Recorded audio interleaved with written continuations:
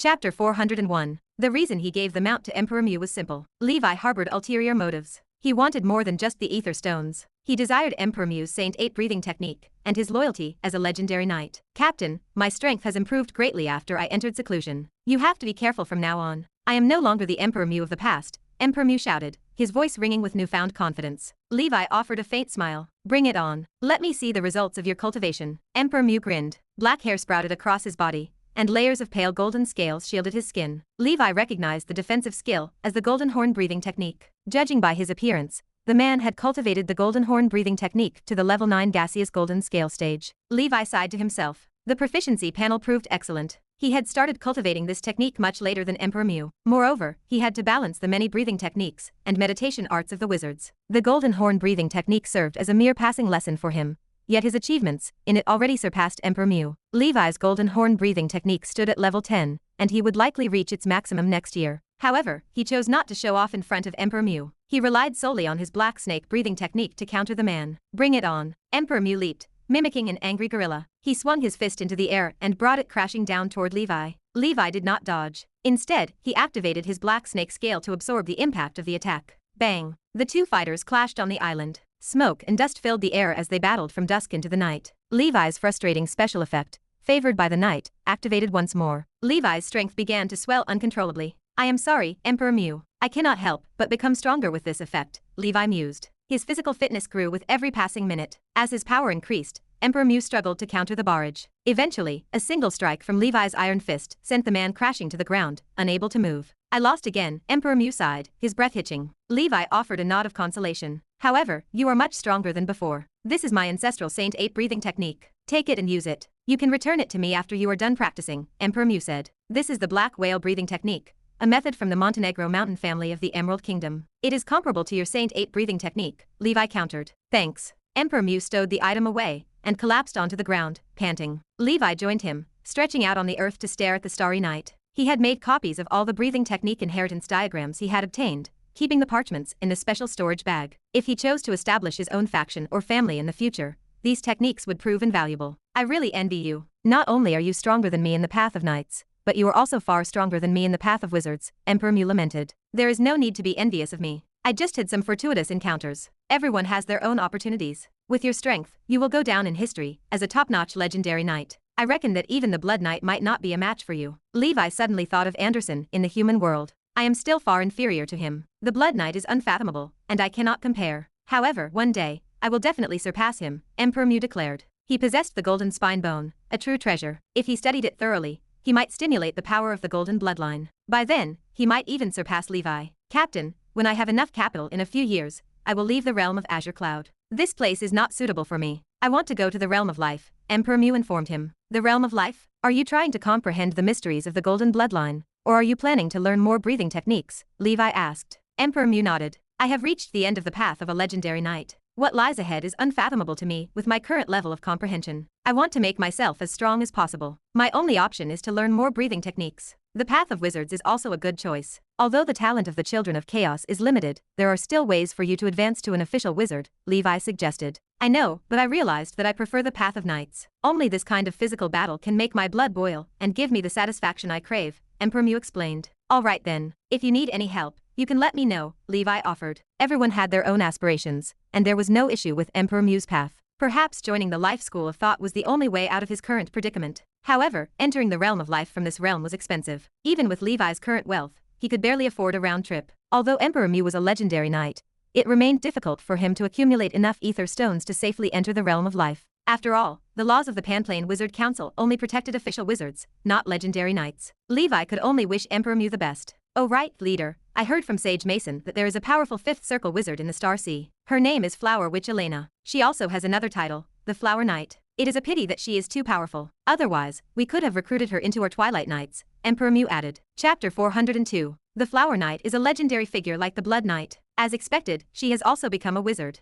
Moreover, she has advanced to the 5th circle in such a short time. She is an intermediate wizard and already a prominent figure in the Endless Sea. You are right. We are too weak now. We are not qualified to invite her to join us, Levi noted, a faint smile touching his lips. Given time, however, Levi might be able to catch up to the Flower Knight. After parting ways with Emperor Mu, Levi bypassed Blackfire Island and headed straight for the Grey Tower. The Saint 8 breathing technique required the bloodline of an ape with a strong affinity with the earth element. Levi questioned whether he could find such a creature in the endless sea. He sought out Manhua, requesting he hunt for Saint Ape's secret medicine ingredients. It would be best if Manhua managed to find a first circle transcendent ape creature. Although Levi possessed a great ice ape king in the human world, that beast held an affinity with the water element. Moreover, the blood of the great ice ape king was barely enough for Levi to cultivate the giant breathing technique. Therefore, the great ice ape king could not provide more for other breathing techniques. He completed his pharmacy lessons in the tower before meeting with Winnie and Marlene for a small tea party. During the gathering, Levi learned that the island master of Whale Song Island, Morpheus, had recently emerged from seclusion. Whale Song Island had kept a low profile lately, causing no trouble. Morpheus is actually still alive. Levi sighed, the thought heavy in his mind. How wonderful it would have been if Baron Deep Sea had killed him off. No good deed goes unpunished. Levi pondered the situation. Now that the Tower Master had attained the rank of a third circle wizard, he need not fear Morpheus. Still, Levi wondered who the fifth circle wizard backing Morpheus might be. What is his intention? Why would he pay such a huge price to save that man? Apart from Morpheus, Baron Deep Sea also remained alive. Both posed threats to the region. After returning to Blackfire Island, we must work hard to set up the array and upgrade the security measures there, Levi reasoned. That way, we can cultivate in peace. Levi approached the Tower Master's room. You are finally back, the Tower Master said, looking up from his work. Did you succeed in refining the alchemical creatures I requested? Levi produced the lowest quality swordsman mantis he had refined. I suppose this can be considered a success. Tower Master, what do you think? He offered a smile. Not bad, the Tower Master said. He examined the swordsman mantis, tapping the creature's shell and listening carefully. There are still some flaws in some places. It is not perfect. However, for a beginner like you, it is already terrific that you can refine a zero-circle alchemical creature like the swordsman mantis, which requires greater precision. It was not a waste for me to personally guide you. A satisfied smile creased the Tower Master's face. It is all thanks to you, Tower Master, Levi replied. Don't get cocky. Your current skills are still far from refining a first circle alchemical creature. I will give you an assignment. The Tower Master gestured to a tome. This book is filled with alchemy runes and alchemy styles that will be used to refine first circle alchemical creatures. Study it well. Only after you have mastered all of this will you be qualified to try refining a first circle alchemical creature. All right, thank you, Tower Master. Levi left the White Tower with the assignment in hand. Before leaving the Grey Tower, he visited Jorman to draw blood. He had studied arrays for some time, but had yet to achieve a breakthrough. This time, he steeled his resolve. He would not stop until he secured an array skill on the proficiency panel. After returning to Blackfire Island, Levi began to study the Book of Cipher day and night. During this period, apart from cultivating the necessary breathing techniques and meditation arts, he spent the rest of his time studying arrays. Finally, in the month of Flowing Fire, Levi's proficiency panel changed. The text shifted before his eyes, displaying his status. Levi, Array, Level 1, with 1 out of 1,000 points. Finally, I did it, Levi mumbled. Next, I will start making the simplest zero-circle array in the Book of Cipher. Joy washed over him. He had registered the path of arrays, the most challenging path to cultivate, in his proficiency panel. Now, he could start cultivating it. Just like potions, arrays were not an independent school of study. No special meditation arts existed for array wizards, so there was one less thing to worry about. In the future, Levi only needed to work on this one skill. The Book of Cipher recorded dozens of arrays of various sizes. Among them were 4 types of second circle arrays. These included the Sea Demon Cage, Swarm Shark Dance, Misty Forest, and Lightless Shield. They functioned as a control array, a killing array, a confusion array, and a defense array, respectively. There were 6 types of first circle arrays. One was the Shadowless Maze Array, which allowed Pinos to hide his aura completely and even fool Marlene. The rest were all zero-circle arrays, which could be set up by even apprentice wizards. Of course, a difference in difficulty existed among the zero-circle arrays. Considering his current situation, Levi decided to start with the simplest one. This array was called Cloud Mist. According to the Book of Cipher, it was a relatively unorthodox array. This array only had one function. It watered plants. It was similar to the automatic greenhouses in his previous life. Levi now had a large herbal field on Blackfire Island, usually guarded by 8 swordsman mantises. However, these alchemical creatures could only follow the most straightforward watering instructions. They could only use ordinary water, which fulfilled the basic needs for the growth of herbs. Levi needed to personally use the Flower Fairy's Dew skill to water many herbs, especially the first circle varieties. The water from this skill contained rich elemental power and factors that were beneficial to the growth of herbs. It could promote the development of the plants and increase their efficacy. Chapter 403. Watering the plants personally drained away valuable cultivation time. If he could refine the Cloud Mist array and create enough sets to cover every herbal field, the arrays would collect the nutrients necessary for the plants and nourish them continuously. This shift would grant Levi the freedom to focus his energy elsewhere. Refining a single cloud mist array required 144 types of spell runes and 12 array items. Every item demanded solidification with the corresponding runes before placement in a specific position. Finding materials for such low-level arrays proved relatively easy. Manhua had gathered a supply from the Black Sail Wizard Market, enough to craft roughly 20 cloud mist arrays. Each array required materials costing about 100 ether stones, a surprisingly affordable price. The cost was far lower than the labor required to manufacture an alchemical creature like the swordsman mantis. Levi calculated the size of his herbal fields. 12 cloud mist arrays would cover every plant requiring nourishment. He only needed to refine 12 arrays successfully. Levi descended into the underground of Blackfire Island, carrying the materials. Deep within his residence lay a fire cave, where red lava flowed thick with the raging power of the fire element. Levi gazed at the molten rock, his voice quiet. It is a pity I do not know how to craft weapons. This lava would be perfect for forging steel. Crafting array components shared similarities with weapon forging, yet the complexity of arrays far surpassed the blade. Even the simplest cloud mist array demanded 144 different spell runes. Levi had to imprint these runes into his spiritual force before solidifying them onto the items, a process akin to locking ordinary spells into place. Fortunately, the Book of Cipher remained extensive and profound. While it only recorded low-level arrays, it served as an encyclopedia of arcane knowledge. It detailed the path from the absolute basics to forming beginner arrays and becoming a qualified array wizard. Levi possessed natural talent in this field, and that skill bolstered his confidence as he approached the refinement. He placed the materials into a special vessel and lowered it into the lava. As the heat began its work, he recited the corresponding incantations and traced the intricate hand seals. The refinement process dragged on. Levi poured his attention into the items. During breaks, he shifted to his meditation arts to recover his spiritual force, even setting aside his breathing techniques. He was determined to complete the array quickly so he could advance to the first circle arrays. Half a month later, Levi finished the first cloud mist array. The attempt failed. When he drove the item into the ground, the array refused to activate. Failure proved inevitable on the first attempt, but Levi felt no discouragement. The failed refinement had increased his proficiency by nearly 200 points. The hands-on process cemented the knowledge he had gleaned from the text. Levi continued to refine arrays while studying the Book of Cipher, his proficiency rising rapidly. The work proved much more complicated than he had imagined. Failure came again and again, but with his wealth and time, he held no fear. The calendar turned to the year 1030 of the Holy Brilliance, in the month of beginning. Levi officially entered his 40s. He looked no different than he had in his 20s,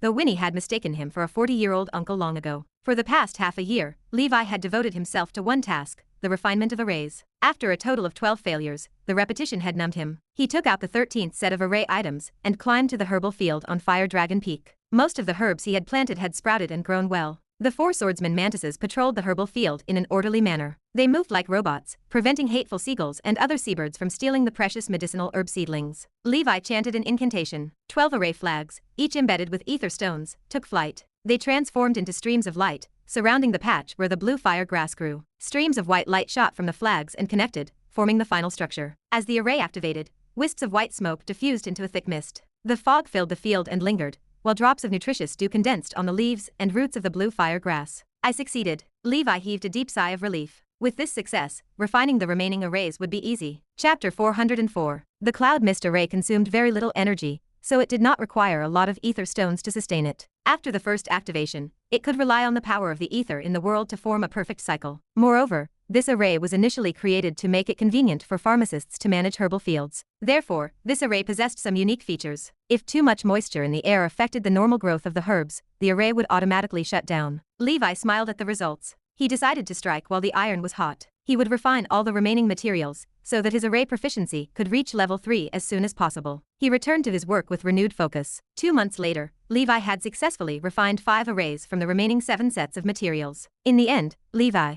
a novice in the field of arrays, successfully refined 6 arrays out of the 20 sets of materials. Logically speaking, Levi should have felt proud of such a result, but he remained slightly disappointed. He was a man with a proficiency panel, and he had set a higher standard for himself. 6 arrays could only cover half of his herbal field. He needed to refine another 6. After all his hard work, his array proficiency reached level 2. Levi checked his status updates. His array skill reached level 2, with 1,052 points out of 5,000. Regardless of how the process turned out, after half a year of dedicated training, Levi was finally on the right track to refining arrays, which was considered the most challenging path. He estimated that he could refine a true first circle array when his array proficiency reached level 4. When that happened, he would be a genuine first circle wizard, a first circle pharmacist, and a first circle array wizard. A wizard had to master 3 primary skills, which were arrays, weapon making, and pharmacy. Levi had already grasped 2 of the 3. Although Levi wanted to keep cultivating arrays and break through to level 3 in one go, he had no more materials, and could only stop for the time being. He continued cultivating the breathing techniques and skills he had put on hold for a long time. Levi had grown sick of only cultivating arrays over the past 6 months. He needed a change of pace.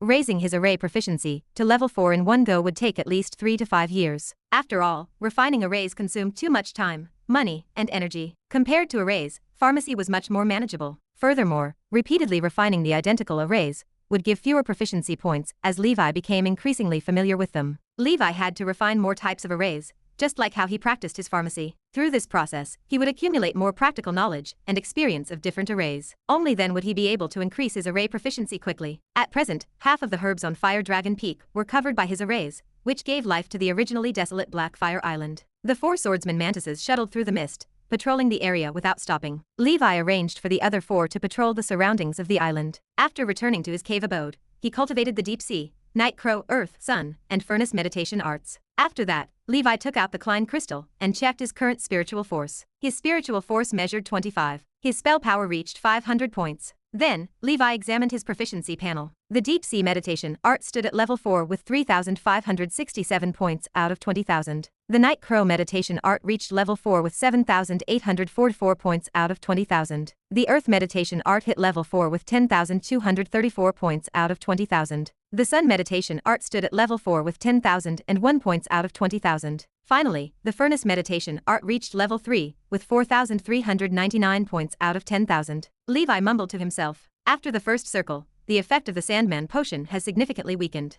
I have to find a better replacement. Otherwise, I will take at least 5 years to advance to become a senior first circle wizard. However, the formulas for meditation supplementary potions are too rare. Even Marlene only had the formula for the Sandman potion. Where can I find better formulas? Levi sighed, feeling somewhat helpless. He was starting to understand why knowledge was the most valuable thing for wizards. Whether it was spells, various potion formulas, alchemy blueprints, or array blueprints, it was only possible for wizards to obtain them through a teacher or with a large force supporting them. Among the 5 meditation arts, he could cultivate the earth, sun, and furnace meditation arts at a decent speed thanks to the special effects of Earth Pulse and Dance of the Fire God. However, cultivating the deep sea and night raven meditation arts was much slower, especially the deep sea meditation art. Even though Levi first obtained this meditation art, it was about to be overtaken by the furnace meditation art that came later. However, there was nothing he could do about it. There was no news about the inheritance of the Duncan family. The inheritance of the Van Helsing family might be in Heavenly Mountain, the forbidden area of the church. Levi would not venture into the most dangerous place of the Church of Holy Light just for a chance of the inheritance being there. He could only focus on cultivating the meditation arts that were supported by the special effects, were now to increase his wizard realm. Knowledge. I lack knowledge. Sigh. I will take things slow. Rome was not built in a day. Besides meditation arts, Levi did not neglect his cultivation of spells either. Putting aside the cantrips, Levi had maxed out the 4 first ring spells. The Fireball Technique, Water Prison, Rock Body, and Green Smoke Escape all reached level 5, their maximum potential. With Levi's current spiritual force, he could learn another first ring spell. For his 5th first ring spell, he weighed the options between Undead Summoning and Sacred Insect Touch, and he chose the latter. Chapter 405. The Undead Summoning spell offered little utility for the time being. He already possessed the level 7 Seal of Hell. At the highest level of Undead Summoning, he could summon 2 first circle hell creatures in battle, such as 2 hell strongmen. These beings provided little assistance to him. The Sacred Insect Touch functioned differently. As a first ring spell, the number of sacred insects he could control with it exceeded that of the cantrip insect controlling technique significantly. He could potentially control up to 10,000. With the current strength of his sacred insects, 10,000 attacking in full force would pose a huge threat to official wizards. Most importantly, his sacred insects possessed growth potential. As the sacred insects evolved, his first ring spell would become stronger in the future. When his spiritual force improved further, he would continue to cultivate undead summoning. The summoning spell served as the basic spell for many second ring spells. Even if he did not use undead summoning after cultivating it, the proficiency points would not go to waste. They would pass down into advanced spells built upon it.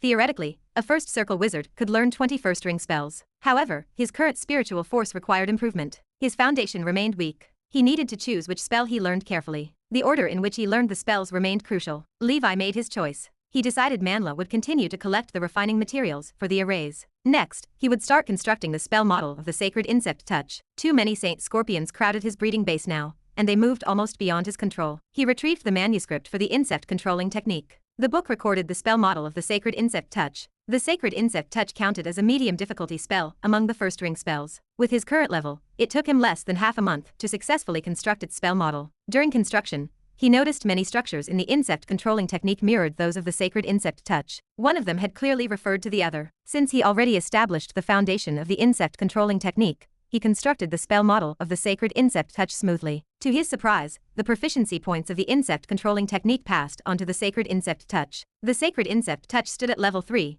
with 1 point out of 10,000. The cantrip insect controlling technique, which used to be on his proficiency panel, disappeared and was replaced by the Sacred Insect Touch. This outcome worked perfectly. It saved a significant amount of cultivation time. He could control 1,000 Saint Scorpions with the level 3 Sacred Insect Touch. This number matched the insect controlling technique at maximum level. Levi struck while the iron was hot. He cultivated this newly learned spell alongside his breathing techniques and meditation arts. The year 1030 of the Holy Brilliance calendar arrived, in the month of flowing fire. Levi upgraded the Sacred Insect Touch to level 4. The number of Saint Scorpions under his control reached 3,000. Although this remained far from his estimated 10,000, it solved his immediate problem. He no longer needed to control the population of Saint Scorpions manually. For now, he could let these little creatures mate freely and select more outstanding offspring, eliminating inferior individuals. Apart from that, he completed the remaining 6 cloud mist arrays. With that, he resolved the problem of watering and fertilizing his herbal field. However, the proficiency points he gained from repeatedly refining the cloud mist arrays dwindled. He expected that upgrading his array proficiency to level 3 would take some time. In terms of breathing techniques, other than the Saint Ape breathing technique, that just reached level 3, the Golden Horn breathing technique, the Ostrich Mountain breathing technique, and the Giant breathing technique all approached level 11. The Golden Horn breathing technique would likely reach the legendary stage before the end of the year. He lacked the ingredients for the secret medicine for the Saint Ape breathing technique, so he stopped cultivating it after reaching level 3. In the future, when he acquired the secret medicine, he would continue cultivating it more efficiently. This choice saved him precious time. He possessed too many skills to cultivate, so he had to learn how to allocate time and resources reasonably. He followed the right track, whether on the path of knights or wizards. Either path provided him enough leverage to gain a foothold in the endless sea. The price of all this effort appeared in his dwindling funds. After a long period of secluded cultivation, his current reserve of ether stones had plummeted to below 5,000. This reality made him feel extremely insecure. Although he only ranked as a first circle wizard, his daily expenses exceeded those of some second circle wizards, because he learned too many things. He sorted out the spellbooks, wizard tools, and other items he had obtained over the years. He planned to go to the Black Sale Wizard Market and sell these things for some money. He also wanted to see if he could acquire some potion formulas from the market. He had yet to register as a pharmacist.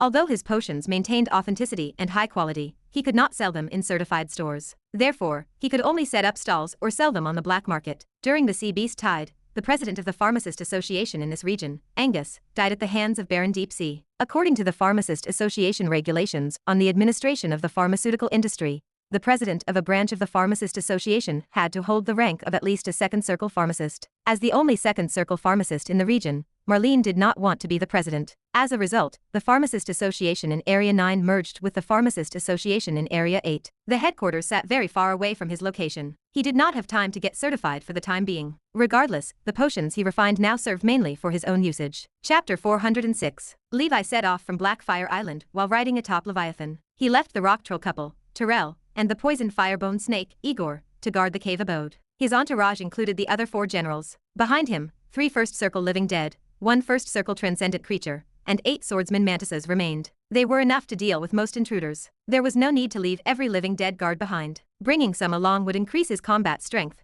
and help him navigate potential crises. 3 days later, Levi arrived at the Black Sail Wizard Market. Per his usual routine, Leviathan remained on standby in the sea. Levi altered his appearance and flew with his blood wings. As he approached the coastline, he plummeted into the water and swam toward the port. This marked Levi's first visit since the Sea Beast Tide. Usually, he asked Manhua to handle his shopping. The market appeared nearly as lively as it had been before the disaster. Many merchants had established stalls once more. Levi's body radiated the spiritual force of a first circle wizard. As he walked, the apprentice wizards reacted with tangible fear and envy. Official wizards were rare in the Black Sail Wizard Market. Everywhere he moved, he drew the heavy gaze of the apprentices. Levi enjoyed the attention. Long ago, he had hidden in the crowd to look at the awe-inspiring wizards, but now, it was his turn to show off. Levi scanned the area for anyone selling breathing techniques, but he found nothing. He arrived at the Celestial Circle shop. The waitress greeting him was no longer the beautiful witch, Irene, but another woman named Isae. Perhaps Irene had perished in the Sea Beast Tide. Levi asked if they had formulas for any first circle potions, noting it would be best if they were meditation supplements. Isae shook her head. She apologized, explaining that aside from formulas for common apprentice potions, she possessed nothing else. Major wizard organizations and pharmacists kept most potion formulas secret. Even the Celestial Circle shop rarely kept them in stock. Levi sighed. The shop carried not a single formula for first circle potions. Potion formulas proved truly difficult to obtain. He inquired about other necessary items, such as the blood of an Earth Affinity Transcendent ape, but the shop lacked those as well. SIA mentioned that such creatures were commonly found in the Earth realm. Helpless, Levi walked out of the Celestial Circle shop. He had purchased only a few insignificant items there. He came primarily to sell his goods. His looted items would not suit a shop sale, as he would have needed to explain their origins. Levi could not be bothered to provide such explanations. Moreover, the Celestial Circle shop operated as an established business that took a significant cut of the profits. He might as well set up a stall outside himself. Levi walked the street, locating the busiest area with the most traffic. He approached a stall owned by a high-level apprentice witch and produced an ether stone. He asked a beautiful lady if she would mind letting him use the stall for a day. The rogue witch's eyes lit up at the sight of the ether stone. Then, the weight of Levi's spiritual force hit her, far stronger than her own. Her expression changed slightly. She introduced herself as Terry and agreed, saying she was just about to close for the day,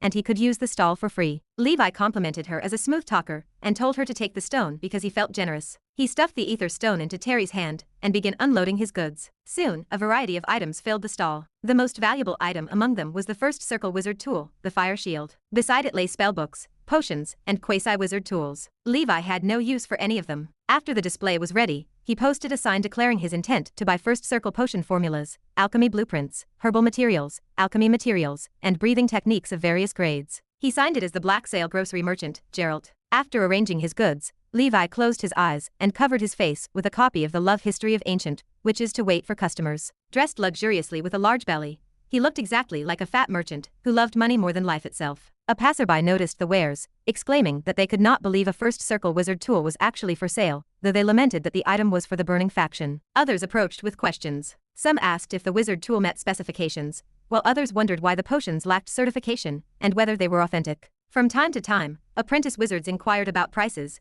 but many shook their heads and walked away after hearing his demands. Levi remained unhurried. He simply wanted to broadcast to the market that he possessed a real first circle wizard tool. He used this as a gimmick to attract more attention. With so many items in his stall, he knew someone would eventually want them. By the next day, most items in Levi's stall had sold, except for the first circle wizard tool. He had sold the rest cheaply, earning about 2,000 ether stones and barely recovering some of his wealth. Although Levi was not a registered pharmacist, some customers recognized the genuine quality of his refined potions. Word of mouth spread. Even though he sold them without a license, people kept buying. He offered lower prices than the registered pharmacists in the market, yet the quality of his potions remained superior. Chapter 407. Of course, he could only sell the potions sparingly. If he did it too frequently, it would damage the interests of other registered pharmacists and disrupt the market. The Pharmacist Association would likely investigate the matter. If that happened, Levi would not be able to bear the consequences. Levi made an exception this time. In the future, he would still have to go to the Pharmacist Association to get certified. The potions that Levi was selling at the stall were all the apprentice potions and first circle potions that he had concocted when he was farming for proficiency points in pharmacy. In addition, he had 2 bottles of Naga Blessing potion that he had yet to sell. He had to be careful when selling such a precious breakthrough potion,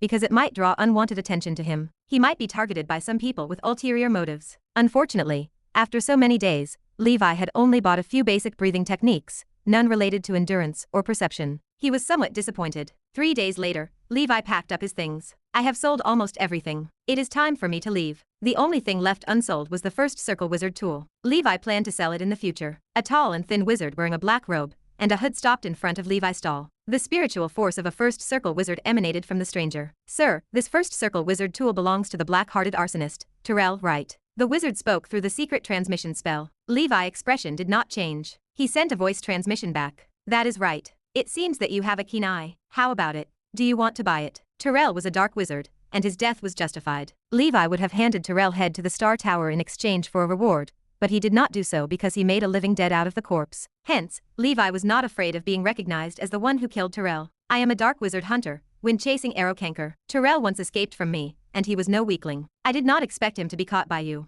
I do not have enough ether stones on me right now, so I wonder if you can accept a barter. I also have some things that might interest you. As the name implied, dark wizard hunters were wizards who actively hunted down dark wizards, whom the Penplane Wizard Council wanted in exchange for bounties to make a living. Generally speaking, dark wizard hunters had much combat experience fighting dangerous and cunning dark wizards. Their combat strength was a little higher than ordinary wizards, and they often had some miscellaneous spoils of war on them. Levi considered the situation. His spider sensing detected no abnormality. It seemed that this person had no ulterior motives. His spiritual force was stronger than Levi's own. He might be a senior first circle wizard. Kanker was not as simple as he looked. Sure, but this fire shield can only be used by members of the burning school of thought. Are you sure you want to buy it? Of course I know that. Please follow me, sir. I have a residence nearby. It is more secluded there. We can discuss further there. Levi's heart skipped a beat. He put away his things and followed Kanker. Kanker residence was in the bustling Black Sail Wizard Market near Levi's stall. It was a small 3-story wizard tower. He usually lived in seclusion in this bustling market. What a small wizard tower. This is not a real wizard tower. It lacks many of the functions normal wizard towers have. It is just a shelter for me. I am just a nomadic wizard.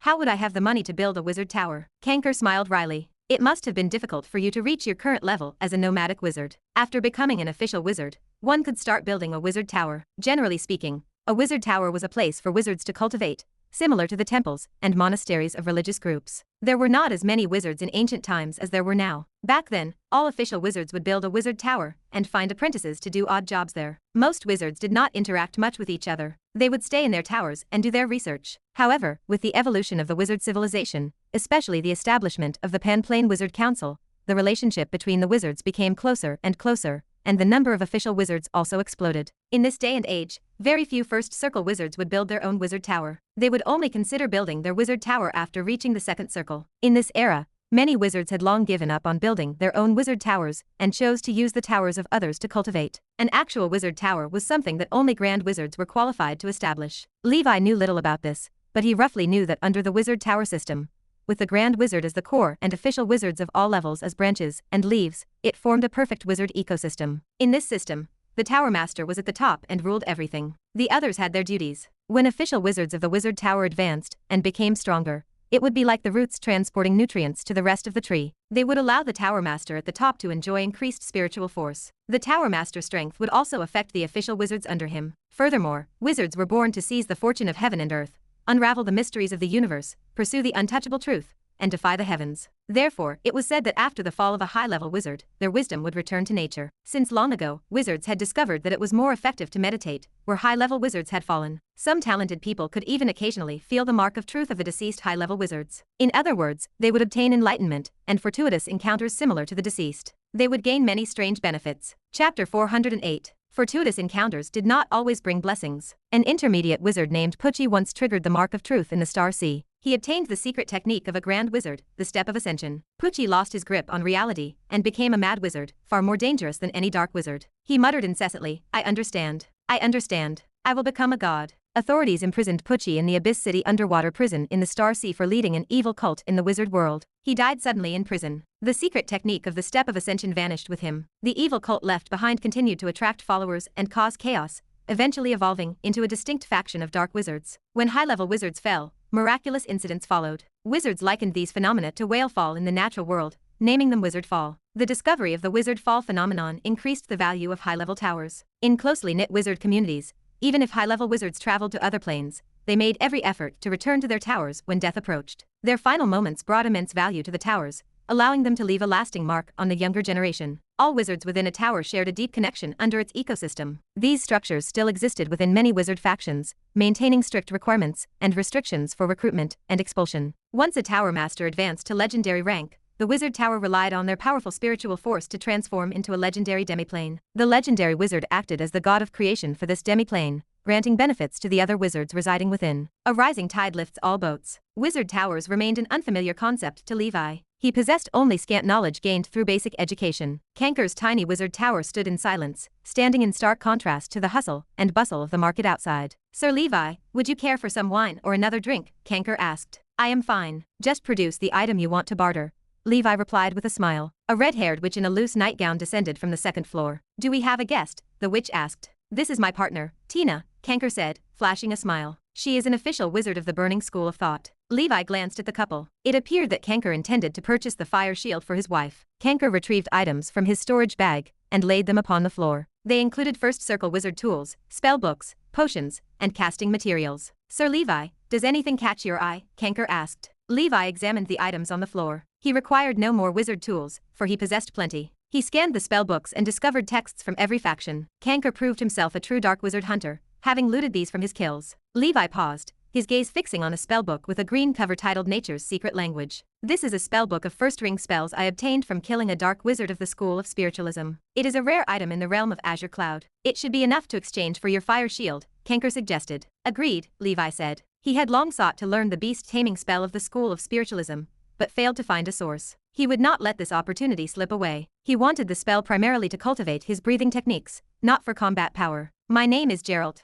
I am a wizard grocer. I often come here to purchase goods. If you possess quality items in the future, we can establish long-term cooperation, Levi said. Kanker hunted dark wizards, a profession that would surely yield valuable goods. No problem. You are a straightforward person, Kanker replied. Levi bid farewell to the couple and left the Black Sail Wizard Market with his newly acquired spellbook. His current spiritual force prevented him from learning any spells within nature's secret language. He needed to accumulate 27 points before he could cultivate the spells. He was merely preparing for a rainy day. The trip to the Black Sail Wizard Market had temporarily raised Levi's ether stones count to 7,000. However, he still felt he needed more. Pharmacy, alchemy, and arrays all required enormous funds to sustain. I must find time to visit Area 8 and register as a first circle pharmacist. That way, I can sell my potions in the Celestial Circle shop and earn money to support my expenditure, Levi mused. He planned to wait until he advanced to a senior first circle wizard and grew stronger before visiting Area 8. His current funds would suffice for now. It was the year 1030 of the Holy Brilliance calendar, the month of the Northern Wind. During this period, he refined a zero-circle array called the Spider Web Alert. The design mimicked a spider web. If someone accidentally touched the array, it would alert Levi. Levi refined 10 of these arrays and set them up all over Blackfire Island. He installed several around his cave abode. This way, when immersed in the meditation arts, unable to sense the outside world, he would receive a warning if anyone accidentally entered his territory. This measure significantly increased his safety. He successfully raised his array proficiency to level 3 by refining this array. His status updated, reflecting array level 3, with 234 out of 10,000 points. I am getting closer to level 4, but I am getting poorer. It takes money to gain proficiency points so quickly, Levi sighed. He looked at the remaining 3,000 ether stones and fell into deep thought. Why do I not just become a dark wizard hunter? With my ability, I should do well. No, forget it. If I do it too often, I might expose myself, Levi thought, shaking his head to dismiss the idea. His current spiritual force stood at only 26 points, 4 points away from the standard 30 points for a first circle senior wizard. It would take him another 2 to 3 years to break through. He had actively looked for a better meditation supplementary potion formula recently, but the items were too rare. He had found nothing. By the end of the year, although Levi had reached a bottleneck on his path as a wizard and could not break through, his breathing techniques had progressed smoothly and considerably. He had finally reached the legendary realm in the golden horn breathing technique obtained from Emperor Mew. Inside the cave, Levi stood before a mirror and inspected the golden horn protruding from his forehead. The horn spanned about 1 foot long and seemed to contain mysterious energy. He had yet to study it thoroughly, so he could not utilize this energy. This was a legendary organ born from the golden horn breathing technique. Levi called it the golden horn. So far, Levi's only use for it involved throwing people. The horn felt sturdy, as if made of bright gold, impervious to damage. His status panel confirmed the golden horn breathing technique reached level 11, which was the maximum. The special effect, Golden Scale, had reached solid state. The golden horn breathing technique and the black snake breathing technique were practically twins. Even at level 11, both possessed only one special effect, one with black scales and the other with golden scales. The defense of the solid golden scales matched the black scales, comparable to the strongest first-ring defensive spell. Levi believed this unique characteristic of the black snake and golden horn breathing techniques focused on ultimate defense. Therefore, he had few thoughts about activating their second special effects. He would let fate take its course. After reaching the maximum level of the golden horn breathing technique, just as Levi expected, the functions of the black scales and the golden scales completely overlapped. There was no way to stack them. He prepared to assemble and mutate these two breathing techniques. Chapter 409. After pushing the golden horn breathing technique to its maximum, Levi did not immediately start assembling and mutating it with the black snake breathing technique. He spent a few days adjusting his condition to its peak. This was the first time Levi had broken through the limits of a legendary grade breathing technique. Uncertainty hung over the outcome, and nerves tightened in his chest. On Blackfire Island, the swordsman mantises patrolled around the clock. The 7 generals of the living dead family hid in the dark, ready to deal a fatal blow to intruders. The poison firebone snake, Igor, also guarded the island from his cave. Traces of colorless and invisible energy crisscrossed and surrounded Levi's cave. If an intruder broke in, an alarm would trigger. Blackfire Island was now impregnable. In this region, no one could trespass onto the island aside from the second circle wizards from the large organizations. With such thorough preparations, Levi took a deep breath and assembled the black snake breathing technique and the golden horn breathing technique in his cave. Breaking through the limit of a level 11 breathing technique required 10 points.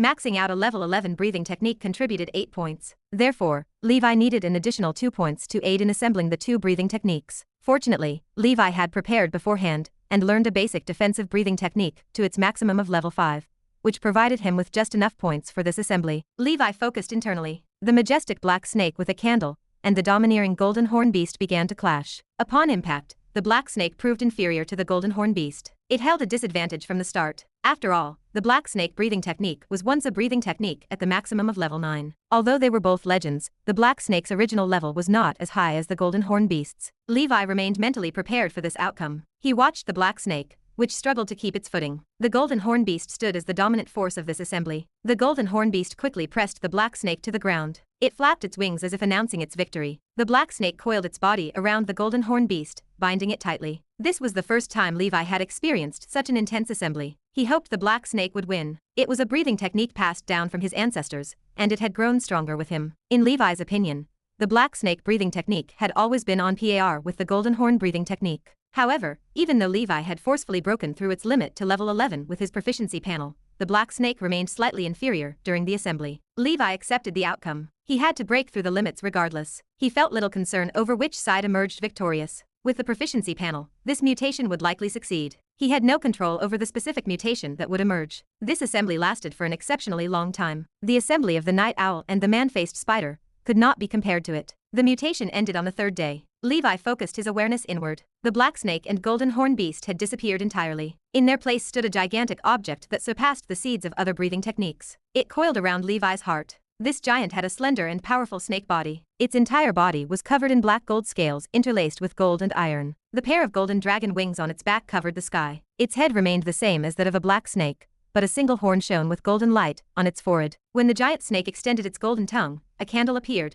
burning with golden candlelight. The eyes of this giant emitted a faint golden light, and it appeared majestic. Levi regarded the new life seed with a strange expression. He wondered why it resembled a hybrid between an eastern and a western dragon. Levi opened his proficiency panel to see what changes had happened to the black snake breathing technique and the golden horn breathing technique. Levi, golden snake breathing technique, rank 11, 1 divided by 300,000. Special effect black gold scale, solid state, dragon's intimidation. Black gold scale, a black scale formed by combining the characteristics of the black snake with a candle and the golden horn beast. It has extremely high defense. The introduction remained simplistic and general. It followed the same tone as before. Levi felt the urge to complain. As for how high extremely high defense was, the proficiency panel did not specify. Levi had to test it himself. He turned his attention to the second special effect unique to this assembly. Dragon's intimidation. You have obtained the power of dragon's intimidation that only dragons above the subdragon species have. Consume a certain amount of spiritual force to perform dragon's intimidation once. All dragon hybrids below the subdragon species will be affected by dragon's intimidation to a certain extent.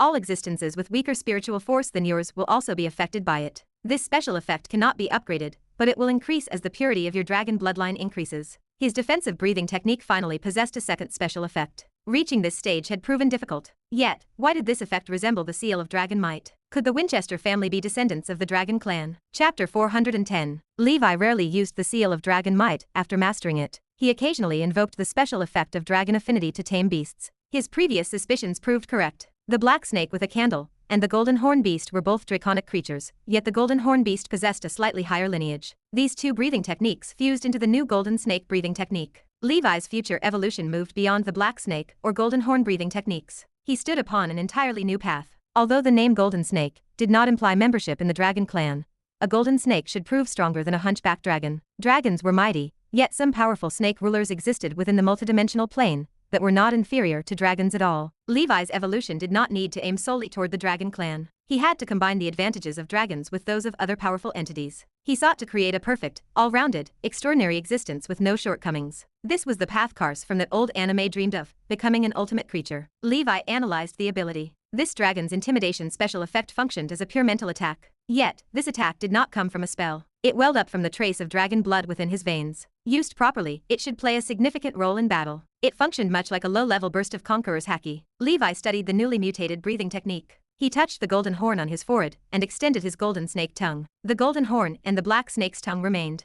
The tongue had simply been renamed the golden snake's tongue. Levi heaved a sigh of relief. The snake's tongue remained vital to Levi. He could not lose it. Even though the breathing techniques mutated, these supernatural organs endured. The mutated golden snake perfectly inherited these two supernatural organs from the black snake and the golden horn beast. Levi muttered to himself, now, I have to test the defense of the black gold scale. It should be stronger than the pure black scale and golden scale. Otherwise, this mutation was a waste. Levi focused his will. Black gold gas emanated from his legs, condensing into hideous, shimmering scales. They felt rougher than the black scales from before. They seemed less dense, yet their defense radiated a stronger presence. Without hesitation, Levi took the Poseidon trident and stabbed his calf with the power of the golden revolving slash. Such an attack shattered every level of first ring spell defense, save for grade A clang. Sparks flew in all directions. The crisp sound of metal colliding echoed throughout the cave abode. Levi watched the revolving force stubbornly attached to the black gold scales slowly dissipate. The scales were forcefully pierced by the revolving force, leaving a small, bloody hole in Levi's leg. The wound quickly healed,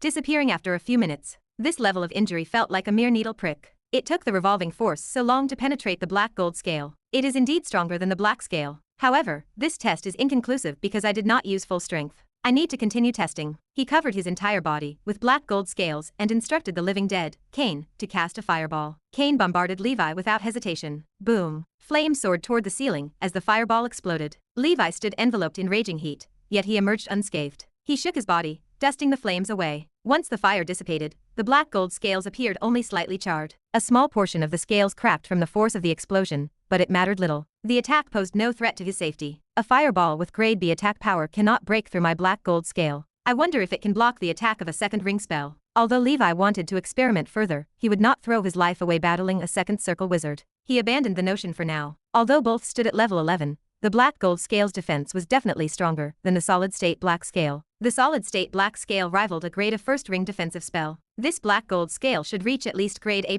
or grade S. Levi could not test whether the black gold scales could block an ordinary second-ring spell attack. He suspected they could do so for a short time. Levi muttered, it is good that the breathing techniques mutated and assembled, but it also means I need to adjust the secret medicine. He pondered further, when my golden snake breathing technique reaches the maximum of level 12, it will be time to break through the shackles of a legendary knight. I wonder what changes will happen after level 12. Regardless of the outcome, he was likely the only person who had created a breathing technique that surpassed the legendary grade. It stood as a new chapter in the path of knights. After the birth of the golden snake, Levi tried to cultivate the breathing technique without using any secret medicine. Sadly, he discovered that his cultivation speed crawled. Even with the proficiency panel, if he did not rely on the secret medicine and continued cultivating other skills simultaneously, it would take at least 15 years to advance the level 11 golden snake breathing technique to level 12. Chapter 411. After level 11, the breathing technique seemed to have reached a watershed. Dependence on secret medicine increased. Without secret medicine, cultivation became difficult. Secret medicine served as the key to his breathing technique cultivation. After attaining the legendary rank,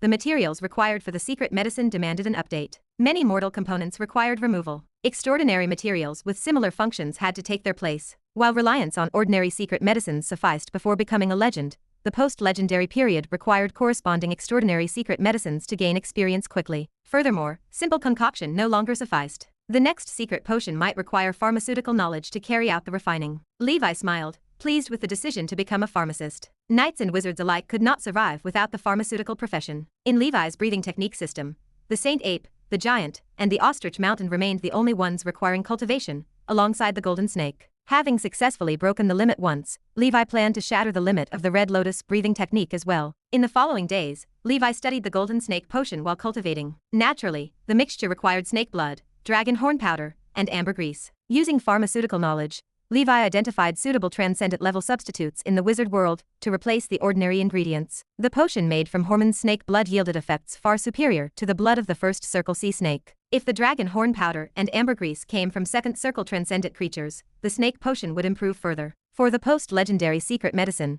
the main ingredient needed to be at least a first circle transcendent creature to remain effective. Higher grades proved even better. Levi categorized his snake potion. If all secret medicines contained first circle transcendent creatures, it counted as a level 1 secret medicine. Second circle transcendent creatures would yield a level 2 secret medicine. Currently, only the snake blood in Levi's potion reached the second circle. The dragon horn powder and other materials remained at the first circle. Therefore, his snake potion ranked at level 1.5 at best. Little could be done. Levi had yet to encounter a mixed blood dragon with 2 rings and long horns. Even if one appeared, defeating it remained unlikely. He settled for Leviathan's dragon horns and ambergris. He considered letting Leviathan advance to the second circle to continue utilizing the creature. However, success seemed unlikely. Transcendent creatures like Leviathan lacked the capacity for cultivation. Their growth limits remained fixed. Breaking through the shackles of their bloodline required special fortuitous encounters. After half a year of research and experiments, during the month of Germinal, in the year 1031 of the Holy Brilliance calendar, Levi successfully developed the extraordinary version of the snake potion. Consumption of the medicine tripled his cultivation speed. Consuming the first-generation secret medicine allowed Levi to raise the golden snake breathing technique to level 12 within 5 years. This result aligned with his expectations. Upon reaching level 12, breaking through to the legendary realm might provide the capacity to fight against a second circle transcendent creature. At that time, he could capture a second circle transcendent creature to take over Leviathan's position, allowing the beast to retire in peace. With the secret medicine problem solved, Levi officially began cultivating the golden snake breathing technique. Progress remained slow. With the golden snake breathing technique on the right track, he gradually cultivated his other skills. Before the golden snake breathing technique reached level 12, he strove to break through the limits of more legendary breathing techniques. His wizard realm also climbed toward the level of a first circle veteran wizard. Apart from training, Levi studied his golden horn. He felt the main function of this extraordinary organ extended beyond protecting his head. Levi tried for a long time, but nothing resulted from the golden horn. The level of the golden snake breathing technique remained too low, and the extraordinary organ had not fully developed. As his breathing technique level increased, a day would come when the golden horn would not disappoint him. During the month of flowers, Levi and Emperor Mew fought as usual. Levi,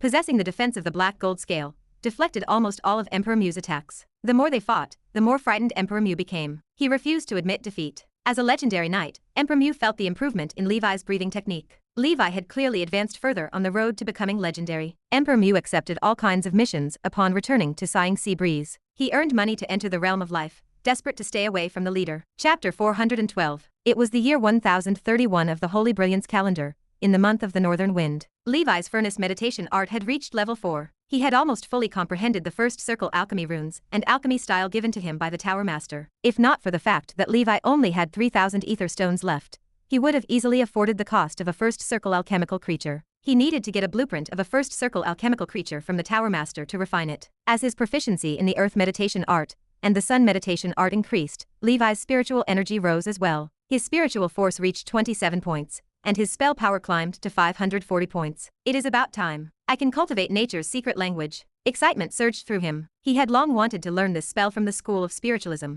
but his spiritual force had been insufficient before. Now that his spiritual force had caught up, he pulled out the spellbook and began to study it to construct the spell model. According to the introduction of the spellbook, nature's secret language was a basic first ring spell in the school of spiritualism, and there were corresponding advanced second ring spells behind it. Its status was similar to undead summoning in the school of death. Basically, if one wanted to learn the advanced animal taming spells of the school of spiritualism, one would need the first ring spell, nature's secret language. Levi knew he could not be tricked or taken advantage of by learning this spell. In less than a month, Levi completed the spell model of nature's secret language. He officially entered the beginner level. His proficiency panel updated, recording nature's secret language at level 1 with 1 point out of 1000. After learning nature's secret language, Levi noticed that the beast taming skill he had long forgotten in a corner, the one he had cultivated alone during his mortal days, had changed. His proficiency panel displayed beast taming at level 3, reaching its maximum. It indicated that a superior skill with the same function had been discovered and could be fused. You can do this. This was the first time Levi had encountered such a situation. He had never expected that a mortal beast taming skill he had cultivated could actually be fused with a spell. Then let us try fusing. Beast taming is not very useful to me anyway. Only Wild Heart is somewhat useful. He proceeded to merge beast taming and nature's secret language. The fusion consumed an insignificant amount of spiritual force and ended very quickly. Levi studied the newly created skill on his interface with delight. Nature's secret language now stood at level 3 with 1 point out of 10,000. The special effect, Nature's Heart, appeared alongside it. The proficiency of beast taming had been completely inherited by Nature's secret language, and the special effect, Wild Heart, had been upgraded to Nature's Heart. Nature's Heart, he noted, served a simple description, but held a powerful effect. It increased his affinity with extraordinary creatures and his talent in beast taming spells. It was equivalent to giving him the talent to cultivate the school of spiritualism's beast taming spells. It operated similarly to some wizards with special talents. As far as Levi knew, other than the most basic and necessary wizard talent, elemental affinity, there were also some special wizard talents that were not necessary, but proved very useful. These were also called second talents. It was extremely rare to see a second talent like this. It was comparable to an elemental child. Once it appeared, major wizard organizations would snatch it away. Examples included the machinery heart of the School of Alchemy, the Queen of Insects of the Insect School, that could only be borne by witches, the extreme ice walker of the ice school, and the sound of all things of the school of spiritualism. His nature's heart should be a decent second talent. With this second talent, Levi could make some achievements if he switched to the school of spiritualism. However, although the school of spiritualism was better than the school of alchemy, and there was barely a great wizard to oversee it, it was still considered a small school. Its future prospects were not very good. Moreover, true wizard apprentices of the school of spiritualism needed to start training with their own spiritual beast from a young age. Only then could they truly unleash the power of their spiritual beast. An official wizard from the school of spiritualism could contract multiple spiritual beasts in their lifetime. Without a spirit beast, one could not be called a true wizard from the school of spiritualism. The spiritual beast was completely bound to the spiritual force and soul of a wizard from the school of spiritualism. It was equivalent to being directly bound to his life. It would rise or fall together, and could not be replaced. The growth limit of the beast directly determined the future level limit of the wizards from the school of spiritualism. The spiritual power cultivation of a wizard, as well as the breakthrough and advancement, were all closely related to the spiritual beast. It was said that after becoming an intermediate wizard, a wizard could fuse with their own life beast, condense their innate beast soul, and create a spiritual space. All of these required a lot of time and energy. Levi had learned enough, and even if he had the proficiency panel, it was impossible to take care of all the guilds. Moreover, in his opinion, although the school of spiritualism had obtained extraordinary combat power in a short period of time by relying on their spiritual beasts, they had undoubtedly set a shackle on themselves. It was definitely not Levi's style to bet his entire future on his spiritual beasts. Of course, for those ordinary children of chaos and gifted wizards who did not have a proficiency panel, it was a good choice to walk the path of the school of spiritualism. In short, Levi was not too interested in the school of spiritualism. His creed was that rather than borrowing the power of a spiritually connected beast, it was better to become a spiritual beast. Chapter 413. The method felt similar to channeling. Levi learned nature's secret language primarily to tame extraordinary creatures for use as drug primers. His taming methods lacked the gentleness of the shamans of the school of spiritualism. He preferred to beat them until they were half crippled before capturing them alive and bringing them home to undergo a long, rigorous training process. Levi believed that as long as a creature possessed a basic level of intelligence and a fear of death, no supernatural beast in this world could resist being tamed by the force of his fists. If one proved resistant, it simply meant his fists were not hard enough. With the special effect of nature's heart, Levi cultivated nature's secret language at a rapid pace. 3 months later, in the year 1032 of the Holy Brilliance calendar, in the month of vitality, Levi raised the spell to level 4. His proficiency panel updated to show nature's secret language at level 4, with 2,567 points out of 20,000, accompanied by the nature's heart special effect. A level 4 nature's secret language allowed him to form a contract with a first circle transcendent creature. Upon reaching the peak of level 5, he could potentially bond with 2 such creatures. From the looks of it, the early stage of the school of spiritualism offered significant advantages, Levi mused. He could control 2 first circle spirit beasts with 1 soul ring. However, extraordinary creatures of the same realm rarely matched wizards in battle. Wizards commanded a vast array of spells, while the natural spell-like abilities of these creatures remained limited. Unleashing the true power of a spirit beast required training it from a young age and personal nurturing. Furthermore, a wizard needed to master various special meditation techniques and support spells from the school of spiritualism. This nurtured the bond, increasing the attributes and combat power of the spirit beast, and allowing perfect cooperation between master and creature. Levi possessed none of these resources. Although I am at the 4th level of nature's secret language, I lack a transcendent creature. Levi sighed, his shoulders slumping. He ended his closed-door cultivation and strode toward the herbal field on Fire Dragon Peak. The seedlings in the plot grew with vigor, though they required more than 10 years to reach maturity, rendering them useless for immediate harvest. The swordsman mantis and its kin patrolled the perimeter without complaint. The corpses of various seabirds littered the area, serving as fertilizer to nourish the land. The swordsman mantis had shot down these medicinal thieves with ruthless efficiency. The herbal field appeared calm. Levi inspected the magic circles secured across the island, confirmed their stability, and retreated to the living room of his cave abode. He picked up a newspaper recently delivered by the Pan Plane Wizard Council, and directed his mental energy toward the major recent events. The headline screamed of danger. A wizard reported encountering an experimental subject that had escaped from the laboratory of Ms. Roland. Ms. Roland had dispatched assistant wizards to the realm of Azure Cloud to capture the specimen. The council urged all wizards in the region to remain vigilant. If they encountered the subject, they were to contact the parliament immediately. They were warned not to attempt capture themselves, or they would face the consequences. Why is this happening in the realm of Azure Cloud? Levi muttered, a cold dread settling in his gut. Ms. Roland was a 9th Circle Grand Wizard from the Life School of Thought. An experimental subject created by a powerhouse of her caliber could bring disaster to the realm. Initially, Levi ignored the report, but the prospect of the creature being in his territory forced him to examine the image. He hesitated, then studied the sketch. A tree. He stared at the parchment, bewildered. Trees could run away in this era. Yet, this was the wizard world, where logic often bent to the arcane. The specimen resembled a Christmas tree, laden with fruits of various shapes and colors. Humanoid fruits, beastly fruits, and bird-like growths dangled from the boughs. They looked tender, juicy, and vibrant. The sight triggered an inexplicable memory of the ginseng fruits from his previous life. He shivered. If he ever encountered this tree, he would take a wide detour. He burned the image into his memory. The realm of azure cloud spanned such a vast distance that the probability of him crossing paths with the tree felt statistically impossible, so he pushed the thought aside. The next article demanded his full attention. The Black Sun Steeple and the Boiling Beast Blood had recently joined forces to raid the Abyss City and the Deep Sea Prison. Although the warden intervened in time, many Dark Wizard prisoners had escaped. The council requested all wizard organizations in the Endless Sea to prepare defenses and minimize unnecessary travel. They urged wizards to fight the dark forces to the end, while ensuring personal safety. Anyone who eliminated the fugitives could present proof to the Star Tower to receive a double reward. Troubled times, Levi muttered, his brow furrowing. The Black Sun Steeple and the Boiling Beast Blood ranked among the most notorious dark wizard organizations in the Endless Sea. He knew the leaders, Black Sun Adam and the 100 Beast Berserk Witch, were high-level dark wizards from the Dark Faction and the Life Faction, respectively. He did not know their specific strength, but they were powerful beings who could kill him with a single glance. They had avoided justice for years, proving their terrifying capabilities. The stone tablet listed the names and characteristics of the fugitives, alongside the spiritual imprints collected during their imprisonment. By recording these imprints, Levi could sense their unique spiritual fluctuations if he crossed paths with them, allowing him to identify them instantly. This would give him the choice to avoid them or seize the opportunity to strike. Without this, tracking a dark wizard proficient in shape-shifting and disguise would prove impossible. Chapter 414. After reading this issue of the newspaper, Levi silently returned to his cave abode and continued cultivating. He felt ready to break through the limits of the Red Lotus breathing technique. Having learned many strength breathing techniques, he held no worries about his ability to succeed. On a sunny afternoon, Levi injected 10 points into the Red Lotus breathing technique in his cave abode. He consulted the proficiency panel. The Red Lotus breathing technique now sat at level 11, 1 out of 300,000. It displayed 2 special effects, Flame Body, Solid State, and Red Lotus Blood. Levi sighed, disappointed by the lack of a third special effect. The limit-breaking process for the Red Lotus breathing technique involved a fusion of high-level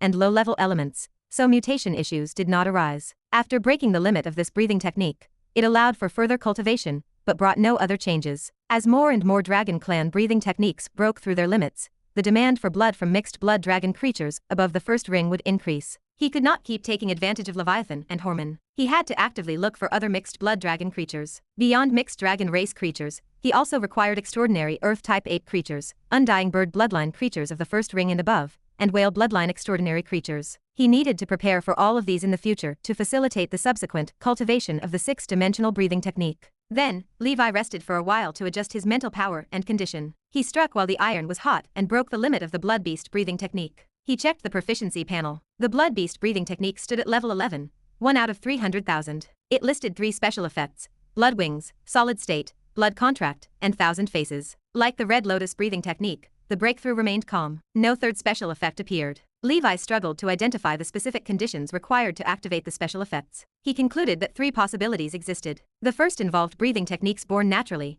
such as Red Lotus Blood and Bone Shrinking Transformation. The second involved the fusion or mutation of breathing techniques, such as 1,000 Faces and Dragon's Intimidation. The third remained more illusory, similar to the birth of a blood contract. Although no third special effect emerged, Levi felt no disappointment. His current special effects provided more than enough utility. The secret medicine for the Blood Beast also required improvement and iteration. In the future, he might have to obtain the blood of Blood Clan members from the human world to refine the level 1 Blood Beast secret medicine. The human world currently suffered under the disaster of the Blood Clan. The main ingredient of the Blood Beast secret medicine Levi had used before came from a mortal animal called the bloodthirsty bat. Later, after Andrew was born, Levi changed the main ingredient to Andrew's blood. Consequently, the cultivation of the Blood Beast breathing technique advanced by leaps and bounds, soon reaching its limit. Now that the Blood Beast breathing technique had broken through its limit, the secondary blood breed bloodline of Andrew clearly proved insufficient. Levi tested the old version of the Blood Beast secret medicine, finding it better than nothing, but largely ineffective at increasing his cultivation speed. The blood of Knight Anderson might provide slightly better effects than Anderson,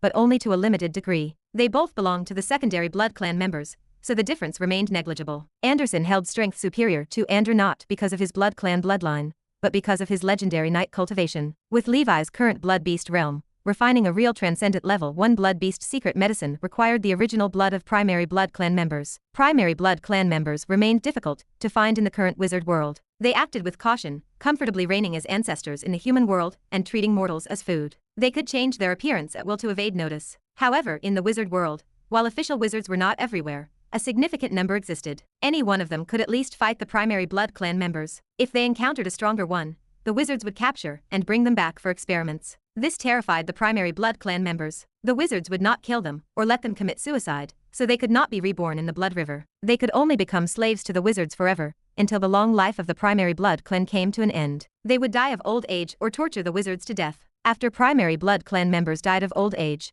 they would truly die. Their souls would sleep forever in the endless blood river, and become a part of it, unable to be reborn. Therefore, if Levi wanted to capture primary blood clan members alive, he would likely have to make a trip to the human world. He planned to do all of this after he advanced into a first ring veteran wizard, or after he had reached the 12th rank of the golden snake breathing technique. Naturally, he would need enough money. He had spent more than 10 years in the wizard world, and needed to return to the human world. Other than the primary blood clan members, many other problems required resolution. Spending 4,000 ether stones on 2 round-trip tickets just for the blood clan clearly held little value. After the Red Lotus and Blood Beast breathing techniques, among the remaining legendary breathing techniques, the Undying Bird breathing technique could not break through the limit due to insufficient points. Therefore, the only breathing technique that could break through the limit was the Black Whale breathing technique, which also sat at the peak of level 11. After resting for a while, Levi followed suit and broke through the limits of the Black Whale breathing technique. The proficiency panel updated to show the Black Whale breathing technique at level 11, 1 out of 300,000. It displayed 2 special effects: Whale Back, Solid State, and Sea Swallowing Whale. Chapter 415. Levi found himself in a favorable position regarding his breathing techniques. The Golden Snake, Red Lotus, Blood Beast, and Black Whale had all transcended the 11th level, and began their slow ascent toward level 12. The Ostrich Mountain and Giant techniques approached the peak of level 11. The Undying Bird, Hunchback Dragon, and Human-Faced Owl, those 3 major dimensional techniques, remained stalled at their limits for the time being. The Saint Ape fared the worst. Without the necessary secret medicine, Levi had never cultivated it. For the foreseeable future, his primary task involved preparing transcendent exotic potions for every technique to ensure his cultivation speed remained consistent. At the end of the month of vitality, Levi entrusted his cave to the group of living dead and the bone creature Igor. He rode the Dragon King whale toward the Grey Tower. He needed to attend his pharmacist class the following day. The trip also provided an opportunity to assess the situation within the tower and secure a blueprint for a first circle alchemical creature from the Tower Master. Anxious about dark wizards emerging from Abyss City to waylay travelers,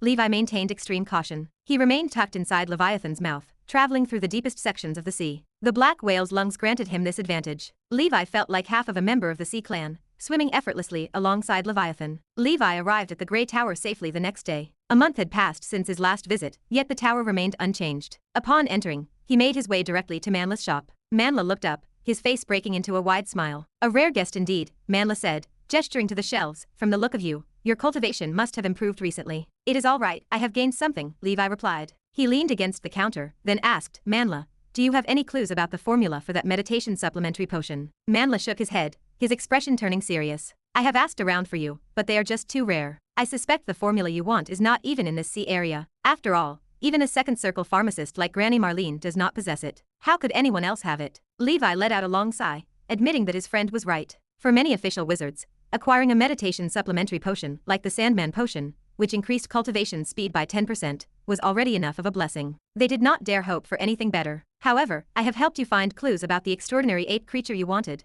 Manla added with a knowing smile. Levi perked up, his interest piqued. "Oh, tell me." He paid special attention to the response. Without the secret medicine, the Saint Ape breathing technique had not yet taken off. "I heard from a material supplier that a first circle extraordinary creature, called the Red Sand Ape, exists on the Yellow Earth continent in Area 7 of the Outer Ring Sea," Manla explained. "This creature possesses great strength and thick skin, and it lives in the desert of the Sea of Quicksand. If you intend to go there, I can find you a guide who is familiar with the situation and routes." The Yellow Earth continent was actually an island in the Endless Sea. Wizards referred to it as Yellow Earth Island, but the landmass was simply too vast. Its area ranked in the top 10 of the entire Endless Sea. It spanned a size comparable to a mortal country, so many mortals living there called it the Yellow Earth continent. Levi considered the offer and decided it would not be too late to embark on the journey after he advanced to become a first circle veteran wizard and mastered the Big Fireball technique and the body of ghost fire. Since a group of red sand apes resided there, the species would not go extinct in the near future. "Thank you, Manla. I will not go now,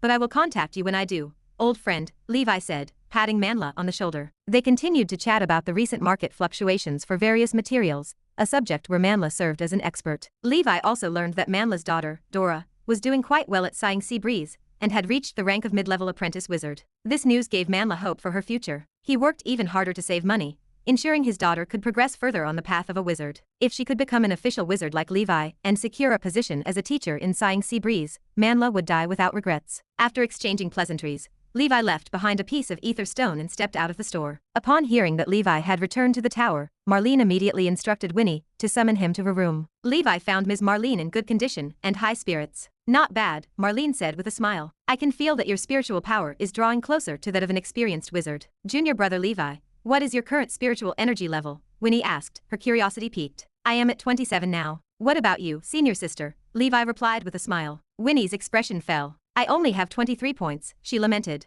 "I advanced to the first ring earlier than you, junior brother. How could you have surpassed me?" She wondered if she possessed a fake triple affinity, given that she was struggling to keep pace with Levi, a child of chaos. "Do not forget, I am an official pharmacist," Levi joked. "If you want to be like me, you can buy potions from me." "Forget it," Winnie shrugged, her tone helpless. "I am poor. I cannot compare to a rich pharmacist like you." "Winnie, if you worked as hard as Levi, you would not have fallen so far behind," Ms. Marlene interjected. "Granny Marlene, I feel like I have already worked very hard," Winnie pouted. "It is far from enough," Marlene countered. "Levi does not leave his house all day. He stays at home and cultivates, going into seclusion for 10 days to half a month at a time. Can you do the same?" Chapter 416. You have already advanced to an official wizard. You are no longer an apprentice wizard like before. An official wizard is not the end of the path of a wizard. On the contrary, this is the starting point. If you do not change your mindset and improve your mental state and perseverance, you will only be left further behind, Marlene criticized. She called Levi over this time because she wanted to use Levi to attack Winnie indirectly and let Winnie know the importance of hard work. Now, looking at Winnie's ashamed expression, she knew that she had almost achieved her goal. Marlene stopped reprimanding Winnie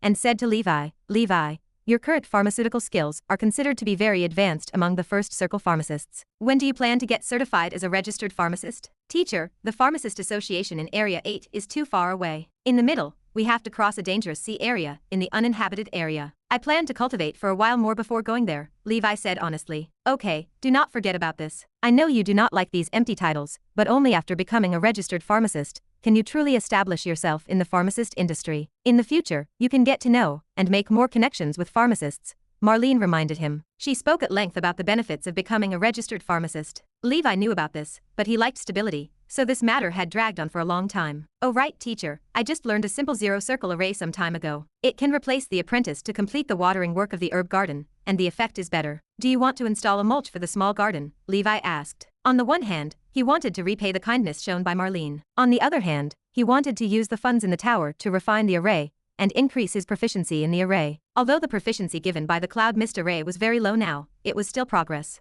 Marlene's eyes lit up when she heard that. She smiled and said, "Not bad, not bad. You can learn anything you want. I did not expect you to be a magic circle wizard now. The tower master will be happy to know. Go and set it up. When the time comes, the money tower will reimburse you." Levi nodded and left the residence of Marlene happily. He heard that the tower master was in seclusion again, so he did not disturb him and returned to his residence on the 4th floor of the White Tower. In the following period of time, he would set up a magic formation here, so he might not return to Blackfire Island for a few months. With the living dead and bone snakes that he had left behind to guard Blackfire Island, nothing would happen. Levi went to the small garden and measured it. He found that he needed to cover all the medicinal fields in the small garden. At least 20 sets of magic circles were needed. He asked Manhua to prepare the materials while he prepared lessons, attended classes, and cultivated in the tower. After Manhua had prepared the materials, Levi immediately started to refine the cloud mist array. Now that he was at level 3, refining the simplest zero-circle array took a lot less time than before. The success rate was also especially high. Basically, he could refine a set in a week. Although the proficiency points given by a set of arrays were very few now,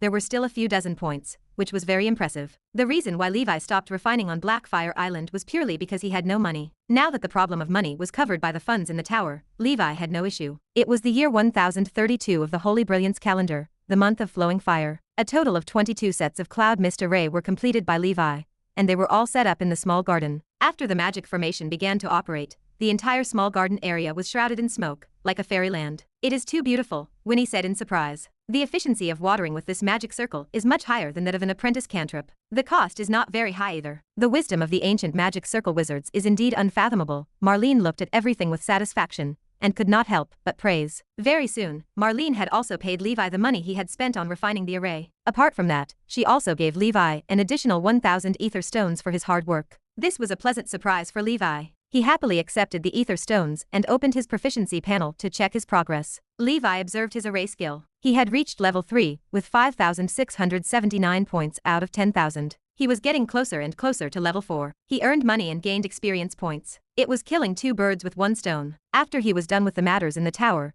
Levi did not disturb the old man, because the tower master was still in seclusion. Just as Levi was about to leave the Grey Tower, Marlene came looking for him again. On the 3rd floor of the White Tower, Marlene spoke to him. Levi, in half a year, the Star Tower will be holding the once-in-a-decade Haitian Wizard Festival in our 9th division. Do you plan to participate? This gathering should be the highest level and largest gathering in the Outer Circle area. Only official wizards are qualified to participate. I plan to bring Winnie to broaden her horizons. If you go, come and gather in the tower. We will set off together. It is said that there will be many beautiful and smart witches at the festival. Marlene narrowed her eyes and smiled. Haitian Wizard Festival, Levi said softly. That is right. It is a rare opportunity. In such a grand event, you can see many wizards from other regions of the Outer Ring. Even some intermediate wizards might come to participate. Wizards from all factions and professions will gather together to exchange their insights, sit down and discuss, compete in magic, and learn from each other. It will be a wonderful and unforgettable encounter, Marlene said. Chapter 417. Levi voiced the question that weighed heaviest on his mind. Is there a potion formula at the gathering?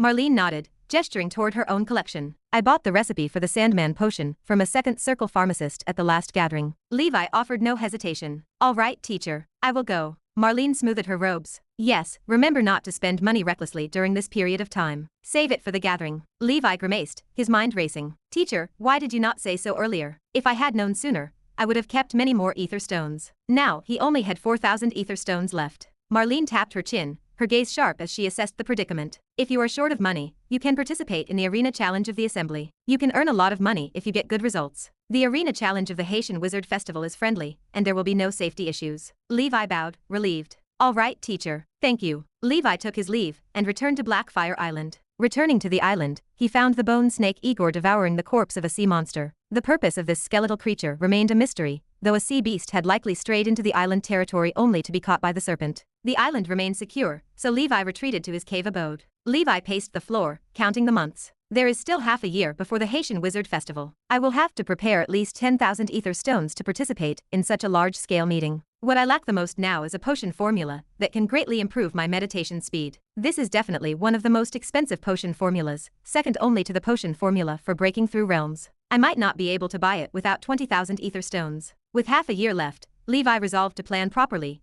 and find a way to gather the necessary funds. Being a pharmacist meant he should not be short of money, yet he had sold very little medicine until now. Levi sat on his stone bed, calculating potential earnings. It seems the matter of getting certified as a pharmacist must be brought forward. If I get it verified earlier, I could sell the 2 sets of Naga's Blessing at the Haitian Wizard Festival. I might even earn 10,000 ether stones. Apart from the 2 potions, the most valuable items he held were his magic tools. The Ring of the Wind Spirit, the Sea Demon Ring, the Trembling Ring, the Flying Fish Robe, the Green Gloves, the Fire Snake Bracelet, the Flaming Carpet, and the pot of equal value made up his collection of first circle wizard tools. He sighed, rubbing his temples. It seems that other than this flaming carpet, everything else is somewhat useful. The flaming carpet was already destroyed, rendering it worthless. He needed to be careful to prevent the incident regarding the death of Kane from leaking. Although Kane had been dead for so many years and the Star Tower had ceased investigation, caution remained a virtue. Pharmacists cannot earn money for the time being. I can only start with alchemy and arrays. Levi formulated his plan. He had kept a low profile for too long. Possessing the strength and ability now, he could replicate his success in the human world and establish the reputation of Golden Warhammer. Relying on alchemy, potions, or magic circles to earn money required fame. Keeping a low profile made earning substantial wealth impossible. The next day, Levi packed his belongings and headed to the Black Sail Wizard Market. He chose not to disguise himself this time. As an official wizard and a member of the Panplane Wizard Council, his identity was legitimate. While he could change his appearance, his official identity documents remained. Organizations commissioning magic circles would certainly demand those papers. Furthermore, he engaged in no illegal activities. There was no need to act like a fugitive meeting an underground party. At the Black Sail Wizard Market, Levi approached the Enforcement Union. The current president was an official wizard of the Darksea Cave. The relationship between the Darksea Cavern and the Grey Tower remained neutral, neither good nor bad, with no significant interaction. The Darksea Cave functioned independently from most local wizard organizations, as their base resided in a deep underwater cavern, rumored to be the ruins of an ancient Third Ring wizard organization. Upon their arrival at the Union, the apprentice wizard guarding the door noticed the official wizard approaching. He bowed his head. May I know why you have arrived? My name is Levi, a first circle wizard of the Grey Tower. I want to establish my own small business in this black sale magus market. Hello, sir. We need to talk to our president about this. I will go and report it now. The acolyte turned to leave, but stopped as an old wizard in a black robe appeared in the doorway, wearing a pleasant smile. This was the Wizard of Blackwater, Lyman. As a first circle wizard, he had long sensed the arrival of an official wizard and stepped out to investigate. Sir Levi, you want to rent a shop, right? Lyman chuckled. That is right. Sir Levi, there is no need to spend money. The Black Sale Wizard Market has a policy. If an official wizard from our organization enters, there is no need to pay rent. Lyman gestured with a wide hand. Chapter 418. Levi had not anticipated such a favorable outcome. It was logical. As an official wizard, he wielded influence in this sea area, and the prospect of opening a shop in this small market promised mutual benefit. The market manager would certainly welcome him. With the influence of an official wizard, he would draw crowds and bring prosperity to the market. Thank you, sir. Levi took advantage of the empty space. He slipped 50 ether stones into Lyman's hand and spoke telepathically. I will have to trouble you to look after me in the future. We are all masters of the Black Sale Wizard Market. Lyman replied with a grin, tucking away the 50 ether stones. Levi understood the importance of maintaining a connection with the Black Sale Enforcement Union. He also recognized that Lyman was a man who understood how to navigate these situations. A strong relationship with him would prevent many headaches in the future. Levi eventually found a small room near the White Sale store. After tidying it up, the space transformed into a simple shop. The room was not large, but it served its purpose for selling potions. The previous pharmacist who had forged medicine there had been arrested and imprisoned, forcing the closure of the shop. Levi wrote the name of the store on the sign outside the house. It read Warhammer Joint. He declared the business scope to include both arrays and alchemy. Unlike potions, arrays and alchemy did not require registration with the association. Even if these products were of poor quality, they would not harm people. At most, they would simply be useless. When Levi became a registered pharmacist in the future, he would add potions to his inventory. On an ordinary afternoon, Levi opened the doors of his first small shop in the wizard world. Because it had just opened, the shop remained empty, and few customers ventured inside. Levi remained patient. Levi returned to Blackfire Island and spent 1 month refining 2 sets of cloud mist and 2 sets of spider web alert. He also refined an alchemical creature, the swordsman mantis. The cost of the cloud mist array was 100 ether stones, while the cost of the spider web defense was 150 ether stones. The cost of the swordsman mantis was the highest, at 200 ether stones each. Levi produced only 1 to test the market reaction. He feared that producing too many would lead to a waste of materials if they failed to sell. The total cost of this batch reached 700 ether stones, which strained Levi's reserves significantly. Failure to sell these items would result in a huge loss. Levi placed all the arrays on the shelf. He set the price of the cloud mist array at 299 ether stones, the spider web defense at 399 ether stones, and the swordsman mantis at 499 ether stones. Because no merchants sold these items in the Black Sale Wizard Market, Levi had no reference for the market price. He marked the prices based on the time and material costs. Levi's first batch of goods sat on the shelves. On the first day, customers were scarce. He held no grand opening ceremony, preferring to open the shop quietly. Levi was not in a hurry. He spent his time in the shop cultivating while waiting for customers. The next day, the president of the Black Sale Enforcement Union, Lyman, visited Levi's shop after learning of the opening. Mr. Levi, I heard that your shop has opened. Why did you not tell me? I would have sent someone to congratulate you on your opening ceremony. Lyman smiled, his old eyes crinkling like an old fox. I did not expect Sir Lyman to visit my store despite his busy schedule. Come in and have a seat. Levi gestured to the room. Lyman entered and inspected the array on the shelf. He was shocked. Sir, you are actually an array wizard. I know a little. I can only make some simple zero-circle arrays. Levi replied. Lyman turned his attention to the cloud mist array. How is the effect of this formation? Can it replace the flower fairies do? Lyman had originally wanted to build a relationship with Levi, but he had not expected to encounter something that genuinely interested him. Of course, there is no problem. Our Grey Tower uses such an array. Levi explained. Lyman examined the other set of arrays and found it was also something he needed. He chuckled. Since it is your first time opening a shop, I have to support you. Give me both of these arrays. You are welcome. Thank you for your support. Levi was surprised that this shrewd man was willing to spend money on the items. In the end, Lyman spent 600 ether stones and left with the array while humming a song. With the friendly support of Lyman, Levi earned his first profit from the store, netting 350 ether stones. The profit margin proved promising. Over the next few days, more people visited Levi's store. To Levi's surprise, after 1 week, the entire first batch of goods had sold out, earning him a total net profit of 1,000 ether stones. Later, Levi discovered that Lyman had been responsible for introducing the customers to him. Lyman was very smart, and Levi realized that the 50 ether stones he had spent at the beginning had been a worthy investment. Chapter 419. It was the year 1032 in the Holy Brilliance calendar, in the month of harvest. In the human world,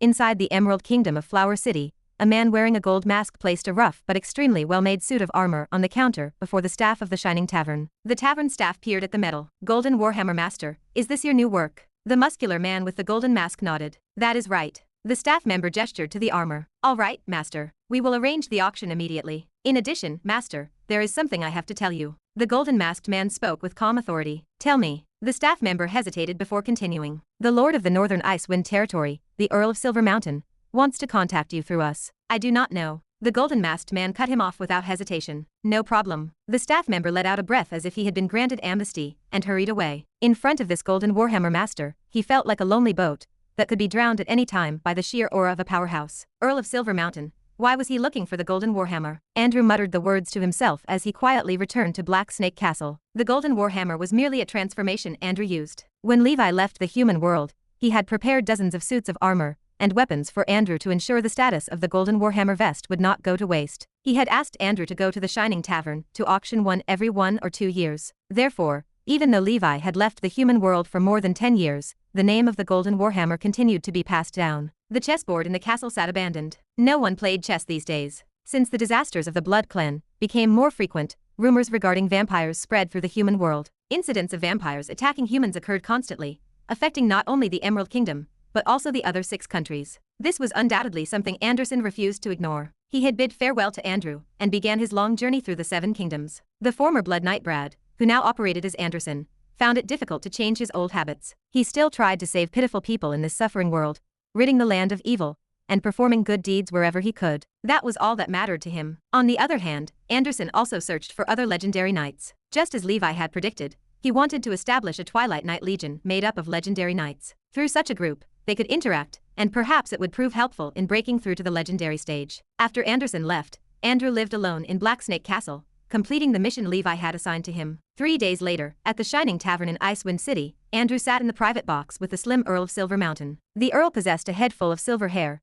and his face appeared more weathered than before. Throughout the long blue frost calamity, this Earl had experienced too many hardships for the sake of his family and his people. Master, long time no see. He sighed. Earl, why are you looking for me? Andrew asked. Master, do you remember me saying that our Silver Mountain clan's breathing technique is also of perfect quality? He asked. Yes, Andrew said calmly. Due to some reasons, I do not have much time left. I will not keep you in suspense. I want to use half of our family's wealth, and even our family's breathing technique to ask you to do something. Andrew leaned forward. What is it? Bless my heir, my son, for 20 years. Ahem. The Earl of Silver Mountain suddenly coughed. Your heir. Andrew recalled the information he held regarding the Earl of Silver Mountain. The Earl preferred men, so he had not married in his early years. It was not until he reached middle age that he felt the pressure of family inheritance, forcing him to marry the daughter of an old earl and give birth to a son. Counting the years, this child had to be about 20 years old, barely more than a youth. Andrew considered the implications. He realized the Earl of Silver Mountain feared his family could not withstand the pressure from all sides without a grand knight after his death.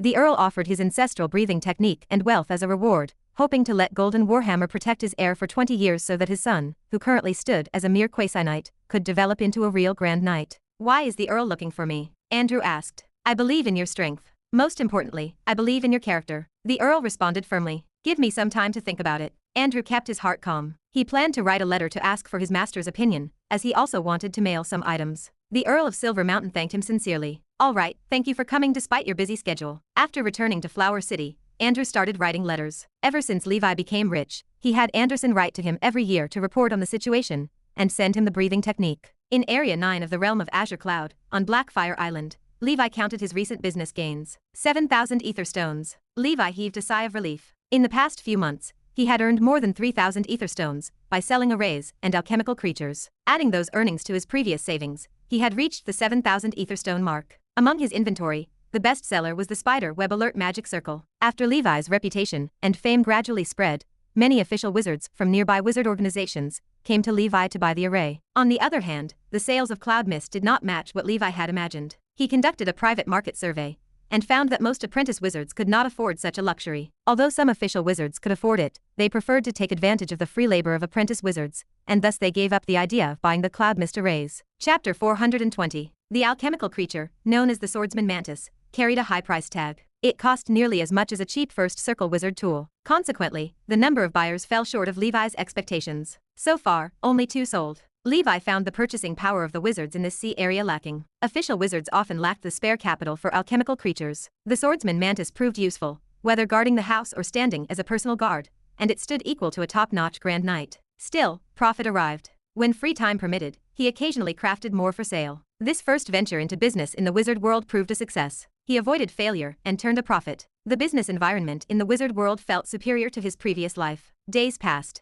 Levi lived a peaceful life. Blackfire Island remained safe and sound. No dark wizards appeared. Most wizards acted in a law-abiding, well-mannered fashion. This world contained fewer villains than the online novels of his previous life suggested. Tranquility and peace defined this period. During the month of the Northern Wind, only 2 months remained before the gathering. Within the Blackfire Cave, Levi emerged from his meditation. Bright light shone in his eyes. Frost armor covered his body. He resembled an ice sculpture, and the heat within the cave vanished, replaced by a sudden chill. Levi opened his mouth. Cold air gushed out. It formed a foot-long ice arrow that shot out like a bullet. In the blink of an eye, the projectile pierced the stone wall in front of him. Breath into an arrow. The power rivaled the first ring spell from the School of Ice, the Ice Arrow. Levi gauged the power of the Ice Arrow. His mood lifted. Before setting off for Area 8, he trained another breathing technique to the peak of level 11, the Giant Breathing Technique. The spell-like ability originated from the legendary organ of the Giant Breathing Technique. This legendary organ overlapped with the position of Levi's Black Whale Breathing Technique. Both occupied the lungs. A piece of ice that refused to melt for thousands of years rested in Levi's lungs. It felt like 2 gates leading to an icy hell. Cold air spread through Levi's chest, creating a sharp contrast with the hot air near his heart. Through these frosty lungs, Levi launched indestructible ice arrows from his mouth.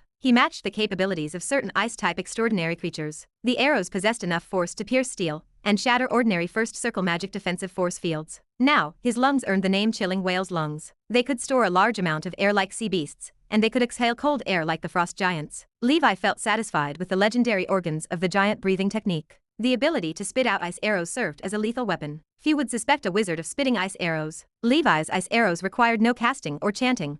Unlike the wizards from the School of Ice, ambush tactics would surely land a hit. However, with the current chill in Levi's lungs, he needed a long rest after exhaling a breath of cold air. Similar to the red lotus breath from the furnace heart, the cooldown time lasted quite a while. He viewed it as a trump card rather than a regular attack. The Giant Breathing Technique mirrored the Black Snake Breathing Technique. Both started as peak level 9 techniques, but Levi used the proficiency panel to strengthen them repeatedly. Levi checked his proficiency panel. The Giant Breathing Technique stood at rank 11, reaching the maximum. It possessed 2 special effects. The first special effect was the Frost Arm in a solid state. The second was the Frost Blood. Other than the legendary organs, the Giant Breathing Technique gained a second special effect upon reaching the peak of level 11. This came as a pleasant surprise. The interface provided an explanation for the Frost Blood. In the Jotunheim plain known as the Giant Kingdom, a group of frost giants known as the Frost Remnants lived. They were born powerful and possessed endless strength. They controlled frost and held bone-chilling frost blood in their bodies. The owner of this frost blood descended from the ancestor, who wielded the frost battle axe and attacked the gods of the astral world. Now that the ancestor had fallen, his bloodline endured.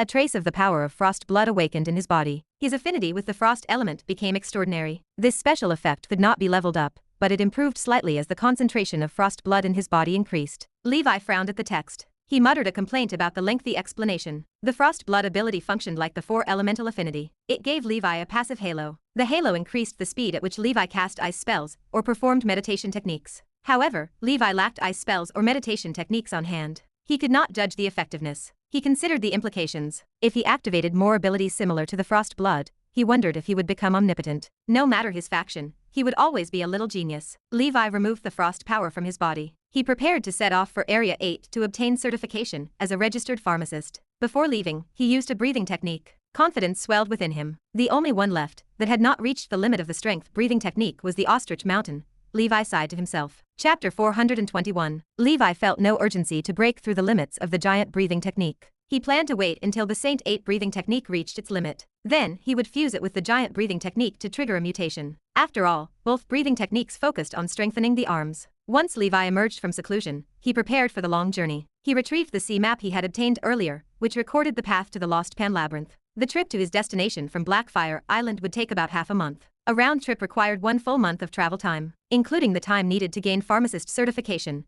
The entire journey would last roughly 2 months. Upon his return, the Haitian Sorcerer Festival would begin. For this trip, Igor, Moot, Carter, the Rock Troll, and the Rock Troll's wife would remain at home to keep watch. Levi brought Kane, Terrell, and little Octo with him. This way, he could fight even if he encountered a second circle opponent. Levi left Blackfire Island atop Leviathan after completing his preparations. He headed north, leaving the sea region of Area 9 within a few days. Between Area 8 and Area 9 lay a vast expanse of water, with no habitable islands, though a few wizard organizations operated there. Many First Circle sea beasts inhabited these waters, including the Sea Clan. Occasionally, even Second Circle sea beasts appeared. He fully activated the Black Serpent's message to guard against any dark wizards that might appear. Levi worried with good reason. As far as he knew, this part of the Endless Sea stood deserted, save for lurking sea beasts. Many dark wizards called this the Sea of Freedom. The law enforcement force of the Star Tower remained extremely weak here, allowing many dark wizards to remain active in the area. Along the way, Levi occasionally encountered one circle sea beasts. He surveyed them, but none belonged to the mixed dragon clan he required. He refrained from making a move,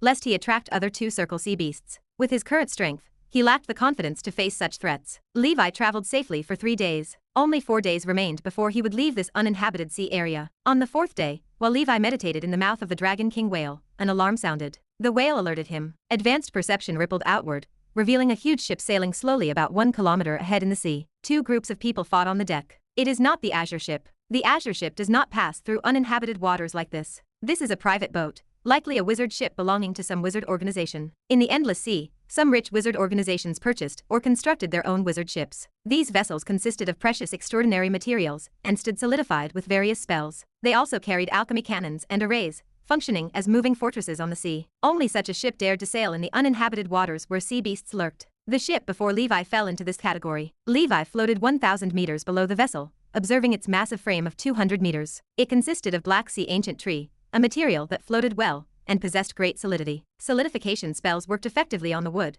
making it a high-quality material for building wizard ships. At the bottom of the hull, the words made by the Seven Waters steeple stood inscribed. So, a wizard ship from this organization. Levi felt a flicker of shock. Generally speaking, only organizations with high-level wizards held the qualification to be called steeples, such as the Black Sun Steeple. The Seven Waters Steeple stood as one such seven-circle wizard organization. It focused on one task: the research and construction of wizard ships. This organization produced all the Azure ships in the Endless Sea. Many wizards proficient in shipbuilding, alchemy, and arrays worked in the Seven Waters Steeple. As the technical staff there received excellent treatment. In addition to building Azure ships for the Star Tower, the Seven Waters Steeple accepted private orders from other wizard organizations and wizards. However, even the cheapest wizard ship remained beyond Levi's means. Even the Tower Master could not bear to buy one, highlighting the immense value of such a vessel. Aside from wizard organizations engaged in business that required frequent sea travel, ordinary small wizard organizations never bought a ship. At this moment, the sounds of fighting echoed from the wizard ship. On the side of the hull, the pattern and emblem of the Jostar family stood carved, a golden lion that looked like it had been cast in gold. The Golden Lion Jostar family was a famous wizard family on the Yellow Earth continent,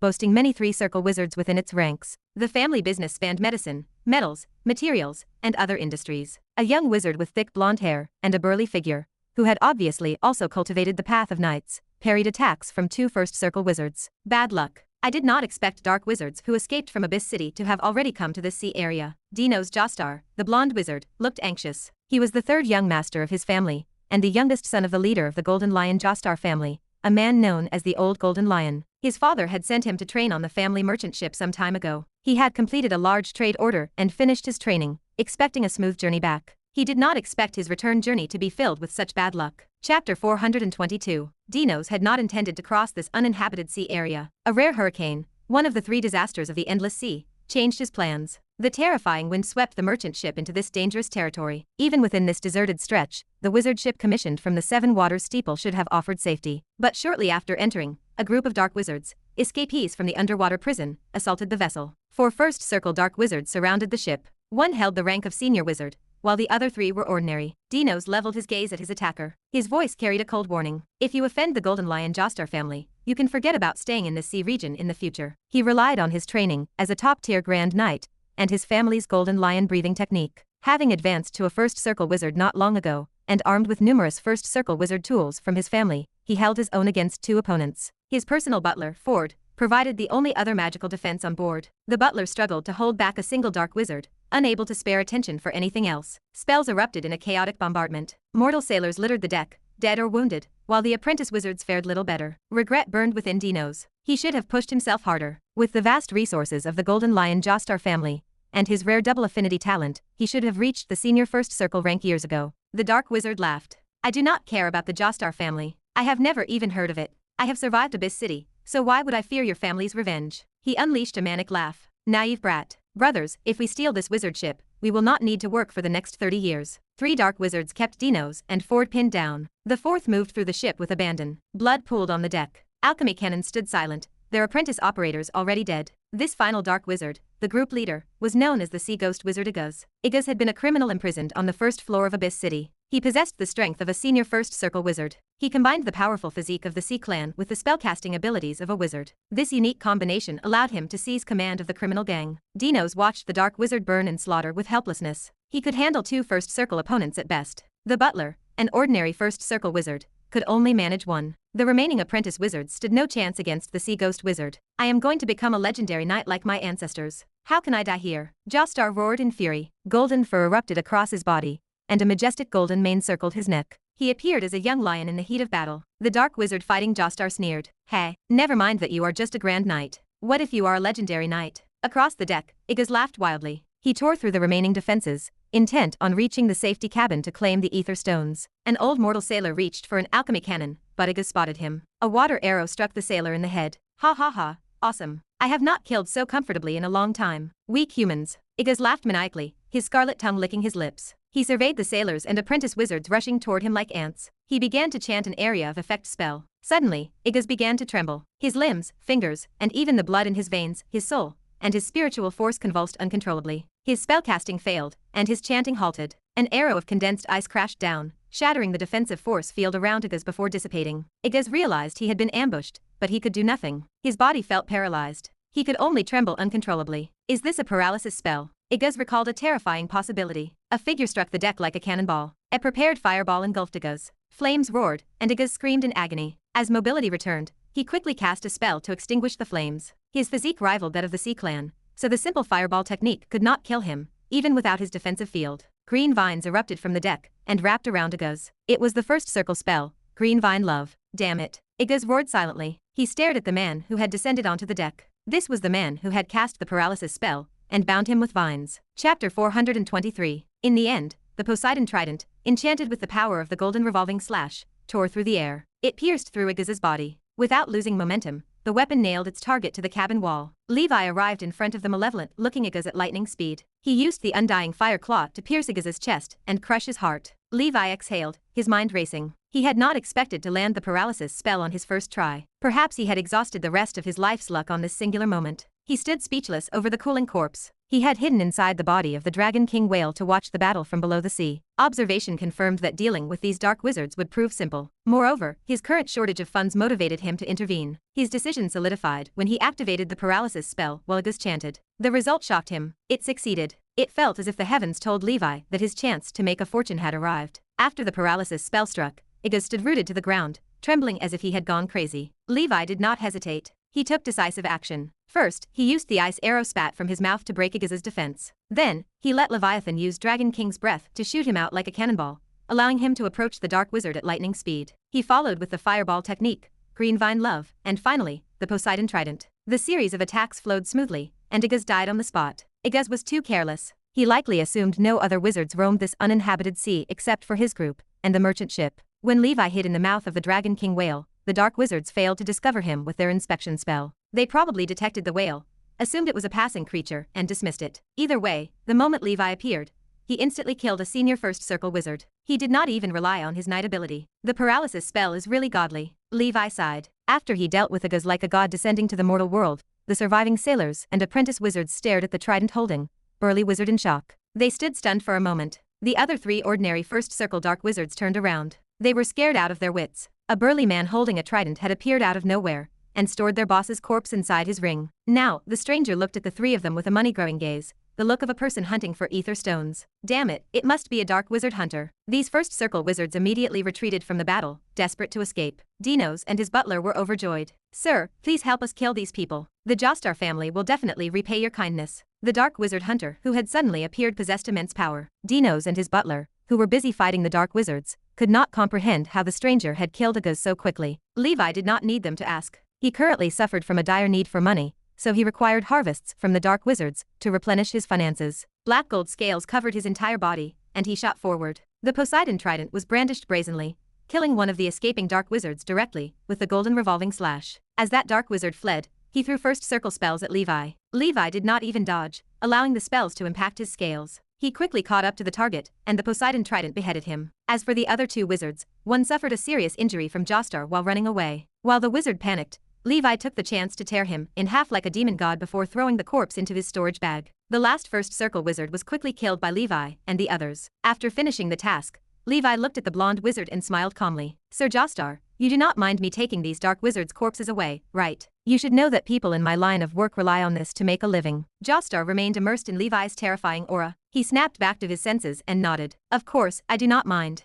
Levi put away the spoils of war from the dark wizards. He did some calculations. Putting aside the other loot, the bounties alone were worth 4,000 ether stones. A great profit. Levi sighed in his heart. May I know your name, sir? Your chivalrous deeds have won the respect of the Jostar family. I am Dinos Jostar, son of the Golden Lion Leon Jostar. Jostar introduced himself. Levi said concisely. Sir Levi, you are also a knight, right? As a top-tier Grand Knight, Jostar could naturally tell that Levi's black gold scales were formed by the black gas of a knight, similar to the golden fur of his family. Yes, Levi said. As expected. Thank you for your help, sir. Please do not be in a hurry to leave. I will get the servants to tidy up the ship, and then invite you to a banquet in the banquet hall. I will also send you a thank you gift from the Jostar family, Dinos said. Levi's knight path radiated immense power. He might even occupy the legendary knight realm that Dinos had always dreamed of. Although a legendary knight was not considered much in other parts of the wizard world, it held an extraordinary significance in the heart of the Jostar family. After all, the ancestor of their family, Rhine Jostar, was a legendary knight. His legendary title was the Lionheart Knight. It was the Lionheart Knight who built the prosperous Golden Lion Jostar family from scratch in the wizard world,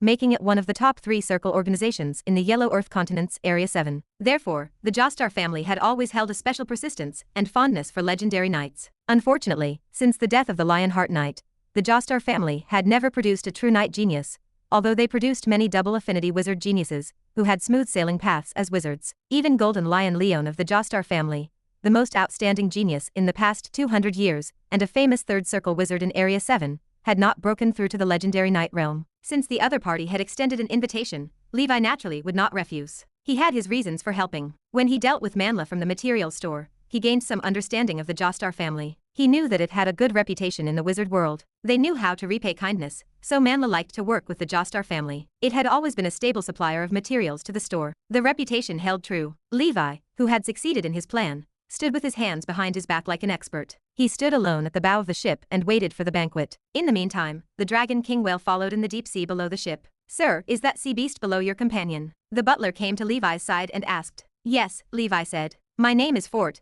young Master Jostar's butler. Thank you very much for this time, sir. If anything happened to young Master Jostar, my old bones would have been unable to return and face the family head, the butler said. He had just experienced a great battle, and his spiritual force was exhausted, so his face was pale. It is fine. I am a dark wizard hunter. Killing dark wizards is my job. You do not have to thank me, Levi said. Sir Levi, are you going to Area 8? The butler asked. Levi nodded. That is great. We are heading to the Yellow Earth continent in Area 7, and will pass by Area 8. I wonder which island you are heading to, Sir Levi. Butler Fort offered an invitation, hoping Levi would travel with them. Their journey would be safer with a powerful wizard on board. There is no need. Thank you for your good intentions. I have a sea beast mount, and it is faster than a ship. I am in a hurry, so I will leave after the banquet. Levi declined with a smile. Chapter 424. On the boundless blue sea, the ship sailed through the waves. After chatting with the butler, Fort, Levi learned that this wizard ship carried the name Moonship. It served as a gift from Dinos' father, Leon, to Dinos for his coming-of-age ceremony. The Seven Waters Steeple developed this small civilian wizard ship specifically for less affluent, low-level wizard organizations in the outer circle area. The price of one ship reached as high as 30,000 ether stones. Levi lacked the necessary knowledge to appreciate the true value. Damn those capitalists. Levi stood speechless. 30,000 ether stones. He had spent more than 10 years in this wizard world, working hard without complaint, while living an extremely frugal existence. Yet, up to this point, he had only earned about 20,000 ether stones. Furthermore, he ranked among the wealthiest first circle wizards. Many newly advanced second circle wizards might not even match his wealth. Yet, a ship served merely as a coming-of-age gift for this rich kid named Dinos. The gap between the rich and the poor in the wizard world proved staggeringly vast. Both organizations belonged to the third circle in the outer circle area, but the Grey Tower, as a newly advanced entity, proved far inferior to the Jostar family. Even Whalesong Island paled in comparison to the Jostar family. Levi sighed to himself. Because the Yellow Earth continent possessed abundant resources, Area 7 stood as one of the strongest regions in the Outer Circle Sea region of the Endless Sea. Its overall strength ranked within the top 5. Moreover, the Jostar family counted as one of the 3 largest families in the Yellow Earth continent. Their foundation ran so deep that the wizard organizations in Area 9 could not compare. After the Great Battle, Dinos and the butler busied themselves instructing the survivors to clean up the mess on the deck. They employed various cantrips to sanitize and tidy the vessel, while technicians checked the moonship for damage. Dinos looked over the destruction inside, asking his butler, Uncle Fort, about the extent of their losses. Butler Fort spoke softly. Young master, 42 sailors died, including 30 mortals and 12 apprentice wizards. 57 others suffered injuries. Aside from the casualties, property losses remained minimal, all thanks to Sir Levi, who managed to kill the Dark Wizard leader in time and helped recover a significant portion of their assets. Dinos' face hardened. He cursed the Dark Wizards. When he set sail, he promised the sailors he would lead them back safely to reunite with their families. Now he had gone back on his word. He turned to Fort and ordered him to prepare a pension for the families of the victims upon their return. He insisted that if no family members existed, they should bury these poor people properly, as the Jostar family would pay their debts. Ford sighed, telling the young master not to blame himself, as too many accidents plagued the journey. No one could have predicted they would encounter a rare great hurricane. Levi's heart skipped a beat.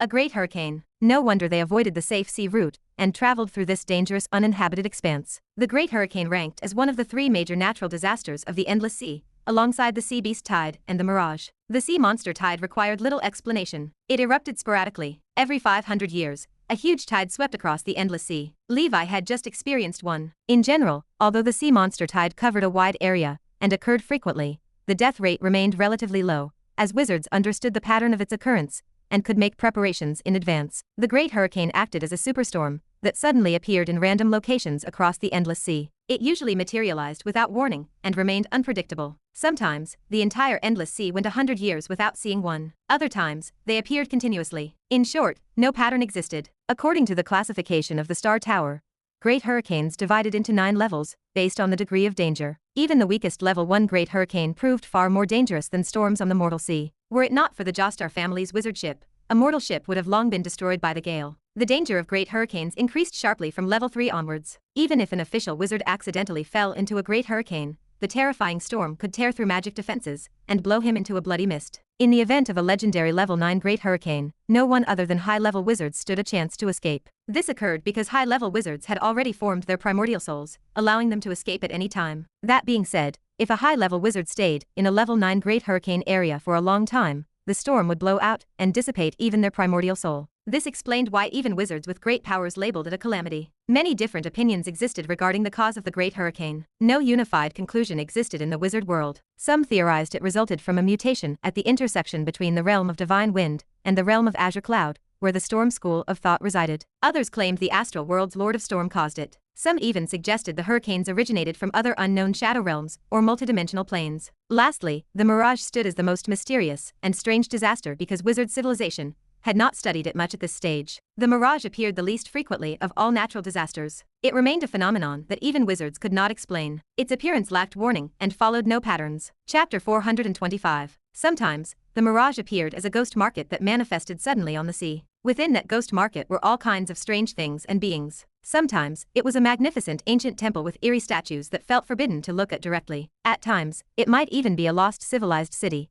where an unknown civilization, with a style completely alien to the wizard civilization, seemed visible. In short, the mirages came in various strange forms that defied comprehension. Wizards who were lucky enough to leave reported that the spiritual force of a wizard became suppressed by an extremely powerful and mysterious spiritual power within the mirage. This caused the spell casting to become extremely sluggish, and the power of spells dropped by a level. In other words, even if one was a second circle wizard, one only possessed first circle combat strength after entering the mirage. Additionally, the probability of mirages appearing was very small. Given the very few mirages in the history of the Star Tower, wizard schools of thought rarely studied this phenomenon purposefully. So far, the one that conducted the most in-depth research on mirages was actually a new small wizard school of thought, the School of Dreams. They believed that mirages might be a projection of a supreme will beyond the understanding of wizards in the endless sea. It existed as a strange space between illusion and reality, between fact and falsehood. This supreme will could be a civilization more powerful than the wizard civilization, or it could even be a supreme existence of a higher dimension more powerful than the gods of the astral world. Perhaps, this existence simply took a nap at home and had a dream, forming mirages in the endless sea. Of course, many traditional wizard schools of thought severely criticized this theory. They believed that the school of dreams seemingly went against the realm of the unbelievers, as this speculation was simply too idealistic and nihilistic. Levi could not help but sigh. Even a legendary wizard cannot recognize the truth and nature of this world. The path of pursuing the truth remains endless. Although the wizard civilization was powerful, he recalled an old saying: boundless things exist that one cannot see or fathom, and there are always others who remain superior. Only by standing high can one see far. Therefore, he still had a long way to go as a wizard. Just as Levi worried over these philosophical matters, Dinos had already tidied up the ship and instructed the servants to prepare a banquet. Sir Levi, please follow me. Fort gestured toward the companionway. Levi followed the old butler to the luxurious banquet hall at the top of the ship. All kinds of delicacies covered the long table. At the other end, Dinos looked tired, yet he still offered a smile. Thank you again for saving our lives, Sir Levi. The Jostar family has an oath: kindness and debts must be repaid. This is our family motto and our business philosophy. Relying on our good reputation, the Jostar family has been able to continuously expand and grow since our ancestor, Ryan Jostar. Wait a minute. Who did you say your ancestor was? Levi interrupted, leaning forward. Ryan Jostar. Dinos spoke the name with pride. Yes, he is our ancestor. You have heard of him? Dinos perked up, his interest piqued. Of course. Lionheart Knight Ryan, the famous legendary knight. How could I not have heard of him? Levi replied. Although he had heard about the Jostar family from Manhua, he did not expect Lionheart Knight Ryan to be their ancestor. He originally thought that the Lionheart Knight died in the mortal world, but now it seemed he also entered the realm of Azure Cloud. The Lionheart Knight and the Flower Knight, two of the 7 legendary knights from the Shining Tavern, were both in the realm of Azure Cloud. On the other hand, according to Emperor Mew's description, Golden Knight Gregor should have died at sea in the mortal world. Other than that, Blood Knight Brad was Old Man Anderson, who was a secondary Blood Clan member. Up until now, the only ones among the 7 legendary knights whose whereabouts remained unknown to Levi were Black Knight Blake, Thousand-Faced Knight Nameless, and Snow Knight Flare. Of course, other than these 7 legendary knights, there were others. These 7 were merely the ones more well known in the 7 kingdoms. They might not be the strongest, but they all possessed famous legends and extremely distinct personal characteristics. Under the artistic refinement and exaggeration of the bards, they eventually became the most famous 7 legendary knights. Our ancestor has already fallen for hundreds of years. I thought that he had long been forgotten in the human world. I did not expect everyone to still remember him. Dinos spoke, his admiration for his ancestor growing. When the topic of the legendary knight surfaced, Dinos became a chatterbox. Levi learned the true story of the Lionheart Knight from him. After the Lionheart Knight became a legendary knight, he entered the wizard world through some means. The Lionheart Knight lacked the talent to become a wizard, but he remained determined to do something in the wizard world so that his family would endure forever. Therefore, he relied on his identity as a legendary knight to marry an apprentice wizard and successfully gave birth to a son with triple affinity and the talent to become a wizard. After that, the Lionheart Knight did his best to earn money in this wizard world as a legendary knight. He fought with wizards who mastered spells, killed sea beasts in the endless sea, and sold materials to earn ether stones, paving the way for the future of his son. In the end, the son of the Lionheart Knight successfully became an official wizard and joined a second circle wizard organization on the Yellow Earth continent.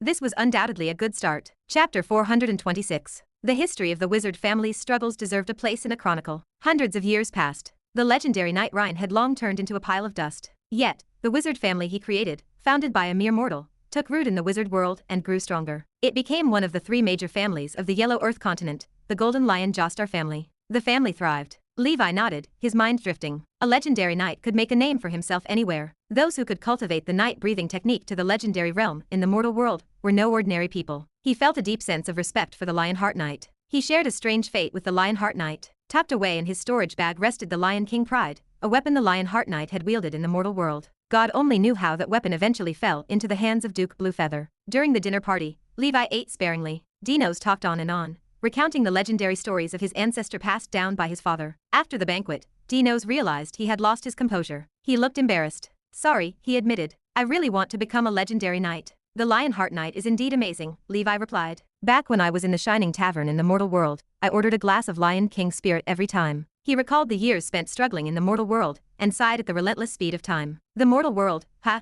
Dinos said helplessly. I have not been there before. I really want to go, but I know my identity as a wizard makes it inappropriate for me to visit. After eating and drinking to his heart content, Levi felt it was time to leave. He cleared his throat. Sir Dinos, it is time for me to depart. I have something urgent to attend to. All right, Fort, bring the thank you gift over, Dinos replied. Butler Fort smiled and retrieved a small storage bag. Sir Levi, this is a small token of the Jostar family appreciation, Fort said. Thank you for your help. It is a small gift, but the thought counts. The Jostar family will never forget your kindness. If you go to Yellow Earth Island in the future, you must visit us. Levi took the storage bag and peered inside. A pile of ether stones sat there, a total of 3,000. I will not stand on ceremony, Levi said. He did not pretend to be polite by refusing. He had helped them for this very reason. He was not greedy, simply poor. 3,000 ether stones was not bad. It was equivalent to 3 good first circle wizard tools. Dino's proved quite generous. Levi had saved his life. To a rich heir like Dino's, that life was worth far more than 3,000 ether stones. After all, the moon ship alone cost 30,000 ether stones. If not for Levi, the Jostar family would have lost a wizard ship. Levi jumped into the sea. Leviathan caught him. The human and whale quickly disappeared into the surging expanse. Mr. Levi seems to be a legendary knight, Dino's mused as he stood on the deck. Young master, Fort said, do you want to invite him into the family, and make him a family guardian? You could let him guide you to become a legendary knight. It is obvious he is not interested, Dino's replied, shaking his head. I believe that with my ability, I can definitely become a legendary knight. The moon ship braved the wind and waves as it sailed slowly forward. The next morning, after a night of travel, Leviathan and Levi floated on the sea to rest while drifting forward. Leviathan used its flippers to pat its belly, while Levi practiced breathing techniques on its back. As they traveled, Levi Black Snake Message suddenly sensed a strange and powerful aura entrenched in the sea ahead. His spider sensing also blared a warning. From the intensity, he knew it was a second circle existence. In this uninhabited sea, it was most likely a second circle sea beast. Leviathan, wait for me here, Levi said, his expression changing slightly. Do not run around. I will be right back. With his current strength, he lacked the absolute confidence to fight against a second circle sea beast. However, he could fly. He planned to soar high and identify the creature. If it belonged to a mixed dragon clan, he would tame it once he gained sufficient strength in the future. He would not have to worry about the secret medicine problem of the golden snake, red lotus, and other dragon-type breathing techniques for a long time. Leviathan nodded and stayed where it was, obeying without daring to move. Levi Bloodwings appeared. He flew to a height of 1,000 meters before slowly gliding forward. He felt himself drawing closer to the behemoth. He tried his best to hide his aura while holding his breath. The perception of a second circle existence must be strong. He feared that even from the sky, the creature might sense him. Still, he felt almost sure the party was a second circle sea beast. Among such creatures, few could fly. This confidence allowed him to investigate. Levi looked down at the sea below. As expected, on a small island protruding from the water, he spotted a giant sea beast resembling a crocodile lying lazily in the sun. Bones littered the small island, including the remains and relics of first circle sea beasts. He even spotted broken bones, relics of first circle wizards, and scattered storage bags. Levi took it all in. Chapter 427. The Sea Dragon Crocodile, a second circle sea beast. Levi grinned. It was a mixed blood dragon, and this would be a massive profit. Excitement coursed through him. The Sea Dragon Crocodile was the mixed blood, second circle dragon clan he had always dreamed of. An adult could reach 30 meters in length. As a crocodile-type sea beast, it grew even larger than the dragon king whale. Its body was covered with extremely solid scales, comparable to second circle defensive spells. It also mastered many powerful second circle spells. The Sea Dragon Crocodile possessed an extremely powerful bite force. It could tear apart even the second circle defensive spell fields of many wizards. Such a sea beast reigned as an overlord in this sea area, a creature at the top of the food chain. He was not a match for it yet. When his golden snake breathing technique reached level 12, or when he advanced to a second circle wizard, he would return to claim his prize. In the future, it would replace Leviathan, allowing the whale to retire as soon as possible. Levi turned away from the giant crocodile and retreated. He had only come to observe. He was not foolish enough to attack a second circle sea beast. Survival in the wizard world required patience. Challenging someone of a higher level might succeed once or twice, but eventually, failure would claim the reckless. Levi favored the saturated style of fighting. If he did not make a move, he stayed still, but once he struck, he would crush his opponents. This was the way of stability. The Sea Dragon Crocodile on the island opened its mouth wide and lazily stared at Levi, who drifted away like a bug. Its eyes were filled with indifference and arrogance. Many wizards had attempted to attack it,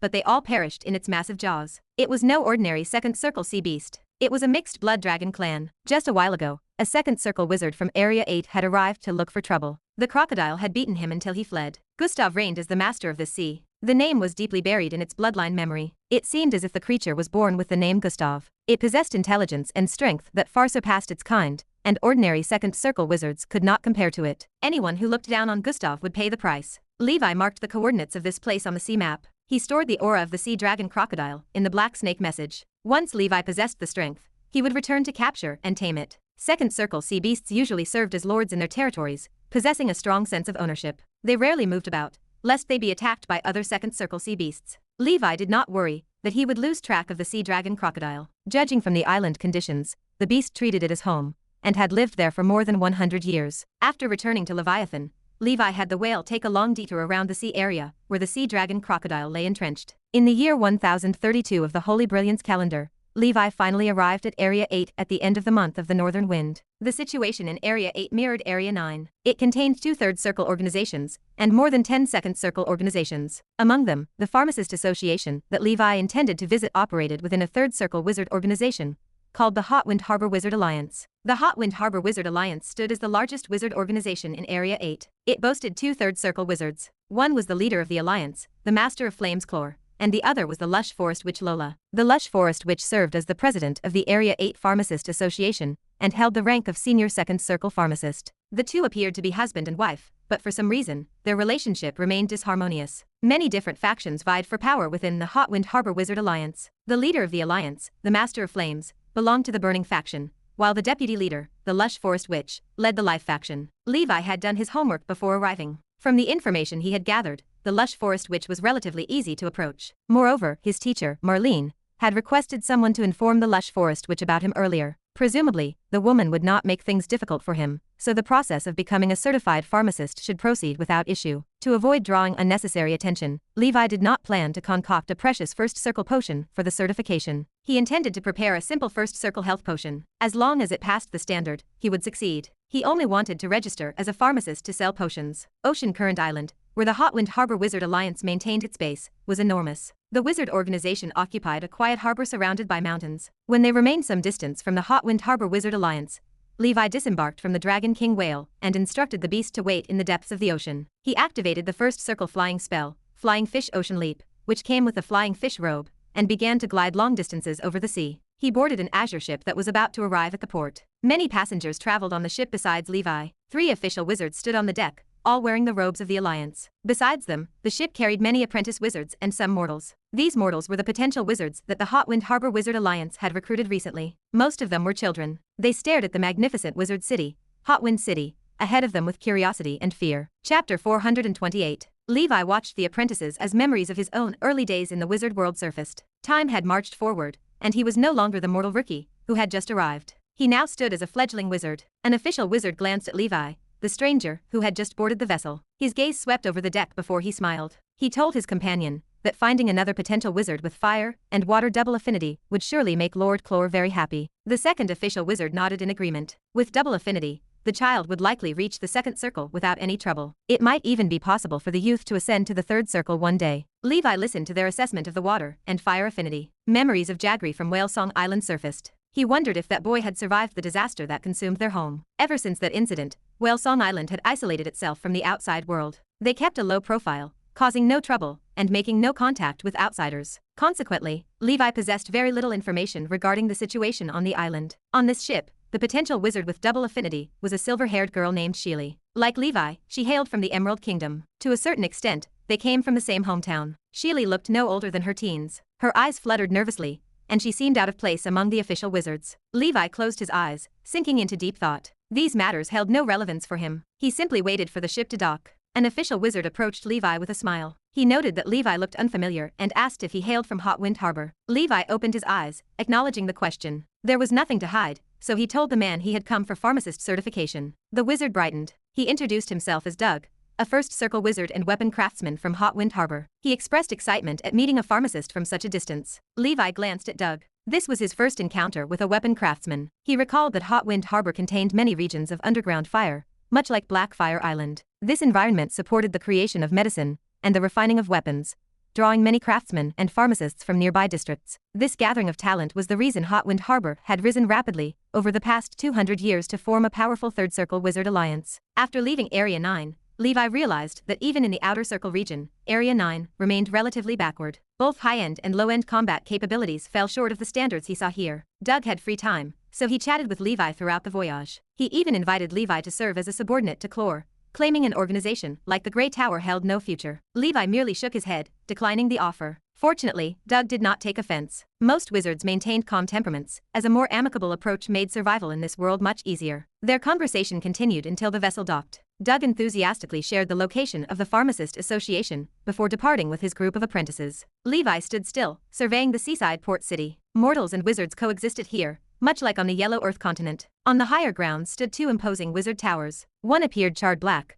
carved with fire patterns that resembled a volcano on the verge of eruption. This was the Tower of Flames, home to the Master of Flames, Chlor. Opposite the black structure sat a white steeple, draped in thick vines. The green-tinged tower remained hidden within the mountains. This was Levi's destination, the lush forest tower. Levi hoped the process would proceed smoothly. Remembering the certification process with Ms. Marlene, he remained vigilant, while moving quickly toward the lush forest tower. Lush forest tower. Levi arrived, looking travel-worn. He stopped as he approached the 2 guards stationed outside the tower. The guards stood tall. One possessed 4 furry, white-haired arms and wielded a mithril greatsword. The other bore the upper body of a human and the lower body of a giant snake, his tail coiled firmly against the ground. Levi momentarily felt as though he had stumbled into the cave of the snake demon from old folk tales. He privately judged the bloodline modification wizards. Their transformations looked unsightly, certainly not as aesthetically pleasing as his own form. Their spiritual force fluctuations suggested they were first circle wizards from the life school of thought. To think that such powerful individuals were merely guards here. The influence of the lush forest which was evident. The snake-bodied wizard fixed his gaze on Levi and asked coldly about the nature of his business. Levi identified himself as an official wizard from the Grey Tower of Area 9. He stated his purpose, registering for pharmacist certification, and requested that they inform the president. He produced 20 ether stones, placing 10 into the hand of each guard. The 2 guards exchanged glances before discreetly pocketing the ether stones. The snake-bodied wizard gestured for Levi to follow him inside. Levi offered a quick word of thanks and followed close behind. He contemplated the nature of bloodline modification wizards. Their transformation seemed to strip away their humanity, even replacing their very limbs. Moments later, he stepped into the interior of the lush forest tower. Chapter 429. Stepping into the lush green tower felt like walking into a botanical garden. Colorful plants and flowers bloomed in every corner, while birds, fish, and insects thrived in the humid air. Apprentice wizards bustled about the hall. Strange creatures paced inside transparent cubicles, sleeping, roaring, or slamming against the glass. A 3-meter-tall humanoid creature caught his eye. It had the head of a dog, long hair, and wore a miniskirt. The beast spotted Levi and called out in a hoarse, smiling voice, "Big brother." Levi stared, struggling to process the bizarre sight. He looked straight ahead, focusing on the back of the snake-bodied wizard. They boarded an elevator woven from thick vines and ascended to the top floor of the lush forest tower. Below them, the entire Hot Wind Harbor sprawled out in view. A tall, slender witch in green robes stood by the window, gazing into the distance. She stood at least 2 meters high, her exquisite curves radiating an otherworldly aura. The snake-bodied guard gestured toward Levi. "Lord Witch, this is Mr. Levi from the Grey Tower. He seeks certification as a registered pharmacist." The guard turned and slithered away, leaving Levi alone. "Greetings, Lord Witch." Levi's voice trembled. Standing before an unfamiliar third circle wizard was nerve-wracking. The spiritual fluctuations radiating from the woman hit him like a boundless wave, crushing his composure. The lush forest witch turned, revealing the truth. She was not human. Genuine elf blood flowed through her veins. Sharp ears, a towering frame, and a beautiful face marked her heritage. Her green hair cascaded down her back like willow leaves, confirming her identity as a green elf. Levi had never encountered green elves in person, but the potion named after their race was familiar territory. He had brewed the concoction since his apprentice days and continued to rely on it as a wizard. The green elf's tears increased the upper limit of one's spell power. It ranked as one of the 3 basic potions for wizards. The others were the blood elf's wail and the smurf sleep. The green elf's tears functioned as a general name for the series. It included the low-level apprentice version and the first circle wizard version. Levi simply called them green potions. Elves lived long lives, much like the Blood Clan. Levi could not guess the age of the tall, beautiful witch. It was possible that even the first tower master, Salmon, would have had to address her as grandmother. The lush forest witch spoke, her voice calm. Her gaze remained deep,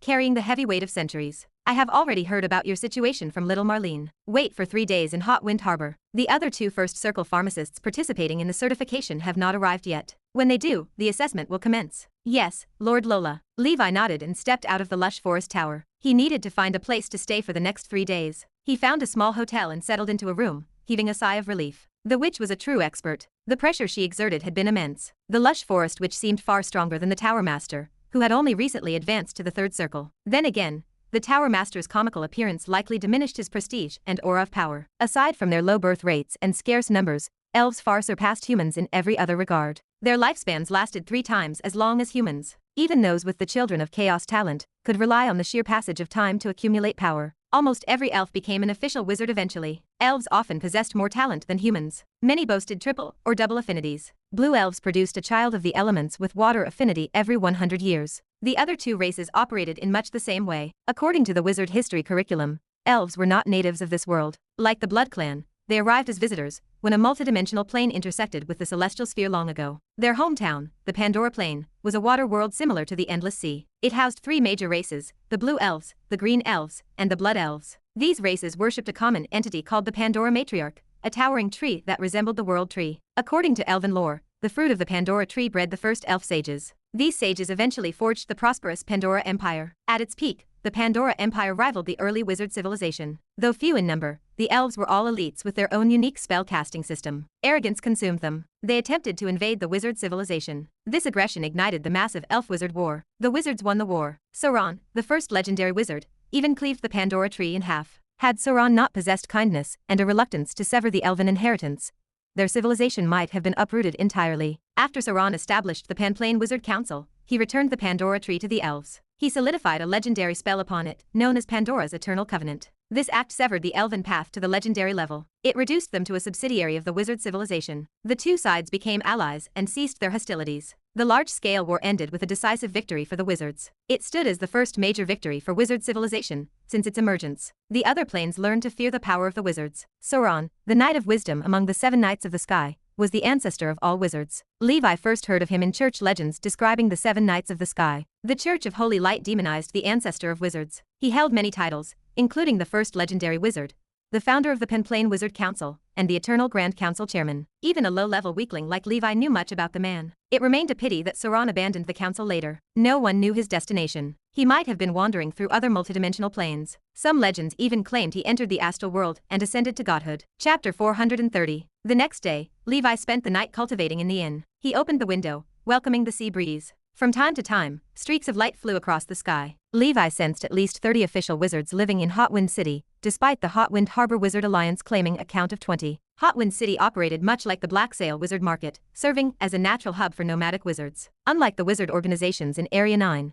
which favored a balance of multiple strong powers, Area 8 recognized only one absolute overlord, the Hotwind Harbor Wizard Alliance. Beyond this third circle organization, only a few second circle groups remained. The alliance had peacefully swallowed the others, using their renown in pharmaceuticals and weapon crafting to generate massive profits. Coupled with the prestige of the 2/3 circle wizards, many small organizations could not resist the pressure and chose to compromise. The official wizards of those smaller organizations were almost all poached by the Hotwind Harbor Wizard Alliance, making even normal teaching a problem. Although such an act seemed somewhat shameless to many wizard organizations, it did not violate the laws of the Panplane Wizard Council, so no one dared to speak against them. It was said that the Master of Flames was a very ambitious third circle wizard. He had been in the third circle for 100 years, and was now 300 years old. He possessed abnormal strength, and held the title of the strongest in Area 8. His goal was to merge the entire Area 8 into the Hotwind Harbor Wizard Alliance, and make the Tower of Flames the absolute ruler of the sea area. Levi surmised that anyone capable of such actions in remote areas must possess connections and backgrounds in the Star Tower, just like Morpheus. They acted so unscrupulously because they had the support of a mysterious 5-circle powerhouse. Levi distrusted the Burning Faction. He had met 2 official wizards from the Burning Faction, Kane and Terrell, and both proved to be unpleasant individuals. Perhaps the fire element meditation art they cultivated influenced their temperament, as the wizards of the Burning Faction were generally more radical. They were easily provoked, quick to anger, and prone to attack at the slightest disagreement. They preferred violence over diplomacy. It was also possible that the Burning Faction wizards were growing arrogant,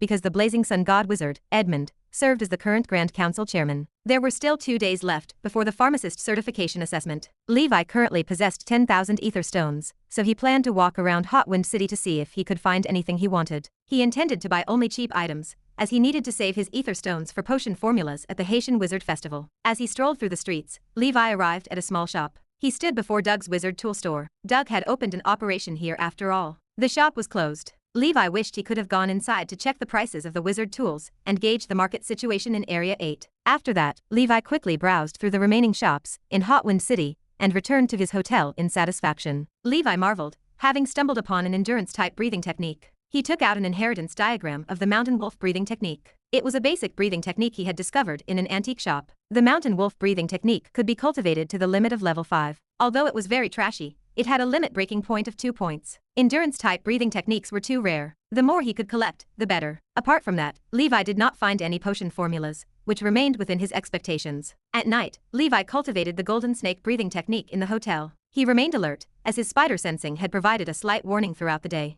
This was not a good sign. Either someone in Hotwind City wanted to harm him, or enemies were cursing him from afar. The golden snake forked tongue flicked, while his advanced perception activated. This was a foreign land, so caution remained paramount. Levi focused on his progress, noting his golden snake breathing technique proficiency increased by 56. By the time Levi finished his cultivation, It was late at night. Levi opened his eyes, his expression shifting instantly. Through the snake tongue perception, he sensed a familiar aura approaching the hotel. Beside this aura was another unfamiliar presence. It seemed to be a first circle wizard. He identified Doug. They approached the building, though their specific destination remained unclear. Levi muttered to himself that he should not worry about things that had nothing to do with him. He carefully recalled that since arriving in this place, he had never provoked anyone, nor had he ever been involved in any trouble. He concluded he was likely overthinking the matter. Unfortunately, as the spider's sensing warning grew stronger, Levi realized there was a high chance the two figures were hostile and hunting him. Levi immediately left the hotel, adhering to the principle that it was better to avoid trouble. At the same time, he needed to determine if Doug was truly there for him. With that thought, he left the hotel and quickly disappeared into the sea. Chapter 431. Levi possessed whale lungs. He could remain underwater for 3 days and 3 nights without any ill effects. Two figures materialized above the waves.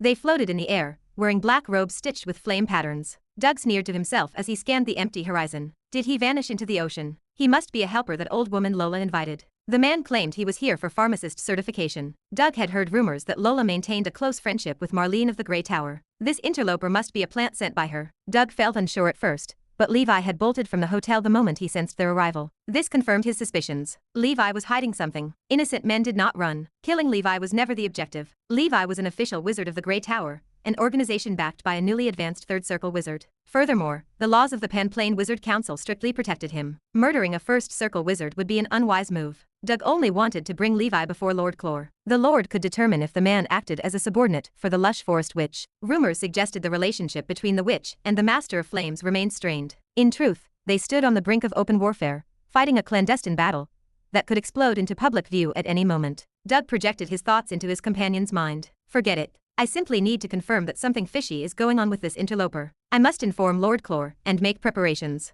This man's arrival suggests the Grey Tower might interfere in upcoming affairs. We must remain vigilant. They represent a Third Circle organization, after all. The other First Circle wizard, Sindert, responded through telepathy. Agreed. Even if he really is here for certification, we must watch him closely. Opportunities for disaster hide in every corner. Caution is our best defense. The bay was small but deceptively deep. Doug belonged to the burning faction. He mastered no spells capable of underwater traversal. Standard diving potions failed to protect a wizard of his frail constitution against the crushing pressure of the deep sea. Furthermore, his fire spells would be rendered useless beneath the waves, so pursuing Levi was impossible. His companion, Sindert, practiced the ocean school of thought. However, Sindert would be easily ambushed if he entered the water alone. Doug sneered, considering the situation. We wait. Let him rot in the ocean. He will have to surface eventually. The bay was limited in size. If Levi surfaced, their perception spells would trigger immediately. They refused to believe he could endure in the depths for an entire day. If he stayed under that long, he must have escaped the harbor entirely. The sun climbed high, painting the surface of the sea in hues of liquid gold. Doug and Sindert slumped on the ship deck,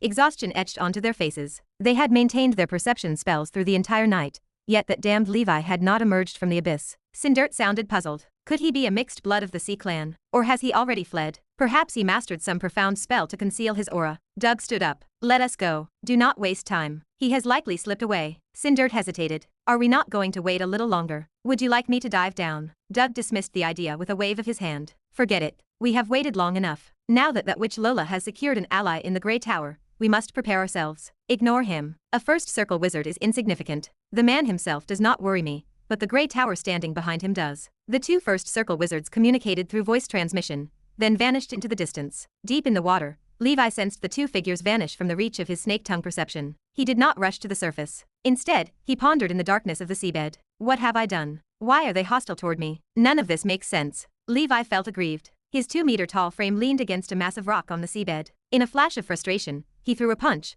pulverizing an unlucky sea beast that drifted too close. This is entirely too much. I have done nothing wrong, yet I am targeted without reason. Is there no justice? Is there no law? It is all my fault. I am not strong enough, and I am too kind and approachable. I let these people think I am a pushover. Doug, you and the Hotwind Harbor Wizard Alliance deserve to die. Levi stewed in gloom as he replayed his recent actions in his mind. Eventually, he abandoned the introspection. I am not the one at fault. They are. I must figure out what is happening before I decide to continue with the pharmacist certification. Certification can be handled at any time, but I only have one life. Levi remained in the deep sea for another day, waiting until the third day, when he was scheduled for pharmacist registration. He felt no urge to rush the process. He remained unsure of the Lush Forest Witch's stance. According to Ms. Marlene, the Lush Forest Witch possessed a kind heart despite her cold exterior. Green elves were the easiest to interact with among the 3 major elven races. Yet, doubt clouded Levi's mind. The hostile behavior of the Hot Wind Harbor Wizard Alliance made him hesitate. He dared not risk seeking the pharmacist certificate just yet. He chose not to hurry toward Hot Wind City, electing instead to hide beneath the waves, monitoring the situation from the safety of the ocean. Chapter 432. A terrifying explosion rocked Hot Wind City. The sound rolled across the bay. Spells erupted throughout the air, acting like a signal for more chaos. Levi poked his head above the waves, eyes wide. Two groups of wizards clashed in the sky above the streets of Hot Wind City. What is happening? Levi wondered. Why the sudden conflict? Flames licked the sky. Smoke choked the air. Levi watched the battlefield in disbelief. Had a dark wizard organization ambushed the Hot Wind Harbor Wizard Alliance? Confusion gripped him until two dazzling third circle wizards ascended from the Tower of Flames and the Lush Forest Tower. They unleashed a torrent of spells at one another. The Master of Flames and the Lush Forest Witch. Levi shook his head. Their marriage was supposed to be merely difficult. Did it really require a war between third circle wizards? His plan to become a registered pharmacist lay in ruins. Levi watched from a distance as the factions fought with fervor. As a mere first circle wizard, he avoided the fray. He wished the wizard world had invented satellites or mobile phones so he could report this madness to the Star Tower. So much for the rule of law. People fought in broad daylight, and official wizards laid waste to the city. The duel between the third circle wizards ignited real flames. Clor, the leader of the Hot Wind Harbor Wizard Alliance, cursed, his voice booming across the bay. You are crossing the line. Clor, a middle-aged man with graying temples, carried the aura of a noble. His red robe snapped in the wind. He waved his hand, launching 5 fireballs with effortless grace. For a third circle wizard, such second circle cantrips required no effort. The fireballs detonated in the air. The shockwave reached Levi in the bay. Across the sky, Lola, the green-robed Lush Forest Witch, stood taller than her husband. She sneered. She called out to him. Do not forget, Clor. I agreed to merge the Lush Forest Tower into the Alliance only because of our relationship. We are no longer partners. I would have moved out long ago if not for your reputation. You are petty. You schemed against me. You used me. If not for my identity as a second circle senior pharmacist, you never could have recruited so many first circle wizards. You could not have done it alone. The two third circle wizards harbored deep grudges, fighting like bitter enemies. The battle intensified. Levi retreated to ensure his own safety. He stayed nearby, locating the Dragon King whale to hide on the ocean floor. He remained because his concern for the pharmacist certification lingered. He also needed to understand the hostility from Doug and his associates. Levi had committed the auras of Doug and Sindert to memory. Once the fighting ceased, he would track Doug down and settle the score. He refused to live in fear of being targeted in the future. The battle in Hot Wind City raged on. The outcome did not depend on the apprentice wizards below, but on the first and second circle wizards. Ultimately, it rested upon the two third circle combatants. Lola stood like a green goddess. She tapped into ancient elven magic, chanting in an obscure language. The spells mirrored the plant faction of the life school, but as a green elf, her innate affinity for plants amplified her power immensely. Her hair lengthened, transforming into glistening vines and whips. These appendages lashed out, entangling the fireball's core through. Simultaneously, a 10-meter-tall giant, covered in beast skin and armored in hard rock, leapt from the Lush Forest Tower. The creature swung a massive axe toward Clor. This was a mountain giant, the bionic source of the Earth faction first circle spell, Mountain Giant's Wrath. It originated from the multidimensional planes. Adults of the species usually possessed third circle strength,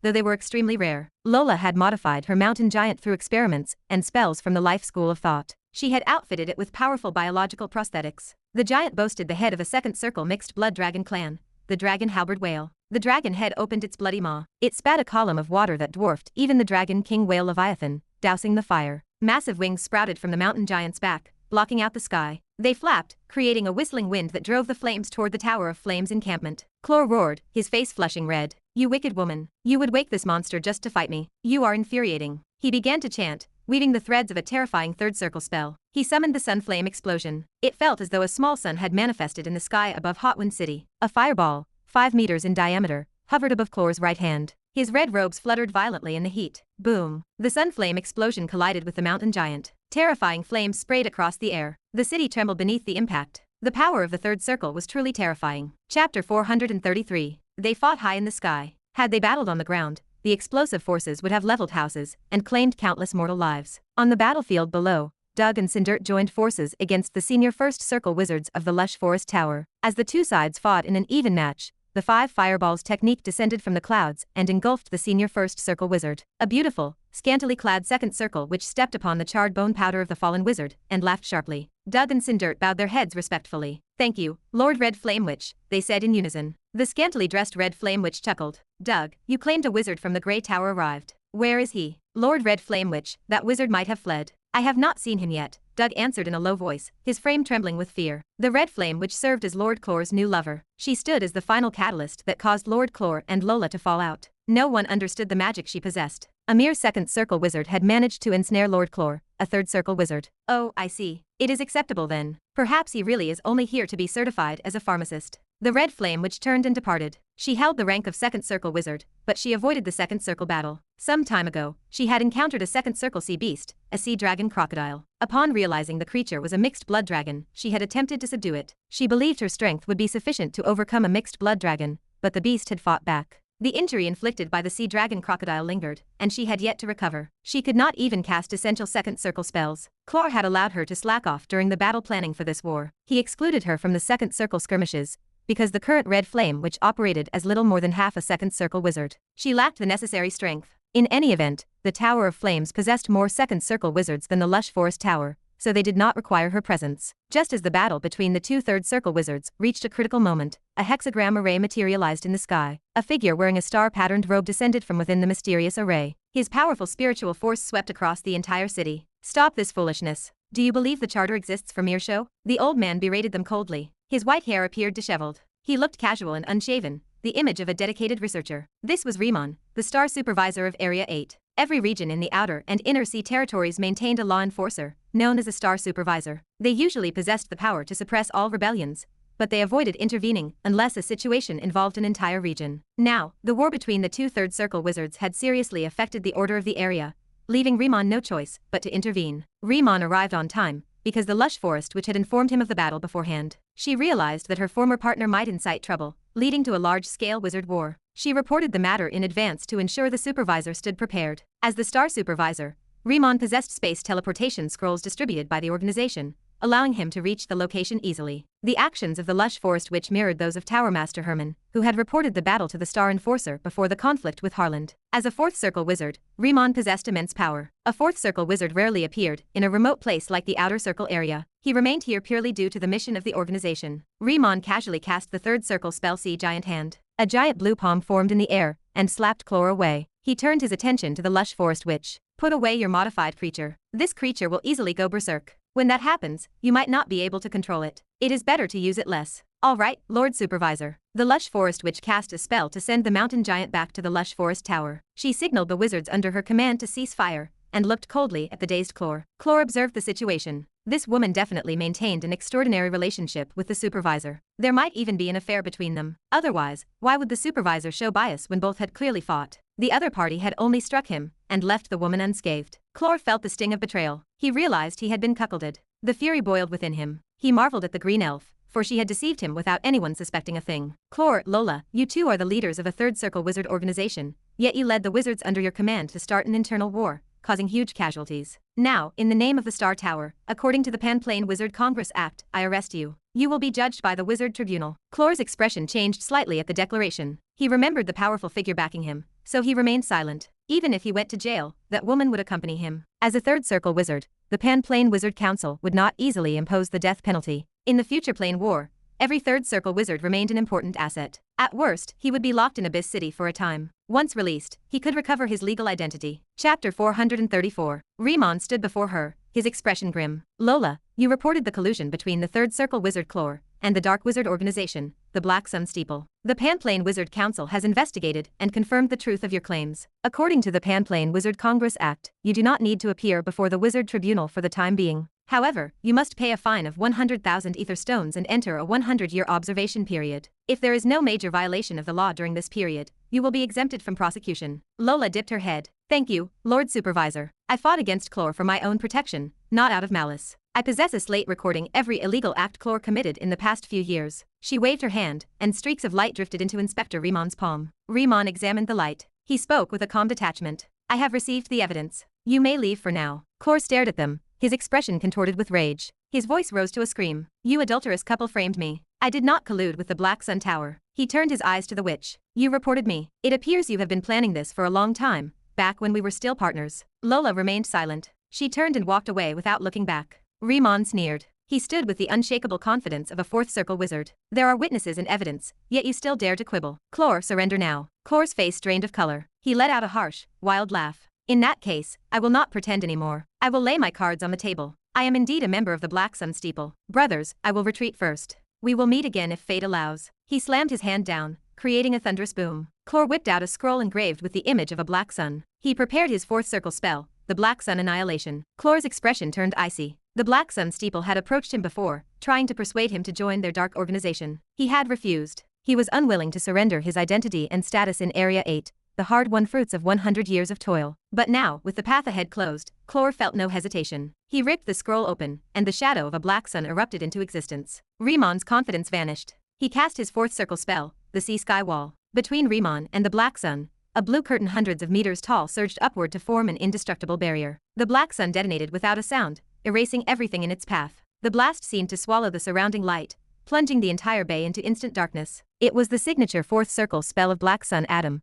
a genius dark wizard of the Black Sun Steeple, who possessed the dual talents of the child of the fire element and the heart of darkness. The rumble rolled across the sky. A shockwave surged outward, tearing the sea sky wall to shreds. The blast tore toward Rimon. The wall and the distance broke the momentum, and the shockwaves failed to breach Rimon's fourth circle defensive field. But Hotwind City was doomed. Countless houses crumbled, and countless mortals and wizards perished in the devastation. Only the Tower of Flames and the lush forest tower survived, protected by their defensive arrays and the distance from the blast. Rimon's face turned livid. So he really is a dark wizard, Rimon cursed internally. The casualties were far worse than he had anticipated. That damned Black Sun Adam. He is always causing trouble. Rimon searched for the trace of Chlor's aura, but the man had vanished. Rimon blinked out of existence, leaving the harbor. 3 days later, Hotwind City lay in ruins, reminiscent of the ancient city Pompeii after the volcanic eruption. Apart from a few surviving wizards and apprentices, the vast majority of mortals had died from the aftershocks of the fourth circle spell. They left no bones behind. Lola stared at the wreckage of Hotwind City with a complicated expression. Bitterness filled her heart. Because she had prepared in advance, the losses of the lush forest tower were limited, but the weight of the devastation remained heavy. In the wake of the disaster, no one spared a thought for Levi, who had traveled all this way for his pharmacist certification. Deep in the ocean, hundreds of miles away from the bay, Levi opened his eyes. The battle should be over. Levi sighed. Why is it so hard to get certified as a registered pharmacist? I did nothing, yet I found myself involved in an inexplicable internal strife. If the lush forest witch is dead, I will have to travel to Area 7 for certification. There was no pharmacist association in Area 10. Otherwise, Levi would have gone there instead of coming to Area 8. He had one more task. He needed to find Doug. Levi began his journey toward Hotwind City. His spider sensing offered no warning, suggesting the danger had subsided. Upon arriving at Hotwind City, Levi stopped, stunned. Why is there a large piece missing from such a big city? Ruins and wreckage covered the landscape. The scent of death and sorrow hung heavy in the air. Are third circle wizards truly that powerful? This feels like fourth circle strength. Levi narrowed his eyes in suspicion. If this destruction was the work of a third circle wizard, then the Tower Master, who also held that rank, seemed small in comparison. Shaking off the thought, Levi searched for Doug's aura. He wondered if the man had survived the 3 days of chaos and the destruction of the city. With his snake tongue perception, he quickly locked onto Doug's aura. Sindirt's aura remained missing, and there was no telling if he was dead or if he had fled. Levi altered his appearance slightly. The change would offer little protection against wizards who identified their targets through spiritual force, but it was better than doing nothing. Chapter 435. Levi reached the inland area of Ocean Current Island. Deep within a cluster of underground karst caves more than 10 kilometers away, Doug's aura pulsed. An unfamiliar presence hovered nearby. This aura carried more weight than Doug's, creating a sharp sense of danger. The stranger's power level sat somewhere between the first and second circles, forcing Levi to hesitate. He marked the location and waited. He tracked the two auras from a distance, confident that his snake tongue perception remained undetected. The following day, the dangerous presence finally departed, leaving only Doug behind. Levi waited another half day. Once certain the stranger had left, he moved toward Doug, his expression hardening. Deep in the underground cavern, Doug slumped against the dirt. Burn marks from the black sun covered his body, and his face twisted in pain. He cursed his former master, muttering that he had been loyal, yet Chlor had abandoned him to die. For 2 days, he and the red flame which had hidden in this lightless pit to evade the pursuit of the Star Tower. The rock layers thousands of meters underground dampened spiritual force, shielding them from the prying eyes of third circle wizards. Chlor had committed his crimes as leader of the Tower of Flames, and underlings like Doug faced the fallout. Most enforcers were hunting Chlor, but a small fish like Doug could not risk exposure. A vibration rippled through the karst cave. Someone approached. It was not the red flame witch. Doug tensed, readying himself. A figure flashed into view. A blur of movement arrived in a surge of bloody light, faster than Doug could track. He unleashed a fireball he had prepared in anticipation. The flames bloomed, engulfing the intruder. The fire illuminated the dark cavern. A ferocious humanoid monster covered in black scales emerged from the flames. It flicked its tongue, saliva dripping to the floor. The creature shook off the embers and charged, strangling the wizard and pinning him against the wall. Bones snapped. Doug screamed, his cries echoing against the stone. The bones in his limbs shattered, and his palms collapsed under the pressure. Levi's frost arm wrapped around Doug, encasing the man in a shell of ice. Levi stared at him, cold and detached. He asked why Doug had tried to kill him. Doug struggled to breathe, gasping that he did not know who stood before him. Levi tightened his grip, nearly extinguishing the life from the wizard. The scales on the creature's face receded, revealing Levi's true features. He spoke, asking why Doug had sought to harm him. He claimed to simply want certification as a pharmacist. He did not enjoy violence. He preferred kindness and honest business. Doug gasped, his voice ragged with pain, and pleaded that it was all a misunderstanding. He swore they only believed Levi had been invited by the lush forest witch to fight the Tower of Flames. He begged for mercy and offered his weapon, making inheritance in exchange for his life. He claimed he could pass the knowledge to Levi, but it was not currently in his possession. He promised that killing him would mean losing the inheritance forever. He asked if Levi did not want to become a weapon craftsman. Levi crushed Doug's skull. The Saint Scorpions emerged to consume the soul of the first circle wizard. Levi watched the swarm devour the remains, his heart calm. Chaos masked the act. Killing Doug posed no risk. He had intended to kill Levi, so the life debt had to be paid. Levi opened the storage bag and found the star-casting rune book. It contained the weapon-making inheritance. Levi realized Doug had lied about not having it on him. He gathered the spoils. Doug was gone, reduced to bones by the Saint Scorpions. Levi summoned a fireball to incinerate the corpse, then retrieved the red glove from the ground. It was the first circle wizard tool Doug had used to cast his spell. Levi retreated from the scene, taking a wide detour before returning to Hotwind City. He did not rush to leave. He needed to ask the lush forest witch about his pharmacist registration. He had learned from Doug that the witch harbored no ill will. The conflict had been a simple misunderstanding. Levi approached the lush forest tower. The guards were gone, likely casualties of the battle. At the tower peak, the lush forest witch invited him up. She told him not to let his trip go to waste. Levi thanked Lady Lola and climbed the stairs. A silver-haired girl stood beside the witch. It was Sheely, the double affinity genius, who had traveled with him on the ship. She had been destined for Chlor, but now she stood under the protection of Lola. The other two first circle pharmacists also sheltered within the tower. Lola asked what potion Levi intended to refine. Levi confirmed he would prepare the first circle blood elf's whale. Lola nodded in approval. The refining process moved smoothly. Levi, as a senior first circle pharmacist, had brewed this potion countless times. Success came on the first attempt. Lola offered her congratulations and noted that a letter from the Pharmacist Association headquarters would reach the Grey Tower soon. It would contain his official license. She asked him to convey her regards to little Marlene and wished him success as a pharmacist.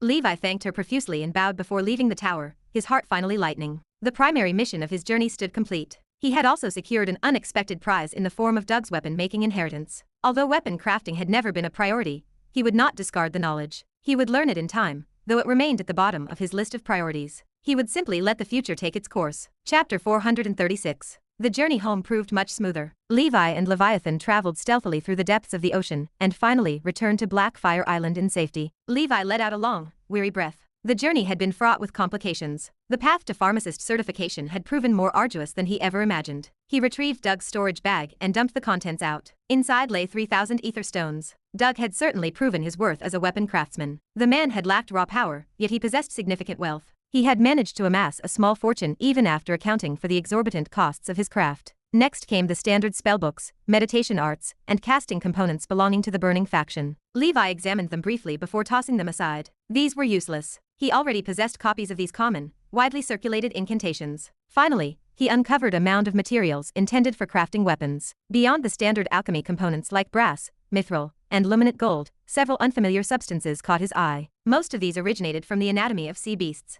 The endless sea lacked the basic components found in other realms of life. Consequently, the local weapon craftsmen had forged a system reliant on the remains of sea beasts, adapting their techniques to the resources at hand. Levi studied the pile with a contemplative hum. He could use these parts to repair the flaming carpet. That wizard tool had proven its worth as a life-saving asset. The final item was the Book of Starforge Runes. This rare inheritance for crafting weapons rivaled the value of the Book of Cipher. It was a priceless treasure, and the name alone promised immense potential. One first circle wizard tool remained among Doug's possessions. These were the burning gloves, fashioned from red leather and etched with 2 burning faction spells. The incantations for the burning palm and the fireball technique hummed with faint power. These were foundational spells, and the burning palm itself served as the prototype for the seal of flames. The gloves offered more than just utility. They funneled fire elements, boosting both the potency and the speed of burning faction spells. The mechanism functioned much like Levi's own Ring of Fire snake bracelet. A maker's mark rested on the wrist of the glove. It read Tower of Flames, crafted by Doug. Clearly, the man had forged this personal armament for his own use. The dead man had wielded these very gloves to launch that desperate fireball at Levi just moments before his end.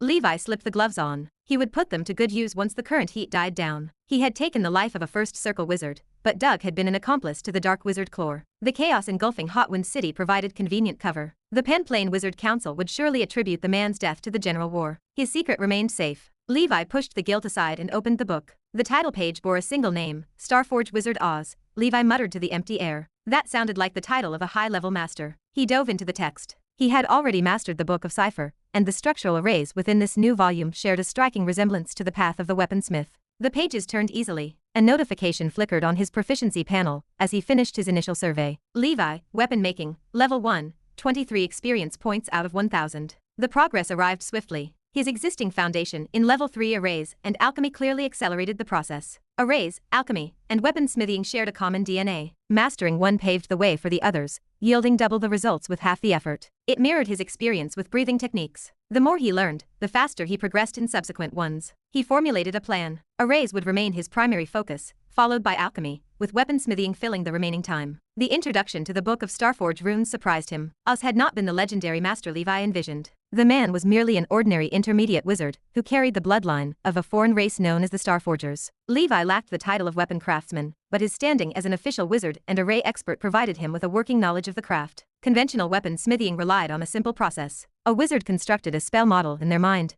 and solidified it upon a refined carrier to forge a basic wizard tool. More complex tools required more intricate spell solidification. Engineers combined and linked various spells, but the core principles remained rigid and consistent regardless of the complexity. Oz had taken a different path. Beyond standard spell solidification, he introduced the concept of rune language. This ancient methodology stemmed from the Starforger civilization of the multidimensional plane. Oz, a genius who had visited that fallen realm, had refined this path himself. Oz had followed his father, himself a Starforger, into the heart of that civilization. It had once stood at the pinnacle of power, unrivaled in the art of crafting mighty equipment. The glory had been short-lived. A superior power had crushed them, severing their legacy. Their strength had lain in the language of stars. Legend claimed their smiths spoke to the heavens, condensing the very power of the stars into their mortal creations. Chapter 437. The equipment used by the army of the Starforger civilization featured enhancements from the language of stars. These items possessed a variety of powerful abilities. Legend had it that even the gods and the rulers of the multidimensional planes yearned to obtain an ultimate weapon forged by the strongest weapon craftsmen of the Starforger civilization. People referred to these creations as star divine weapons. With such an ultimate weapon, one would possess the power to destroy planes and civilizations. Although the myths and legends seemed exaggerated,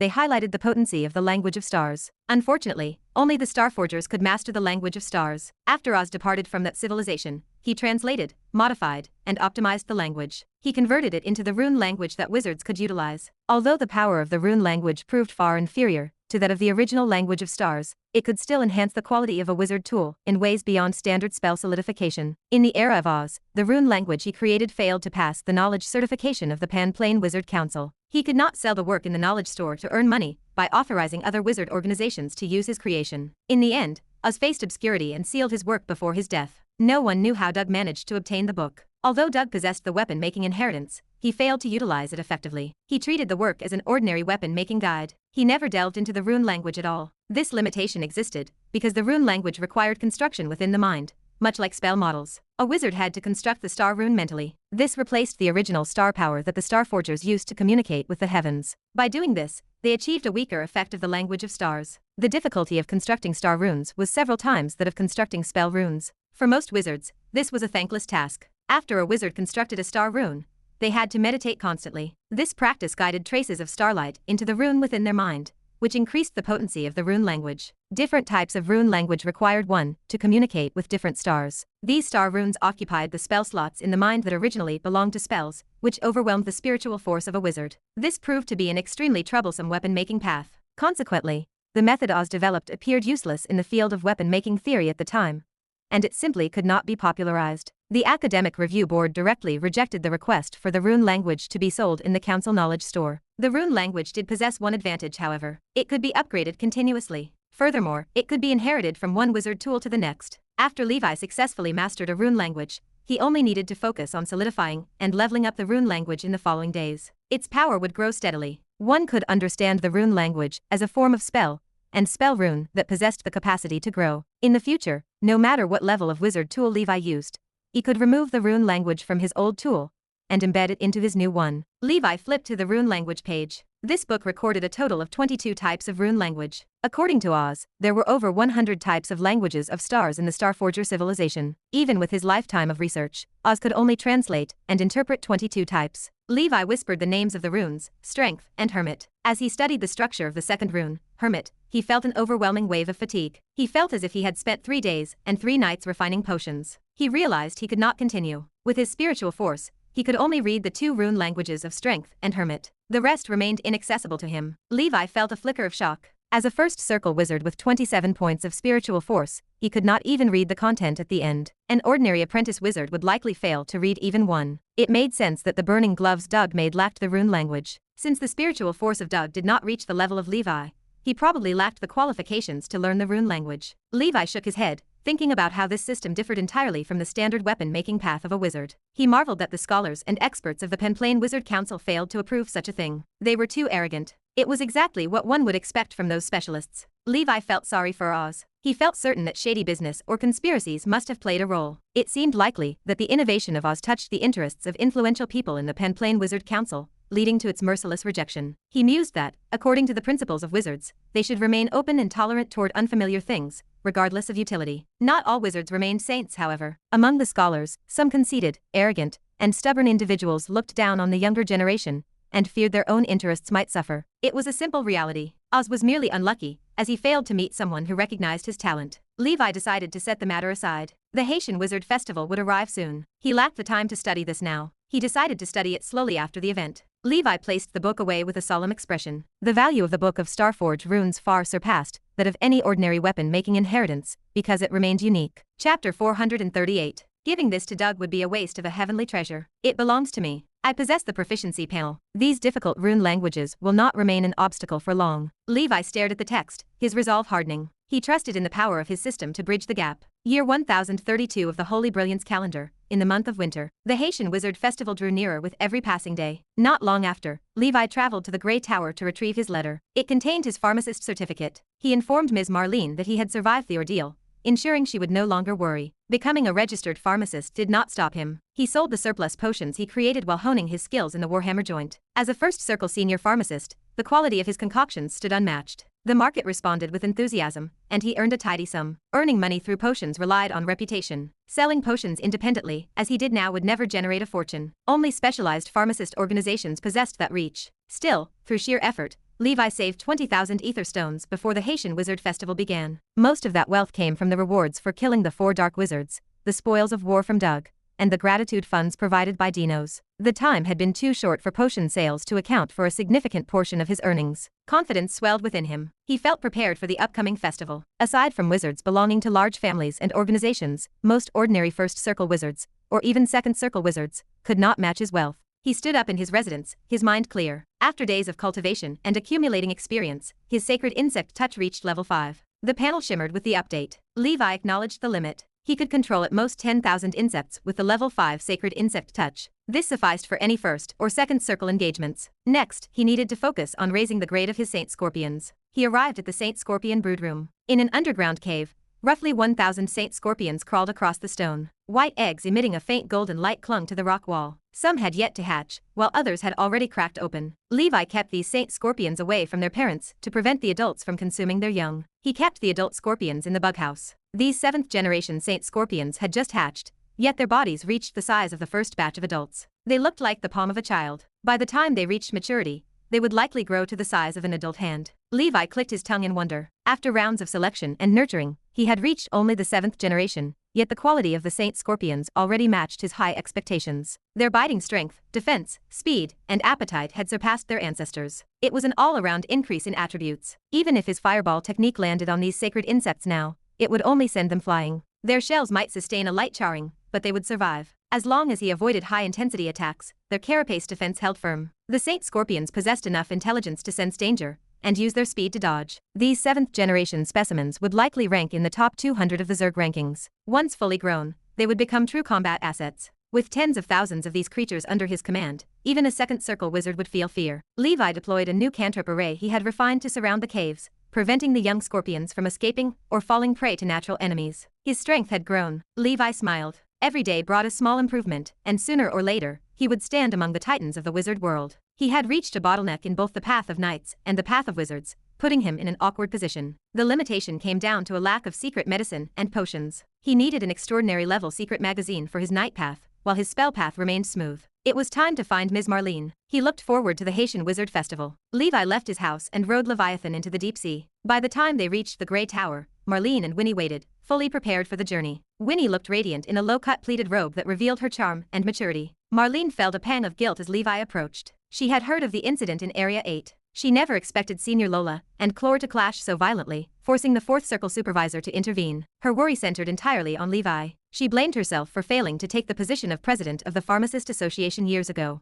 Had she held that title, Levi would never have needed to travel so far for certification. Although Levi had returned successful, she vowed that such a risk would never happen again. Since everyone had arrived, they could depart. Marlene spoke. A huge seabird resembling an albatross flew from the distance. It landed in the reception room of the Grey Tower and transformed into a wizard, wearing the Ollery staff uniform. Chapter 439. The wizard called out, his voice echoing through the reception room, informing everyone that mail had arrived for Mr. Levi Schneider. Levi halted his steps, the sudden announcement catching him off guard. He turned to his companions. Ms. Marlene, Winnie, wait for a moment. I must see what this is about. Marlene waved him away, a smile on her face as she urged him to be quick. She and Winnie walked toward the shore to wait near Leviathan. Levi returned to the reception room and took the storage bag from the messenger. Without another word, the wizard transformed into an albatross and took flight. The Ollery employed two types of messengers. Albatrosses delivered domestic mail, and every one of them was a wizard. Owls delivered cross-border mail, and all of them were witches, such as Eve. Levi realized this was not something Andrew had sent. Curiosity stirred within him. His acquaintances in the Azure Realm remained within the Grey Tower. It was unlikely anyone from the other regions would be sending him parcels. Levi carefully opened the storage bag. Fear of dangerous items did not cross his mind. The strict inspection process at the Ollery would have flagged any threats long ago. Inside the pouch sat a smaller bag filled with ether stones. Even Levi, who now possessed 20,000 ether stones, gasped at the sight. 10,000 ether stones? Who sent this? Could it be a mistake? In the corner of the storage bag, he found an exquisitely crafted golden envelope. A majestic golden lion adorned the cover. It looked noble and dignified, bearing the unmistakable seal of the Jostar family. Levi broke the seal and read the letter. My dear Lord Levi, greetings. Forgive me for failing to bring enough ether stones last time. Aside from a ship of goods I had just purchased, I possessed nothing else. I could only borrow 3,000 ether stones from the butler to express my gratitude. As I said before, the Jostar family pays all debts of grace. After returning home and telling my father Leon about my experiences, the old golden lion berated me for being insensible. These 10,000 ether stones are a gift of gratitude from me, my father, and the Jostar family for saving my life. Please accept it. If you have time, do come to Lion King City on a Yellow Earth continent as a guest. The Jostar family looks forward to your arrival. It was signed by Dinos Jostar. Levi stared at the parchment, stunned. Perhaps poverty had limited his imagination, or perhaps the ease with which he had dispatched the Dark Wizards made the encounter feel trivial. He had already claimed the storage bags and bounties of the 4 Dark Wizards. Had Dinos and the butler not been present,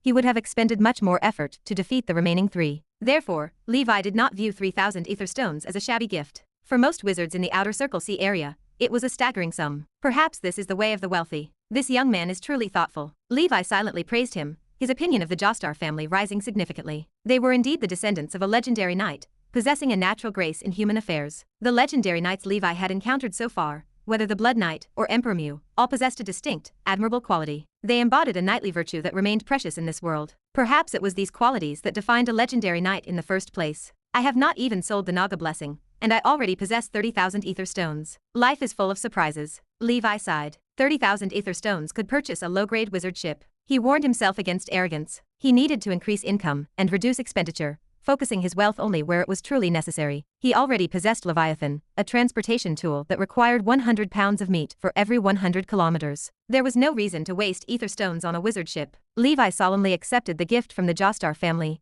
and reunited with Marlene and Winnie at the coast. They boarded Leviathan and set off toward the Haitian Wizard Festival. The festival took place on a deserted island in an uninhabited stretch of sea. This area sat at the edge of the waters separating Area 8 and Area 9. Levi had crossed the sea before. A third circle array, the heaven-defying sea curtain array, now protected the island, specifically installed for the event. It far surpassed the second circle array of the Grey Tower. Unless a fourth circle entity, or multiple third circle existences attacked, the barrier would hold. Furthermore, the organizers had cleared the nearby sea beasts in advance, removing any risk of ambush. Those attending the Haitian Wizard Festival were, at minimum, official wizards. While not an overwhelming crowd, nearly 1,000 wizards were in attendance. 1,000 official wizards possessed the power to crush every force in the sea area. Even an intermediate wizard would struggle to gain an advantage here. 3 days after their departure, Levi and the others reached the venue. The festival had already been underway for 1 day. A blue array covered nearly 10 miles of the deserted island. Various temporary structures stood within, resembling an amusement park from his past life. A third circle array. The grandeur is immense. Levi sighed. His own book of cipher recorded only a few second circle arrays. Inheritances containing third circle arrays were exceedingly rare. Only the Star Tower and organizations in the Inner Sea region could possess such knowledge. Chapter 440. Marlene smiled, her gaze shifting to the horizon. Let us go in. It is all thanks to Leviathan. Otherwise, we would have arrived 2 days later and missed out on a great deal. Winnie sighed, her eyes filled with envy. That is right, I really envy Junior Brother. To have such a first circle sea beast as a mount is something that many official wizards dream of. Levi smiled,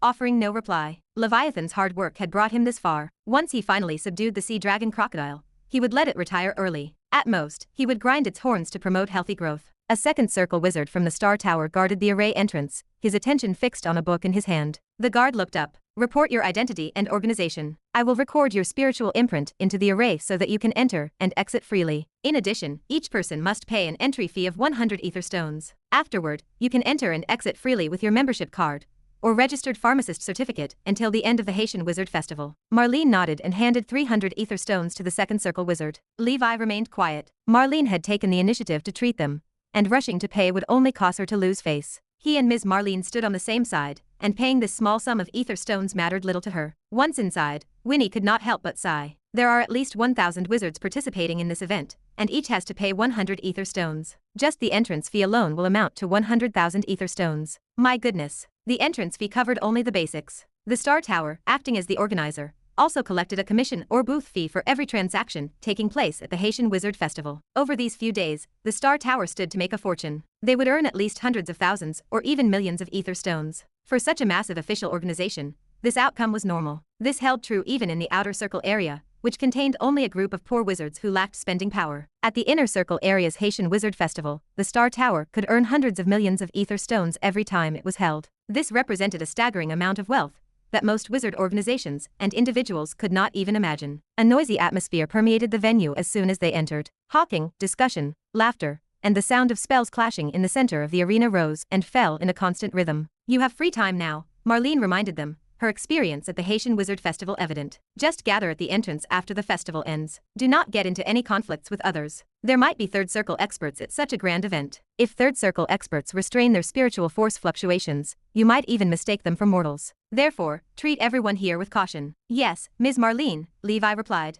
Marlene smiled at him. All right, go, Levi. I am not that worried about you given your character. Levi possessed a kind, humble, and obedient nature that Marlene appreciated. It was Winnie's carelessness that caused her slight concern. Levi proceeded without delay. The main reason he attended the Haitian Wizard Festival was to acquire potion formulas. Nothing else mattered. Spell battles and random encounters held no interest for him. They paled in comparison to the paramount goal of gaining experience points. If he could acquire a potion formula to significantly increase his meditation speed, the trip would prove worthwhile. He intended to avoid the festival festivities to prevent any unforeseen trouble. Many wizards had already set up stalls at the Haitian Wizard Festival, though they had to pay a booth fee to operate. Levi walked around the stalls, shaking his head. His expectations had been too high. How could these people possess formulas for meditation potions when they lacked even breathing technique manuals? Although some materials and wizard tools proved useful, the prices were too steep. Finally, Levi arrived at an auction venue. This represented his last hope. Levi studied the sign. Haitian auction. Let us go inside and take a look. Important items usually appeared at the auction. Levi entered the auction venue after showing his membership card. The auction was already in progress, though the items currently for sale held no interest for him. When the auction neared its end, Levi finally found something of interest. The auctioneer gestured to the stand. Next up for auction are 10 bottles of Electric Daisy Potion. This top-grade first circle potion was refined by the second circle registered pharmacist of Grim Tower, Grim Walter. It has passed the official certification test and carries a guarantee of authenticity. The potion increases the meditation speed of first circle wizards by 40% and second circle wizards by 20%. It remains ineffective for third circle wizards and above, and the effect lasts for 2 weeks. The starting price is 4,000 ether stones. However, if you possess a breakthrough potion that can help wizards break through to the first circle, you may contact our staff directly. This pharmacist will give priority to the breakthrough potion. Once the beautiful staff member finished speaking, the wizards present began to bid fiercely. Clearly, many wealthy individuals attended, as these 10 bottles of potion were enough to last for the next half a year. Chapter 441. Levi felt his pulse quicken. He recognized the name Grim Walter from the label of the concentration potion he had claimed after killing Circus. The man possessed the formula Levi required. Yet, the auction listing only featured the potion itself, not the method to produce it. Levi observed the bidders for a moment, before slipping out of the hall in silence. He reached out to the beautiful staff member with a discreet voice transmission. I have a breakthrough potion. Please facilitate a meeting with Mr. Grimm. He kept his voice low. He preferred to conceal his wealth.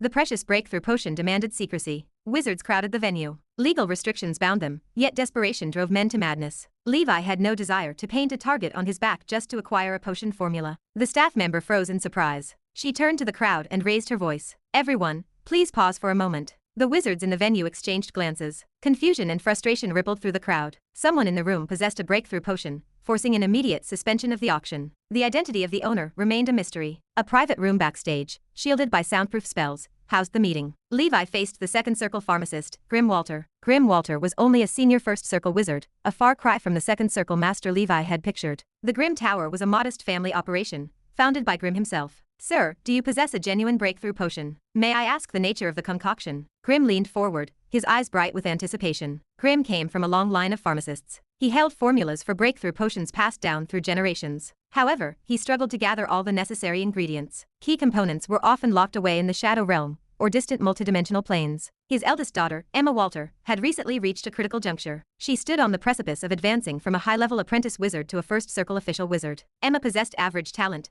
limited to triple affinity. The odds of a successful advancement were slim. Grim currently held a breakthrough potion purchased from another pharmacist. If he acquired a second vial and administered both concurrently, he could guarantee her advancement. A stronger family would alleviate his burdens. Grim needed to ensure Levi offered a unique formula. The effects of identical breakthrough potions could not stack. The benefits only applied once. Levi produced a Sandman potion. This is a Sandman potion. As a registered second circle pharmacist, you must recognize its value. Grim studied the vial, his expression shifting to excitement. Sir, the 10 vials of Electric Daisy potion belong to you. His training left no room for doubt. He confirmed the authenticity of the potion instantly. He checked the status of Levi as a registered pharmacist, ensuring the origin of the concoction was legitimate. The Naga Blessing potion in the possession of Levi represented the most effective first circle breakthrough potion. It surpassed the vial Grim had secured from the other pharmacist. Levi offered a polite smile and shook his head. Sir, you misunderstand. I do not desire the potions. I require the potion formulas. Grim was a wizard of pure research, lacking the guile to mask his emotions. Levi pressed the advantage, knowing the breakthrough potion tempted him beyond reason. Sir Levi, you overstep your bounds. Do you understand the value of the Electric Daisy potion formula? A third circle wizard organization once offered 50,000 ether stones for this formula, but I refused. The potion formula constitutes the very foundation of the Grim Tower, so I cannot sell it. Grim delivered the refusal with cold resolution. Levi stood his ground. What if I purchase your formula and limit its use to myself? Your so-called foundation rests on the fact that this unique potion generates a steady income for your family. You fear mass production will ruin your business. I am prepared to sign a contract with you. Upon purchasing the potion formula, I will not disseminate it. I will use it solely for my own needs. I will not sell the Electric Daisy potion, nor will I provide it to others, even my own descendants. Beyond that, I am willing to offer a specific amount of ether stones in addition to the Sandman potion. Mr. Grimm, do not be so conservative. Consider my conditions. This is the best offer I can provide. Levi watched Grimm. The man hesitated, struggling with the decision. Grimm was a pharmacist dedicated to his craft. He lacked the capacity for scheming and felt uncomfortable in social negotiations. His old-fashioned, scholarly nature made him vulnerable. Internal conflict consumed Grimm. His ancestral formulas were useless without the rare ingredients he could not find. Time was running out for his daughter. Her window for advancement was closing. It was now or never. The conditions presented by Levi began to sway him. Chapter 442. Levi kept his voice steady. Mr. Grimm, this opportunity only comes once. Grimm hesitated, caught in a difficult dilemma. He sighed and offered a bitter smile. Sir, you win. How about this? You do not need to pay me extra ether stones. You are also a pharmacist, so I assume you possess the formula for the Naga's Blessing potion and the channels to obtain its ingredients. I hope that when you have more Naga's Blessing potions, you will give the Grim Tower priority to purchase them. I have 2 sons and 3 daughters who are all apprentice wizards. It is hard for me as a father. Levi smiled in satisfaction. Deal. We can establish a long-term cooperation to exchange what we need and improve together. Levi considered the implications of the man's family. Grim was truly fertile. Generally speaking, the fertility of low-level wizards did not differ much from that of mortals. Few fertility barriers existed. However, very few wizards produced so many offspring. In this era, the cost of raising a child to become an official wizard remained significant. Even if 2 wizards married, no guarantee existed that every child would possess the qualifications of a wizard. Most wizards prioritized their own cultivation and strength. They reserved their money to nurture the next generation only if the child showed genuine talent and worth. A wizard family focused on nurturing 1 or 2 talented descendants. The rest might be cruelly abandoned and sent to the mortal gathering place specially established by the family to serve the wizard family and live an ordinary life. In addition, the Panplane Wizard Council enforced special laws to restrict the birth of wizards. The council understood that resources remained limited and wizards enjoyed long lifespans. Uncontrolled offspring would inevitably cause the wizard world to suffer from extreme resource shortages. The resources could not replenish fast enough to keep up with their consumption, a situation detrimental to the progress of wizard civilization. Previously, the war between wizard civilization and other civilizations stemmed from the expansion of the wizard population. They needed new worlds to obtain resources. Every time the Panplane Wizard Council conquered a new plane, they increased wizard fertility quotas for a short time to encourage exploration and colonization of the new plane. It remained rare for a wizard like Grimm to have 5 children. He likely had to pay many fines. No wonder he needed so many Naga's blessing potions. Levi nodded.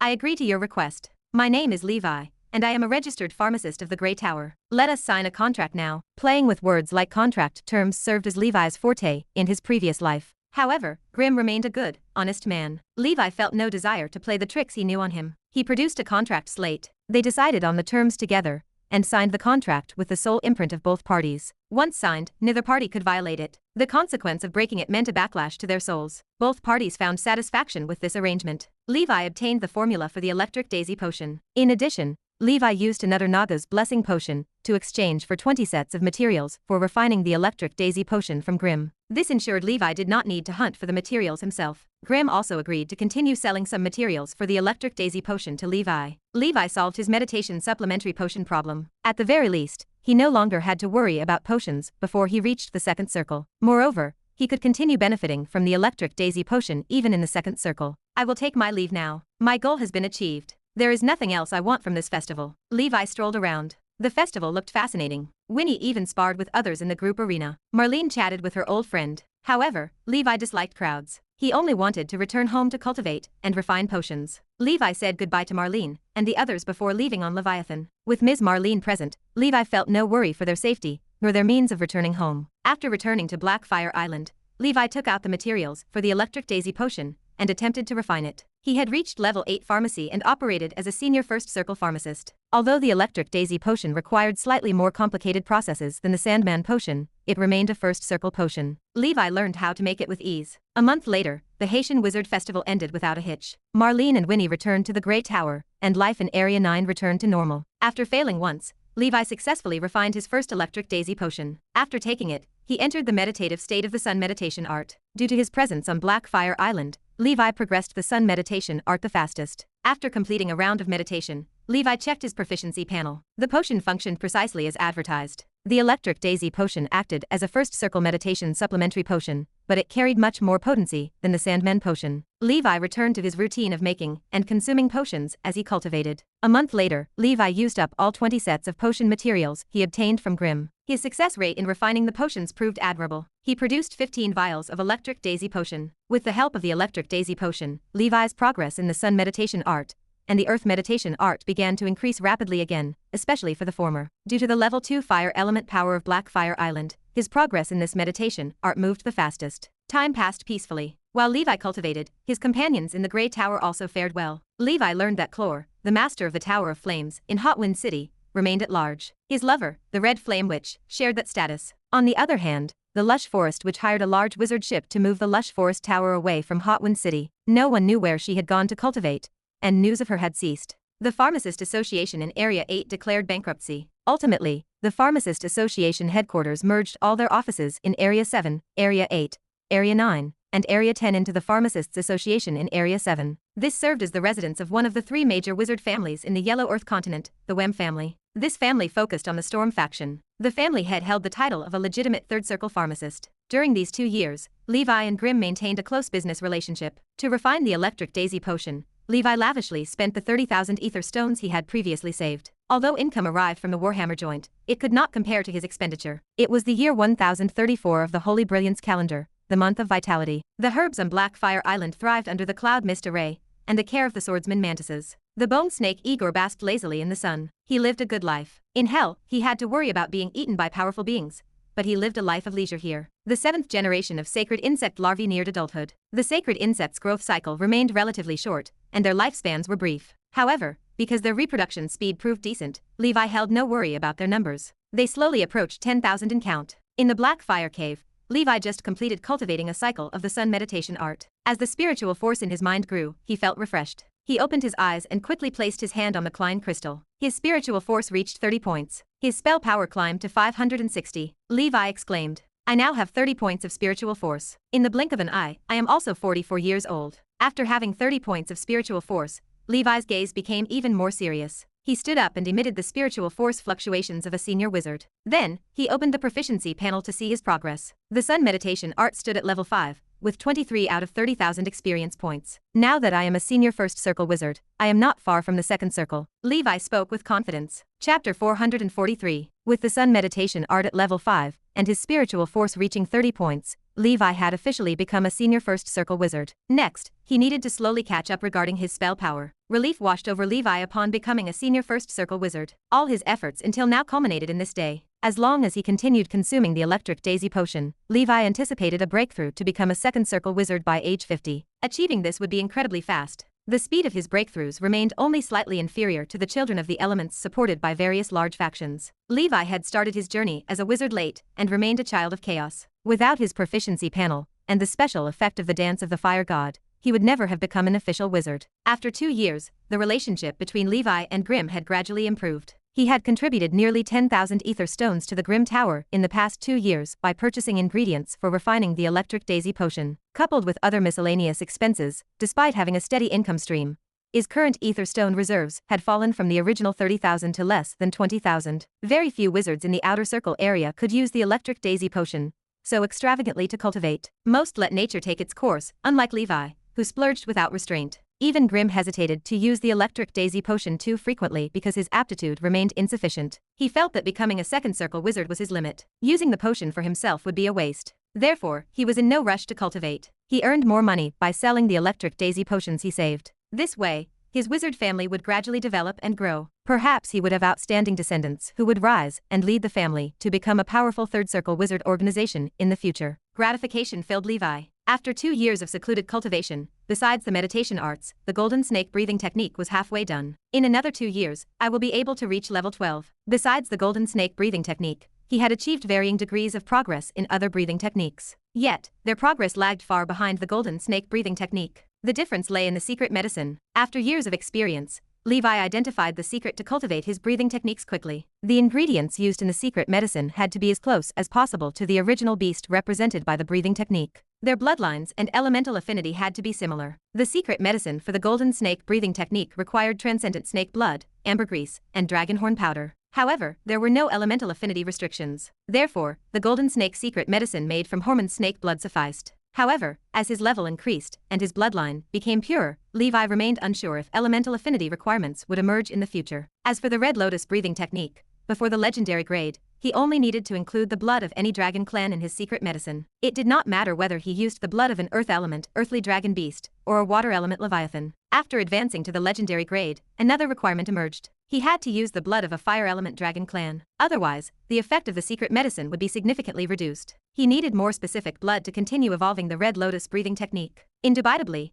a fire beast like Red Lotus was a powerful existence with a fire element affinity. However, Levi lacked access to a dragon clan with a fire element affinity, so he had to continue consuming secret medicine made from Jorman snake blood. This meant the Red Lotus breathing technique's cultivation speed lagged far behind that of the golden snake breathing technique. As for the blood beast breathing technique, it was obvious that its secret medicine required the blood of blood clan members. Levi was still using Andrew's blood, which yielded little effect. He would have to go to the human world and capture some of the original blood clan members to use as blood packs. Similarly, the secret medicine for the black whale breathing technique had no elemental affinity restrictions. It was fine as long as he used the blood of a transcendent whale. Levi still used Leviathan's blood, which barely sufficed. The effect was not as good as using the blood of a second circle whale. In short, after a breathing technique advanced to the legendary grade, the choice of ingredients for its secret medicine needed to be more specific. Therefore, Levi came out of seclusion to source ingredients for the secret medicines of his breathing techniques one at a time. Other than that, another skill had finally advanced after 10 years of cultivation. It was the Black Devil Blade. Levi stared at the proficiency panel. Black Devil Blade level 5.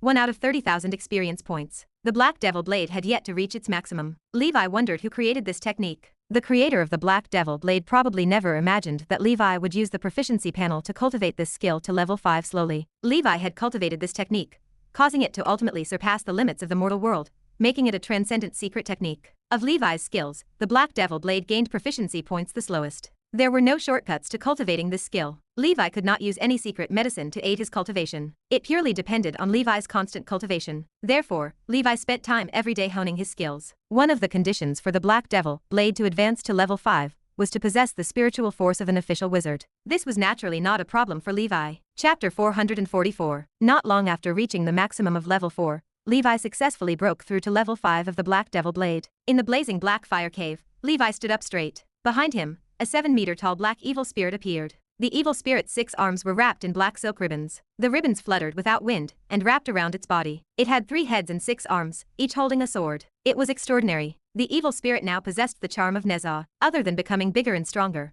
the details of the black evil spirit became intricate. This change correlated directly with Levi's spiritual force. The stronger Levi's spiritual force grew, the more detailed the 9 swords Azura became. At this moment, the evil spirit wore scaled armor similar to ancient generals, emitting the murderous aura of a seasoned veteran. Levi tilted his head. The evil spirit mimicked the movement perfectly. Levi pondered aloud, wondering if he could fight against a second circle wizard while in his 9 swords form. According to previous patterns, every time Levi's 9 swords Azura evil spirit advanced, his strength surged. The 9 swords form stood as Levi's strongest form at the moment, followed by the red lotus form and the giant whale form. Levi dismissed the thought with a shake of his head. He told himself that he should not entertain such dangerous notions. No matter how many trump cards he held, he should not focus on challenging those stronger than him. It would be far better to advance directly and simply beat them. Levi unsummoned the 9 swords Azura evil spirit. In his opinion, this evil spirit acted like a Dharma idol, a product of the combination of spiritual force and wizard power. Levi's wizard power manifested as black gas. Levi considered that if he wanted to advance to level 6, he might need the spiritual force of a second circle wizard,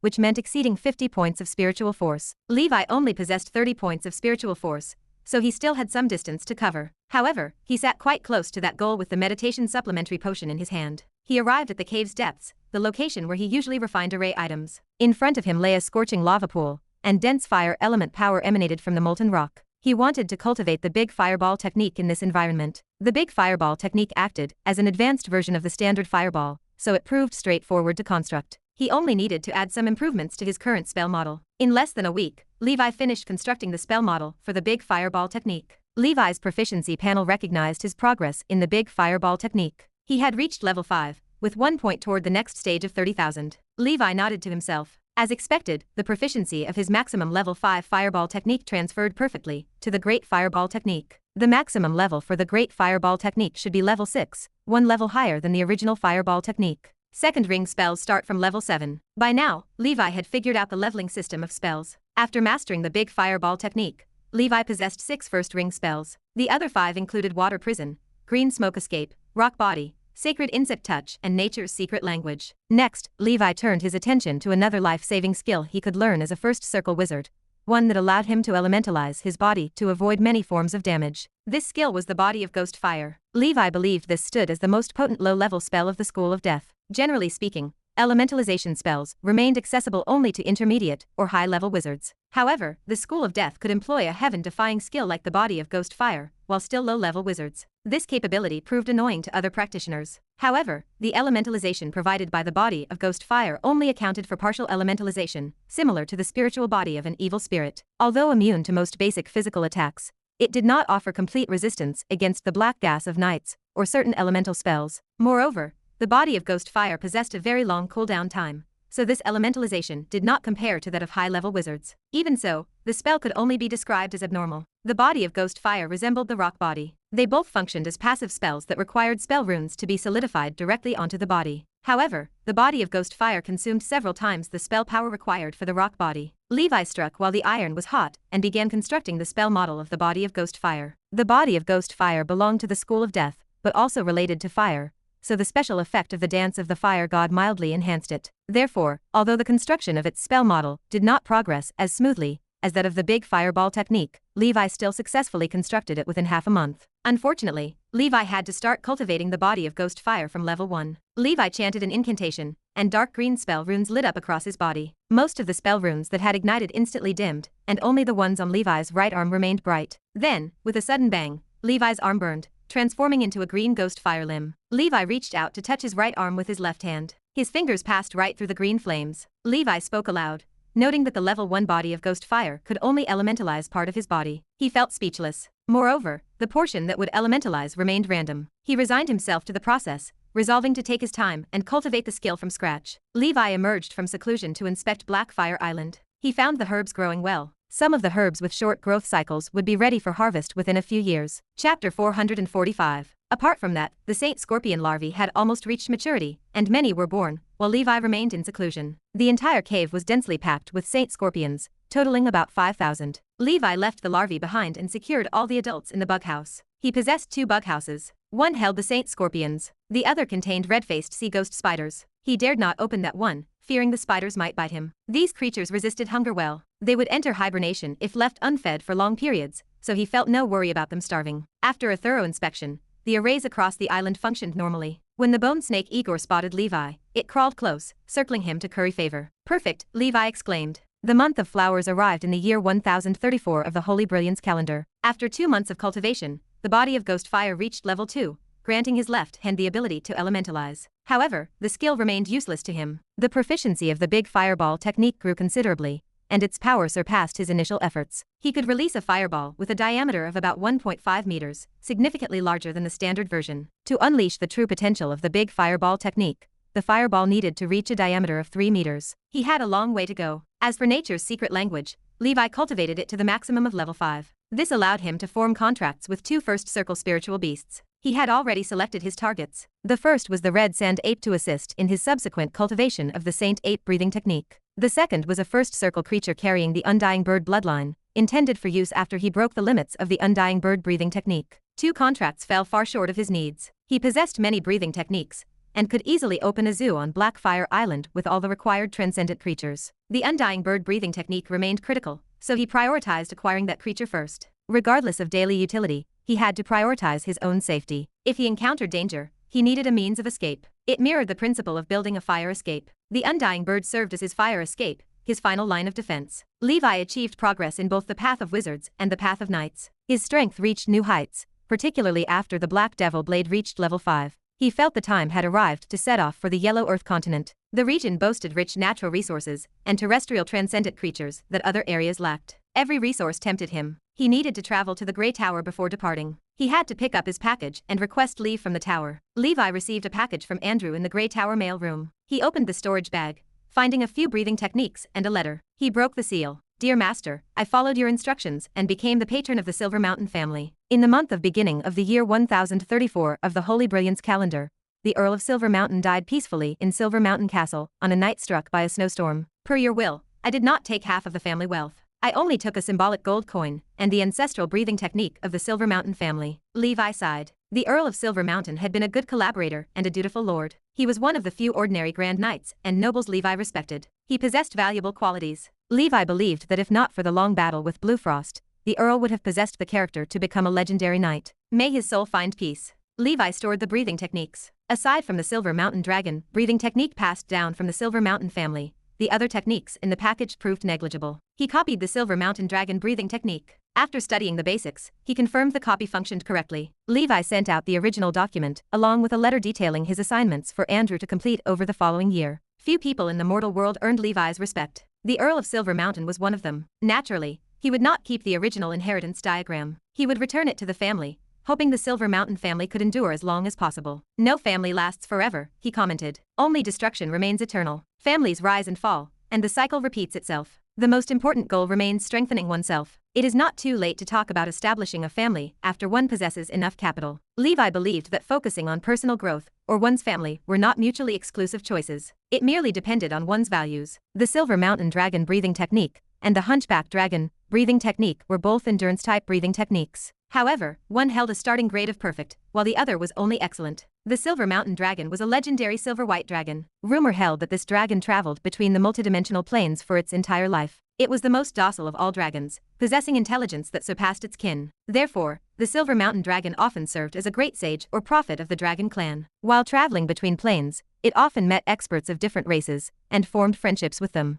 One should never try to offend a seemingly docile Silver Mountain Dragon. The Earl of Silver Mountain's gentle personality might have something to do with this breathing technique, Levi realized. This was the second dragon-named breathing technique he had obtained, and its secret medicine naturally related to the dragon clan. The main ingredient for its secret medicine was earth dragon blood. The blood of a dragon with earth element affinity would have the best effect. Leviathan possesses water element affinity, while the white snake has frost element affinity, he mused. I only have the blood of an earthly dragon beast with earth element affinity, but it is of low quality. When I go to the yellow earth continent, I must look for better alternatives. There are many more transcendent creatures with earth element affinity there. Without the blood of other earth element dragon clans, he had to use low-quality earth dragon blood for his secret medicine. He could still cultivate the silver mountain dragon breathing technique faster than usual. The requirement for using the blood of an earth element dragon clan in secret medicine mainly applied to the post-legendary stage. Before that stage, the conditions for the secret medicine remained lower. Levi hurried to cultivate this breathing technique, because he believed the Silver Mountain Dragon breathing technique held more importance than the Saint 8 breathing technique. This breathing technique would determine whether Levi could achieve legendary endurance and advance to the 5-dimensional state. He could not set it aside like the Saint 8 breathing technique, and had to cultivate it as soon as possible. Chapter 446. After completing his work, Levi entered Ms. Marlene's room. He stood by the door, posture polite and attentive. He told her that he planned to leave on a long trip, meaning he could not attend classes for the next 2 or 3 months. Ms. Marlene did not look up from her book, her eyes scanning the page as she spoke. She asked softly if he planned to travel to the Yellow Earth continent, just as he had mentioned before. Levi confirmed her suspicion, stating he had a friend there. He needed to meet this person and attend to some errands in that region. Ms. Marlene lifted her head, her gaze steady. She noted his plans, then added that the Tower Master had emerged from seclusion. The old wizard wanted to see Levi before his departure. Levi nodded, acknowledging the instruction. The Tower Master sat at his desk, fiddling with a small, dark box. It resembled a flight recorder from another life. He had dedicated his time to researching the soul transplantation technique of the School of Death, hoping to move his consciousness into this vessel, much like a lich. He intended to become an alchemical creature and abandon his human brain entirely. It was a perilous path, yet the Tower Master remained stubborn. Pleas from others failed to sway him. Perhaps the obsession stemmed from the person buried deep within his memories. The Tower Master looked up, his eyes sharp. He asked about the progress of Levi's alchemy and array studies. Levi stood straight, giving a candid report. He stated that he had mastered all the first circle alchemy techniques and runes provided. Regarding arrays, he could only refine a few zero-circle varieties. The Tower Master nodded, satisfied with the answer. He praised the work on the arrays, noting he had heard of the installations in the small garden. Once Levi advanced to a first circle array wizard, he could assist the tower in refining and setting up more useful first circle arrays. Compensation would follow. Levi agreed, pledging his cooperation. The demands of his breathing techniques and meditation arts over the past few years had slowed his progress in arrays. Still, he stood only 1,000 to 2,000 proficiency points away from level 4. He anticipated reaching that milestone by the end of the year, or perhaps early in the next. Upon hitting level 4, he would become a genuine first circle wizard, capable of learning essential techniques like the Shadowless Maze Array to aid in ambushes and evasion. Levi offered his services. He told the Tower Master to speak his mind, promising to do his best if the request fell within his capabilities. Within the Grey Tower, the Tower Master held absolute authority. Levi felt the weight of that hierarchy, but he also remembered the kindness the man had shown him. A refusal felt impossible. He maintained the caveat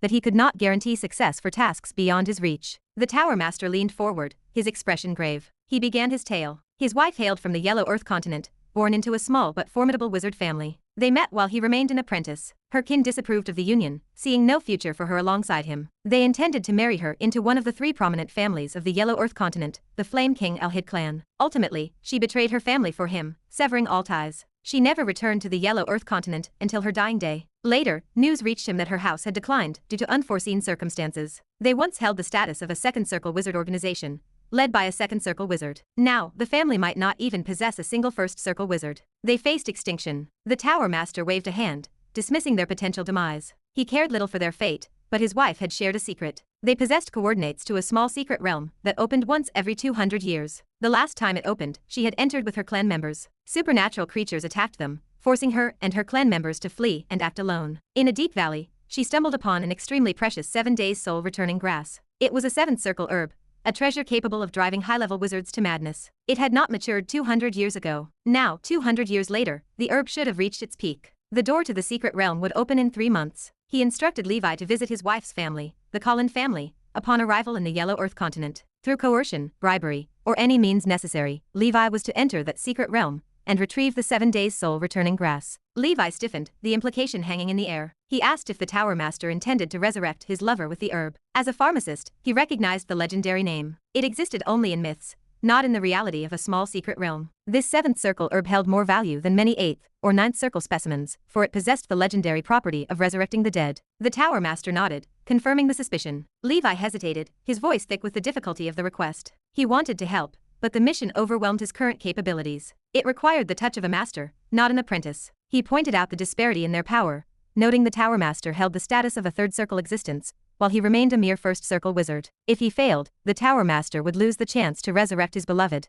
and he could not bear the weight of that potential incompetence. Chapter 447. Levi knew he could not bear the consequences. Even if the Tower Master chose not to blame him, the weight of failure would crush him with guilt. The Tower Master anticipated Levi's hesitation. He waved a dismissive hand. The 7 days soul returning grass only increases the chances of reviving my wife. It offers no guarantee of success, nor is it strictly necessary. Do not feel pressured. Besides, nobody knows if the herb remains in the secret realm after 200 years. Transcendent creatures within those borders might have devoured it long ago. The Tower Master turned away, his voice dropping. I have something more important to do. For the past few years, I have lived in seclusion and studied the School of Death's inheritance acquired from Harland. Days ago, I finally grasped the method to enter hell. That discovery prompted me to emerge from seclusion. Soon, I will venture into hell to search for the red spider lily. With that flower, I will have a far greater chance of using the knowledge gathered from various factions over the past 200 years to summon my wife's soul from the legendary underworld. I have already crafted an alchemy body and prepared a soul box to house her essence. Reunion awaits us,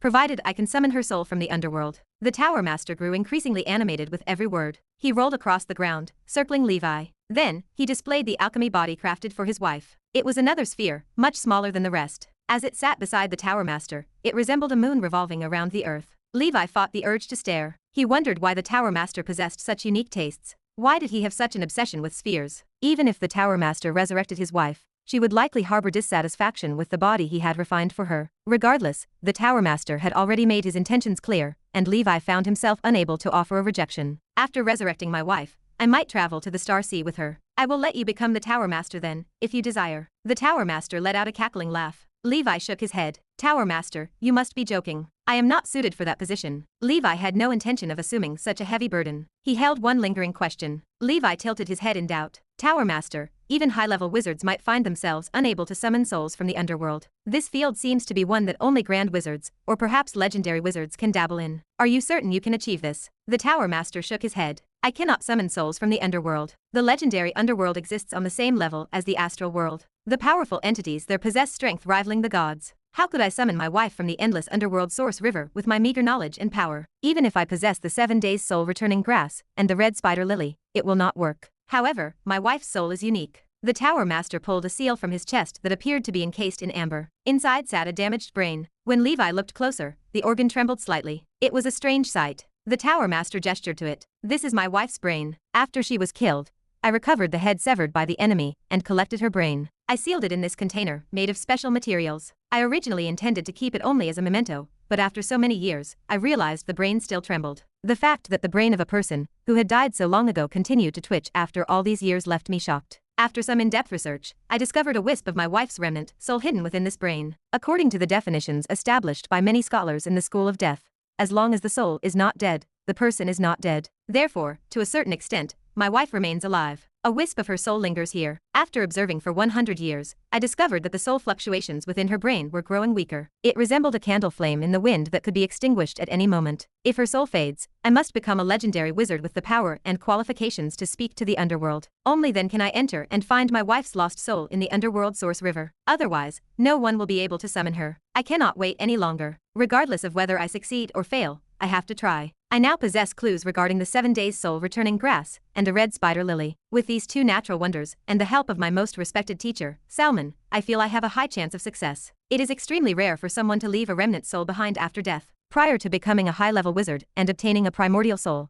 the death of a person's physical body usually means the soul must leave the living world and enter the underworld. The soul can only stay in the living world for a short period of 7 minutes. I believe my wife might have possessed some kind of undiscovered second talent, or an extraordinary physique. Otherwise, this situation would never have occurred. No one can forcefully retain the soul of a dead person. Perhaps I have a chance to do something unprecedented, such as summoning a soul. The Tower Master grew more excited as he spoke. His entire spherical body trembled, emitting a buzzing sound of steam. He had prepared for this day for far too long. Levi stood in thought. He felt convinced that another force could retain a soul in the living world in a different form. Chapter 448. Levi contemplated the Saint Scorpions. These Zerg entities possessed the capacity to devour souls. Legends across various civilizations claimed a deep link between Saint Scorpions and the sacred insects of the underworld. Yet, the reality remained clear. While souls consumed by these creatures lingered in the living world, the underworld offered a better fate. Once consumed, the souls fueled the evolution of the Saint Scorpions, rendering resurrection impossible. Levi bowed his head. He looked at the Tower Master and promised to do his best to complete the mission. He expressed his hope that the old wizard would return triumphantly from hell. Given the current limits of his strength, the Tower Master could likely reach the 3rd level of hell at most.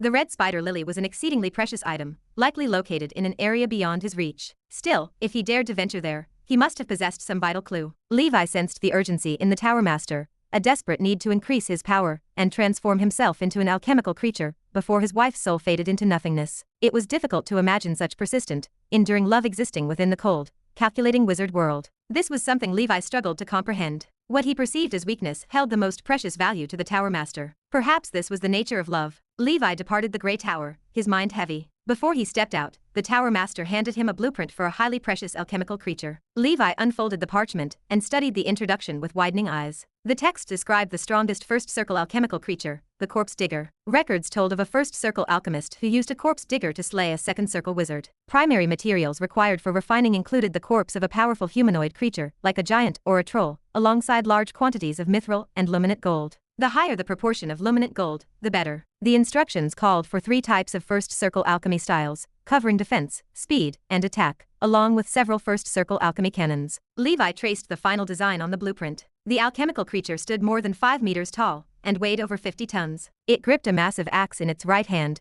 and hoisted a giant round shield in its left. The creature wore blood-stained plate armor adorned with ferocious metal spikes, exuding a vicious and bloodthirsty aura. In times of war, commanders placed these creatures on the battlefield to collect enemy corpses, earning them the name corpse diggers. The moment Levi laid eyes on the illustration, he knew he had found exactly what he needed. The rough, terrifying, and ferocious appearance rivaled the most brutal constructs of fiction. He pictured this behemoth tearing apart a first circle wizard with its bare hands and standing toe-to-toe with a second circle wizard. Levi made his decision. He would start the refining process upon his return from the Yellow Earth continent. With this titan guarding Blackfire Island, trespassers would meet their end. He considered further modifications. He could condense the rune languages of strength and hermit onto the construct, granting it a terrifying increase in raw power and the ability to turn invisible. The sheer potential was staggering. Levi tucked the blueprint into his robes and bid Ms. Marlene farewell. He set out for Blackfire Island. However, once he reached a point just over 6 miles from his home, a strange sensation pricked at his skin. He stood within the perceptible range of his black snake's message. A familiar aura, cold and sharp, entrenched itself deep within his cave abode. Memory pulled him back to 2 years ago, in Hot Wind City. Beside the man named Doug, he had sensed someone with an aura poised between the first and second circles. That presence had emitted a strong sense of danger, and Levi suspected the individual was a second circle wizard. Back then, Levi waited for the intruder to depart before he took action. He never expected this same presence to violate the sanctity of his cave home now. The intruder likely held the power of a second circle wizard. Levi's strength had soared, but logic dictated he avoid a head-on clash until his breathing techniques reached level 12, or he advanced to the second circle. He lived only once. Death offered no second chances. Unlike the protagonists in the books he once read, Levi understood that regardless of his trump cards, challenging a superior foe was a fool's errand. He possessed allies. The Grey Tower stood behind him. Or better yet, he could call for the aid of a snake. He formulated a plan. He would seek out Jorman. If the intruder dared to occupy his house, he would stay right there. Levi hid a safe distance away. He marveled at the absurdity of the situation. It was fortunate he had been out when the intruder arrived, or he might have been forced into a life-threatening battle with a second circle wizard. He pivoted and sprinted back to the Grey Tower. The Tower Master looked at the breathless wizard with confusion. He asked why Levi had returned so quickly. Levi stood before him, helpless, and asked to borrow Jorman for a battle. He assured the Master that this battle guaranteed victory and Jorman would remain unharmed. The Tower Master asked for the identity of the opponent. Levi explained that it was a dark wizard, likely of the second circle, and he required Jorman to tip the scales. The Tower Master offered to have Marlene intervene, but Levi declined, insisting Jorman sufficed. The Tower Master laughed and gave his blessing, telling Levi to ask the beast himself. Levi hurried to the first floor. He tapped Jorman on the head, rousing the beast from its rest. Jorman opened his eyes, flicking a tongue across the air as he stared at Levi with pale, golden, slit-shaped pupils. Levi stared down at the creature and suggested that staying here all day must be boring. Jorman nodded in agreement. Levi flashed a grin that did not reach his cold, cruel eyes. He told the beast they were going to kill someone. Chapter 449. On the blue sea, waves crashed against the volcanic rocks of Blackfire Island, casting white foam into the air. In the scorching cave beneath Blackfire Island, A pale witch draped in a red robe sat with her eyes closed, healing herself. A misty creature composed of flames absorbed the rich fire energy from a crack in the lava, its gaze scanning the cavern, constantly on guard. The witch opened her eyes and exhaled a breath of hot air. Beads of sweat beaded upon her forehead and evaporated instantly. She was the mistress the master of flames, Clor, had abandoned after the incident in Hotwind City. As a second circle wizard, she was known as the Red Flame Witch. During a battle against the accursed sea dragon crocodile, she had sustained injuries that severely damaged her spiritual force. Recovery had proved impossible until now, as she lacked a suitable place to cultivate while fleeing the relentless enforcers of the Star Tower. Having finally evaded the enforcers, she wandered the sea until arriving at this island. Accompanied by the level 1 fire elemental spirit she had raised, she searched for sources of fire energy and stumbled upon Levi's cave on Blackfire Island. 2 days of rest convinced her that this island provided the perfect sanctuary for cultivation. The Red Flame Witch sneered. She did not know who Blackfire Island belonged to, but that mattered little. From now on, it belonged to her. If the owner turned out to be a second circle wizard, she would flee instantly. If they were merely a first circle wizard, she would destroy them and seize the island. She had already surveyed the terrain. First circle undead and alchemical creatures roamed the grounds, proof that someone lived here. To avoid alerting the owner, she had slipped into the cave using her superior second circle cultivation to bypass the guardians. Naturally, the crude arrays set up by the owner posed no obstacle to a second circle wizard like herself. The Zergs, however, were impressive. Unfortunately, she lacked knowledge of the School of Insects' insect-controlling technique. Furthermore, numerous fire affinity herbs grew on the mountain peak at the center of the island, obviously tended with great care by the owner. In short, the more she saw, the more the island pleased her. It was the perfect shelter. She only needed to eliminate or secretly enslave the owner to claim her prize. Once she recovered from her injuries and regained her full strength as a second circle wizard, she would move on. As night fell, Levi and the white snake appeared in the distance. The intruder remained in his cave. Levi's heart sank. He did not rush, waiting instead for a more suitable opportunity. Levi waited until midnight. With stars shining high above and starlight blanketing the sea, his condition peaked thanks to the support of favored by the night. Levi took a deep breath. Jorman, get ready to attack. I will hide in your mouth, and you will strike first. Levi shrank down, entering Jorman's maw. The snake surged toward the island. Before they reached the shore, the Red Flame Witch, resting within Blackfire Cave, underwent a shift in expression. A second circle transcendent creature approached. She rose immediately, exiting the cave with her level 1 fire elemental spirit. She faced the giant frost white snake, which stood proudly with its head held high. The snake's eyes fixed upon her, inciting a wave of unease. A decisive woman, she attempted to slip away immediately. She was not in peak condition, making a head-on fight with the second circle sea beast unwise. Moreover, the creature belonged to a mixed blood dragon clan. The damn sea dragon crocodile, also a mixed blood dragon clan, had forced her into this passive position before. Once bitten, twice shy. Jorman would not permit her escape. Ice arrows materialized around the serpent, whistling as they flew toward the witch. The Red Flame Witch glared at the serpent, her expression hardening. This is the first time anyone has looked down on me. As she took flight, she performed hand seals. Flames erupted around her, melting the ice arrows before they struck. She shouted the incantation for the second ring defensive spell, Flowing Flame Guard. Today, I will kill you even if it takes some effort, you damn snake. The Red Flame Witch ceased her flight. She waved an array, sending a massive fireball hurtling toward Jorman. The frost armor upon the snake condensed, blocking the big fireball technique. Levi seized the opportunity to emerge. Blood wings flapped on his back, transforming him into a streak of crimson light. The witch's expression chilled.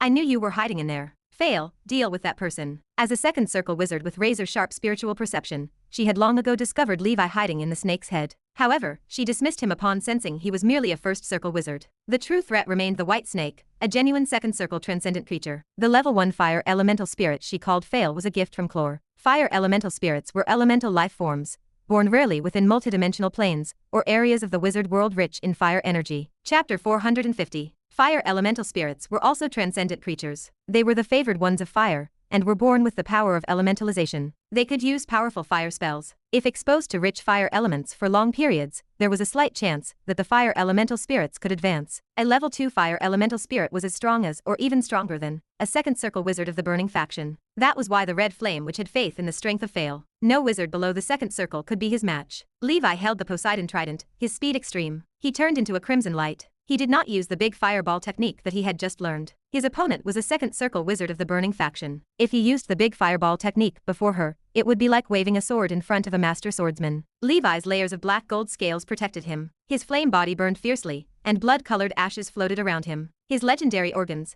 such as whaleback, ostrich feet, and frost arm were activated. His red lotus seed burst open. Burning hot blood surged in his chest. Levi turned into a 3-meter-tall flame giant. Behind him, a 7-meter-tall 9-swords Azura phantom that looked like a demon god appeared. It held 9 swords in its hands and was a force of destruction. Against such an enemy, Levi did not dare to hold back. He immediately activated all his special effects and added the red Lotus Form and the 9 swords form. The fire elemental spirit had already seized the initiative, turning into a fiery meteor. Its speed matched Levi's crimson light. The fiery meteor collided with the crimson light, and a shockwave swept out. The red flame witch laughed, her eyes flashing with malice as she addressed him. "You fool, you are courting death. If you go head-on with the fire elemental spirit, it will not be long before you turn to ashes." The red flame witch dismissed Levi. She focused on dealing with the white snake. Although not as strong as her peak, she could use a few second ring spells without issue. The flames exploded and scattered into countless fragments. The fragments gathered in the air again. Fail's figure appeared, becoming a 5-meter-tall flame giant floating in the air. Levi froze for a heartbeat. Bringing white snake Jorman saved him. As expected of a second circle wizard, the witch still had many tricks up her sleeves despite her unstable aura. Levi had not expected the witch to have a level 1 fire elemental spirit as her bodyguard. If he had fought alone, even if he managed to deal with a second circle witch with an unstable aura, he would struggle against a dangerous fire elemental spirit. Elemental spirits were the favored ones of the elements. The strength and variety of spells they mastered far exceeded that of ordinary first circle transcendent creatures. Many wizards regarded the elemental spirits as the strongest among all transcendent creatures and beings of the same realm. Only excellent, senior wizards could resist them. Levi never remained careless. He immediately activated his flame body, granting him a relatively high resistance to fire elemental spells. Coupled with the powerful black gold scales, he completely negated the power of the fire elemental spirit. Levi summoned the living dead he had prepared beforehand. They were Kane, Terrell, and little Octo. At the same time, the living dead hidden in various places rushed over. To Levi's surprise, the witch had not finished off the living dead he had left on the island. He had already written them off. Instantly, the 7 living dead and the bone snake Igor gathered together, forming a powerful force that attacked the fire elemental spirit. Levi shouted to his minions, "Hold this guy back for a while." He ordered his 8 underlings to surround the fire elemental spirit. He had to help Jorman. He could not waste time here. If anything happened to Jorman, he could not report back to the tower. Even though these living dead could not take on the fire elemental spirit alone, the 8 could still fight against the latter. They even managed to seize the upper hand and suppress the other party. However, it was evident that the damage they could cause to the fire elemental spirit, who was proficient in elementalization, was limited. Levi jumped up high. Sea swallowing whale. Levi took a deep breath, and the energy from his hump and the blood sacs quickly surged into his body. He felt like an iron ball that had expanded as he came crashing down. In the process of falling, endless steam and white smoke filled the air, and the temperature of his flame body increased. Levi's body grew larger and larger until he became a 5-meter-tall flame giant. He combined the 9 swords form, the red lotus form, and the giant whale form. With the 3 forms combined, and the special effect of favored by the night, Levi's power reached an unprecedented height. He felt as if he had transformed into a true giant from the legends. 9 golden swords slashed down from above. Even the void seemed to tremble and rumble. Before the swords landed, the force of the attack began to part the dust on the ground. Jorman tactfully dodged. Before he left, he blew out a breath of cold air, which turned into ice blades that shot toward the red flame witch, blocking her movements and sealing her position. Looking at the giant that had suddenly appeared, the expression of the red flame witch changed. She activated her second circle defensive force field to the maximum, and barely dodged the ice blades from Jorman. However, the invincible attack from Levi was already right above her. To be continued. Hope you liked today's video. Join the community by subscribing and dropping a like. I'll be back with another update as soon as possible. See you then.